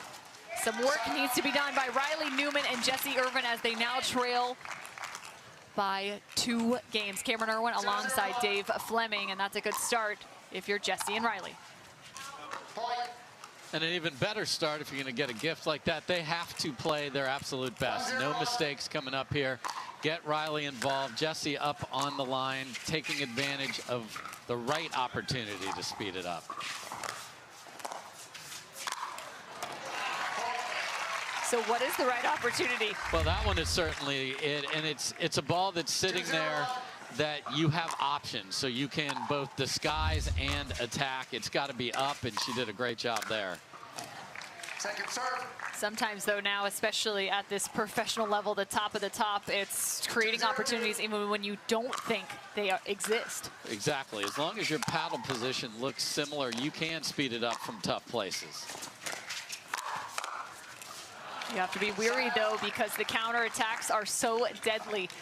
It's almost like a boxer, right? You become vulnerable once you speed that up. Maybe you're just off balance. You become slightly vulnerable for that counterattack. It also compounds the power and pace. There's the poach from Annalie Waters. Squashing that like a bug is Riley Newman. And that's the advantage of the grip he has. He has a very heavy forehand grip. You see it in the middle there. That's a ball he loves to finish. Side out. So this is a nice start. They had a nice start to game 2. We're up a little bit and then just couldn't sustain it.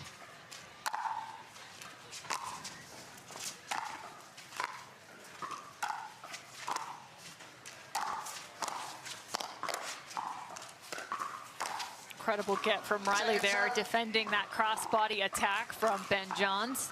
Yeah, made the harder of the 2 balls there. He did.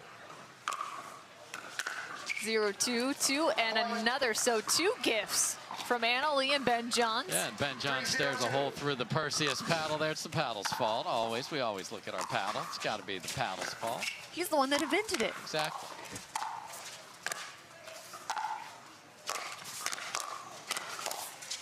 Ben Johns patrolling the whole kitchen line at this point. Oh, just off the toe of that gamma paddle of Riley Newman. He did an unbelievable job of fighting to stay in the point, and then actually had a chance for an offensive shot and towed it. Second serve.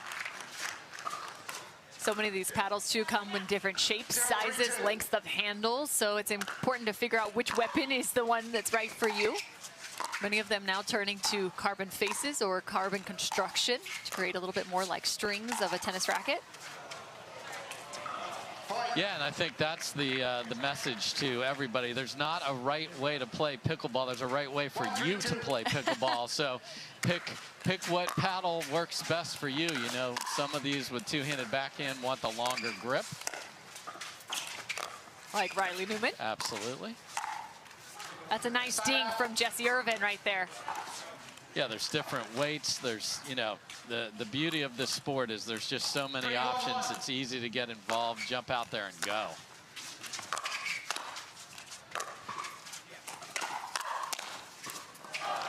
Yeah, they do weaponize those paddles that much more, even adding weight to the edges of the paddle. A little bit more pace.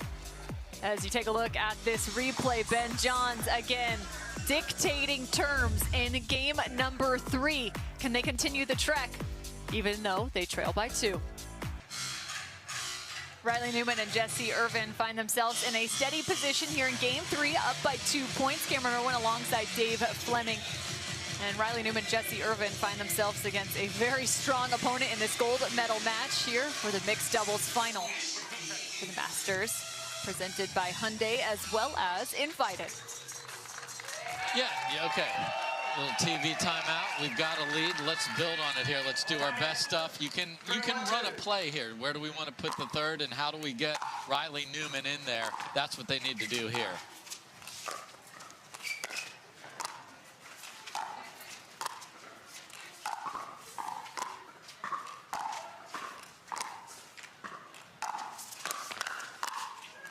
Well, and I'm glad that you mentioned the word play, Dave, because if you're new to pickleball, you might be wondering, trying to make sense of all of these dinks, the directions, the speed-ups, the counterattacks.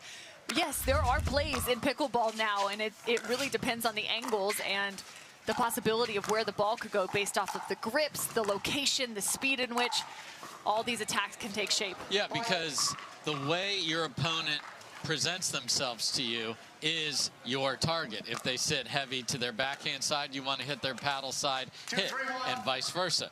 Riley Newman's the opposite, so you want to go to the other side of his hip.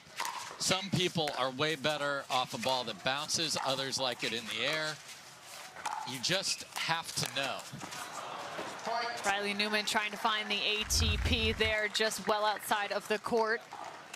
Yeah, that's the danger of putting a big looping topspin on a ball, but that one got far enough where he couldn't track it down.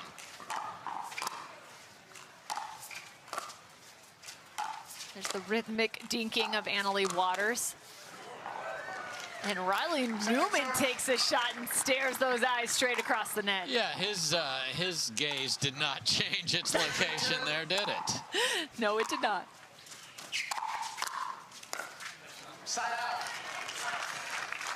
So you see, you know, Riley Newman's trying to urge Jesse Irvin on, such a talented player. They are new as a partnership, and that's the other thing working against them here. Ben and Annalie have a full year of domination in their belt to just sort of reach back to if it gets a little tough. Well, and it's interesting. You think just about a month ago to the Bubbly Team Championships on the PPA Tour, and it was the opposite matchup, right? You had Annalie Waters alongside Riley Newman, yes, and Jesse Irvin was alongside Ben Johns. Jesse played lights out. It was incredible to watch. Yeah, and it's fun when we have some of those special events on tour to see how this happens and how it works when it's mixed up. So all these athletes have the opportunity to change partners between events, but many have committed to playing with one person for the year. Great defense, Annalie. Ooh, beautifully done from the 15-year-old Annalie Waters. And that's where you have to make this next ball. And you hear about all the offense from Johns and Waters, but they can play defense better than anybody as well.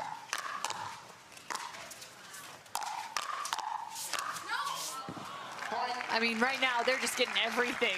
They were down 1-3. Now they find themselves at 5-4. And then you get a little frustrated. How many winners do I have to hit on this point? There are 4 or 5 balls I thought I put away, and they're coming back. Play's never over. Third shot drive from Ben Johns.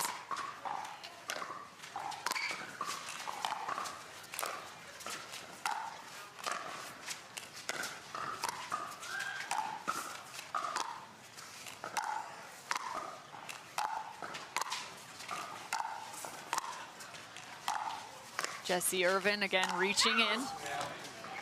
Ball out of bounds, but that's one of the ways that you can offset that heavy topspin roll from Annalee.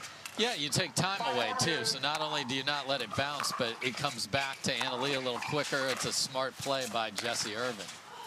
And that's just unfortunate. And now Jessie looks up to the heavens and shoulders are slumped as the net, that Selkirk net, gets in the way. That one you just got it right off.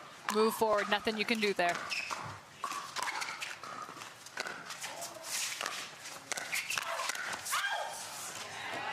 And a good leave, Riley Newman.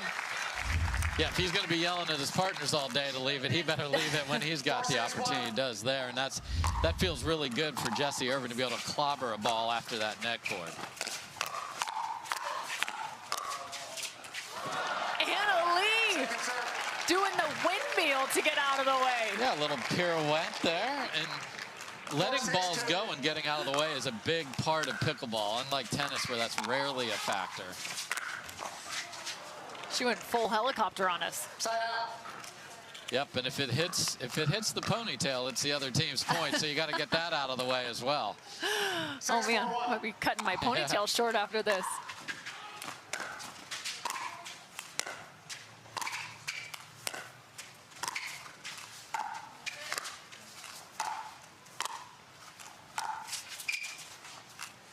Lob lands. You can see that landed right on the baseline with the bounce it took.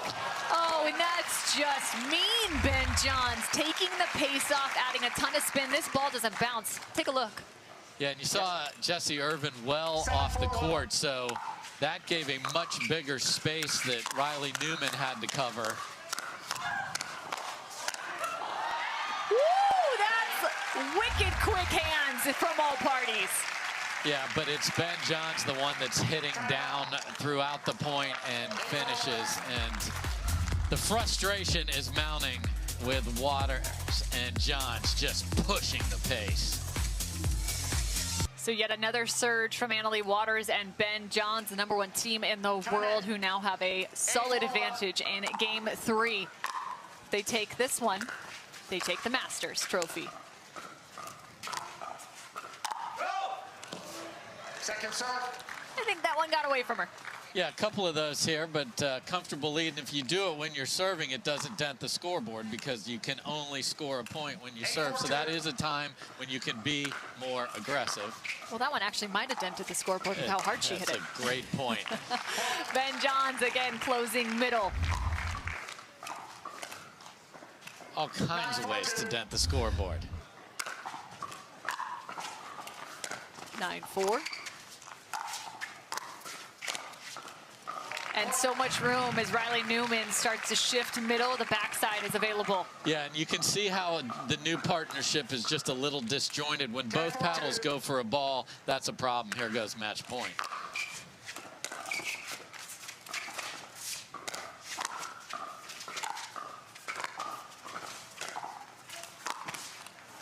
And Jessie tries to take a shot right there, and that is the match. 11-4, 11-7, and 11-4 again. Big hugs from Annalee Waters to Ben Johns as they are your Masters mixed doubles champions. Yeah, they were in control for most of the day. They've been in control since they became a partnership. They're the best two players in the world, and when the best two players in the world are playing at the top of their game, unfortunately, for those of us that want more pickleball, if it's best 3 out of 5, there's only going to be 3. Just beautifully played from the 23 and 15-year-old. Hugs to Lee Waters as well, Annalee's traditional women's doubles partner, and also her mother. So big hugs and family celebration for those two.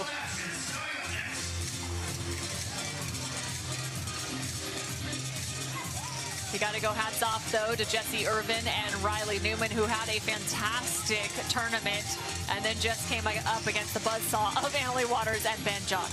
Yeah, in the semifinals that was on Friday, they played an incredible match against the eventual bronze medalists, Vivian David and Thomas Wilson. So a nice start to the year for a new partnership here. Yes, but a fantastic start to a steady partnership, and Ben Johns and Annalee Waters, they are now standing alongside the third member of our crew, Hannah Johns. All right, Hannah, take it away. That's right. Welcome back to Championship Court, where we have just crowned our winners, Anna-Leigh Waters, Ben Johns. Guys, congratulations. You look so good out there together. You were playing impeccable pickleball, able to finish this one in 3. What was working so well? Well, you know, I've said it once and I'll say it again. You just let baby waters be baby waters and good things happen. But yeah, I think we played aggressively, which is the norm. Ball feels good out here. Amazing crowd, amazing tournament. So yeah, I think everything was clicking.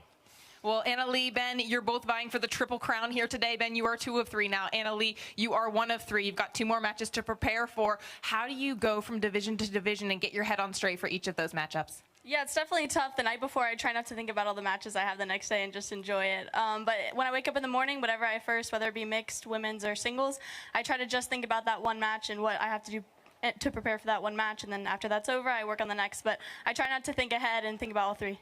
Well, guys, we have been watching pickleball evolve before our very eyes over the last few years, especially at the pro level. What do you want to see new come into the sport?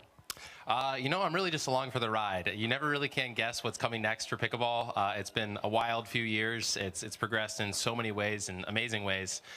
So I can't really anticipate it because it's got a mind of its own, but I'm very excited for whatever comes. Well, guys, the most important moment is here. You get to hoist that trophy. We're going to bring it Ches and Dan on court now from Invited to present it to you. Dan. I know that I speak on behalf of all of the members here at Mission Hills and the spectators that have come out to watch you. Thank you very much for just an absolutely great weekend of pickleball. We appreciate all you've done. And on behalf of Hyundai and Invited Clubs, we'd like to present you with this trophy. Congratulations. Cameron, take us away. So your champions have been crowned for mixed doubles. It's Anna-Leigh Waters and Ben Johns. Will they continue their trek through 2023 as deadly as a force as they were just a year ago? I don't know if that's what you're looking for, Ben Johns, but why not? That's take a their bite theme. of the glass. Every time they win, they take that picture. So okay, that's what they love to do. Well, it's been so fun to witness them on this mixed doubles matchup as they now have the trophy. And Hannah mentioned it, very,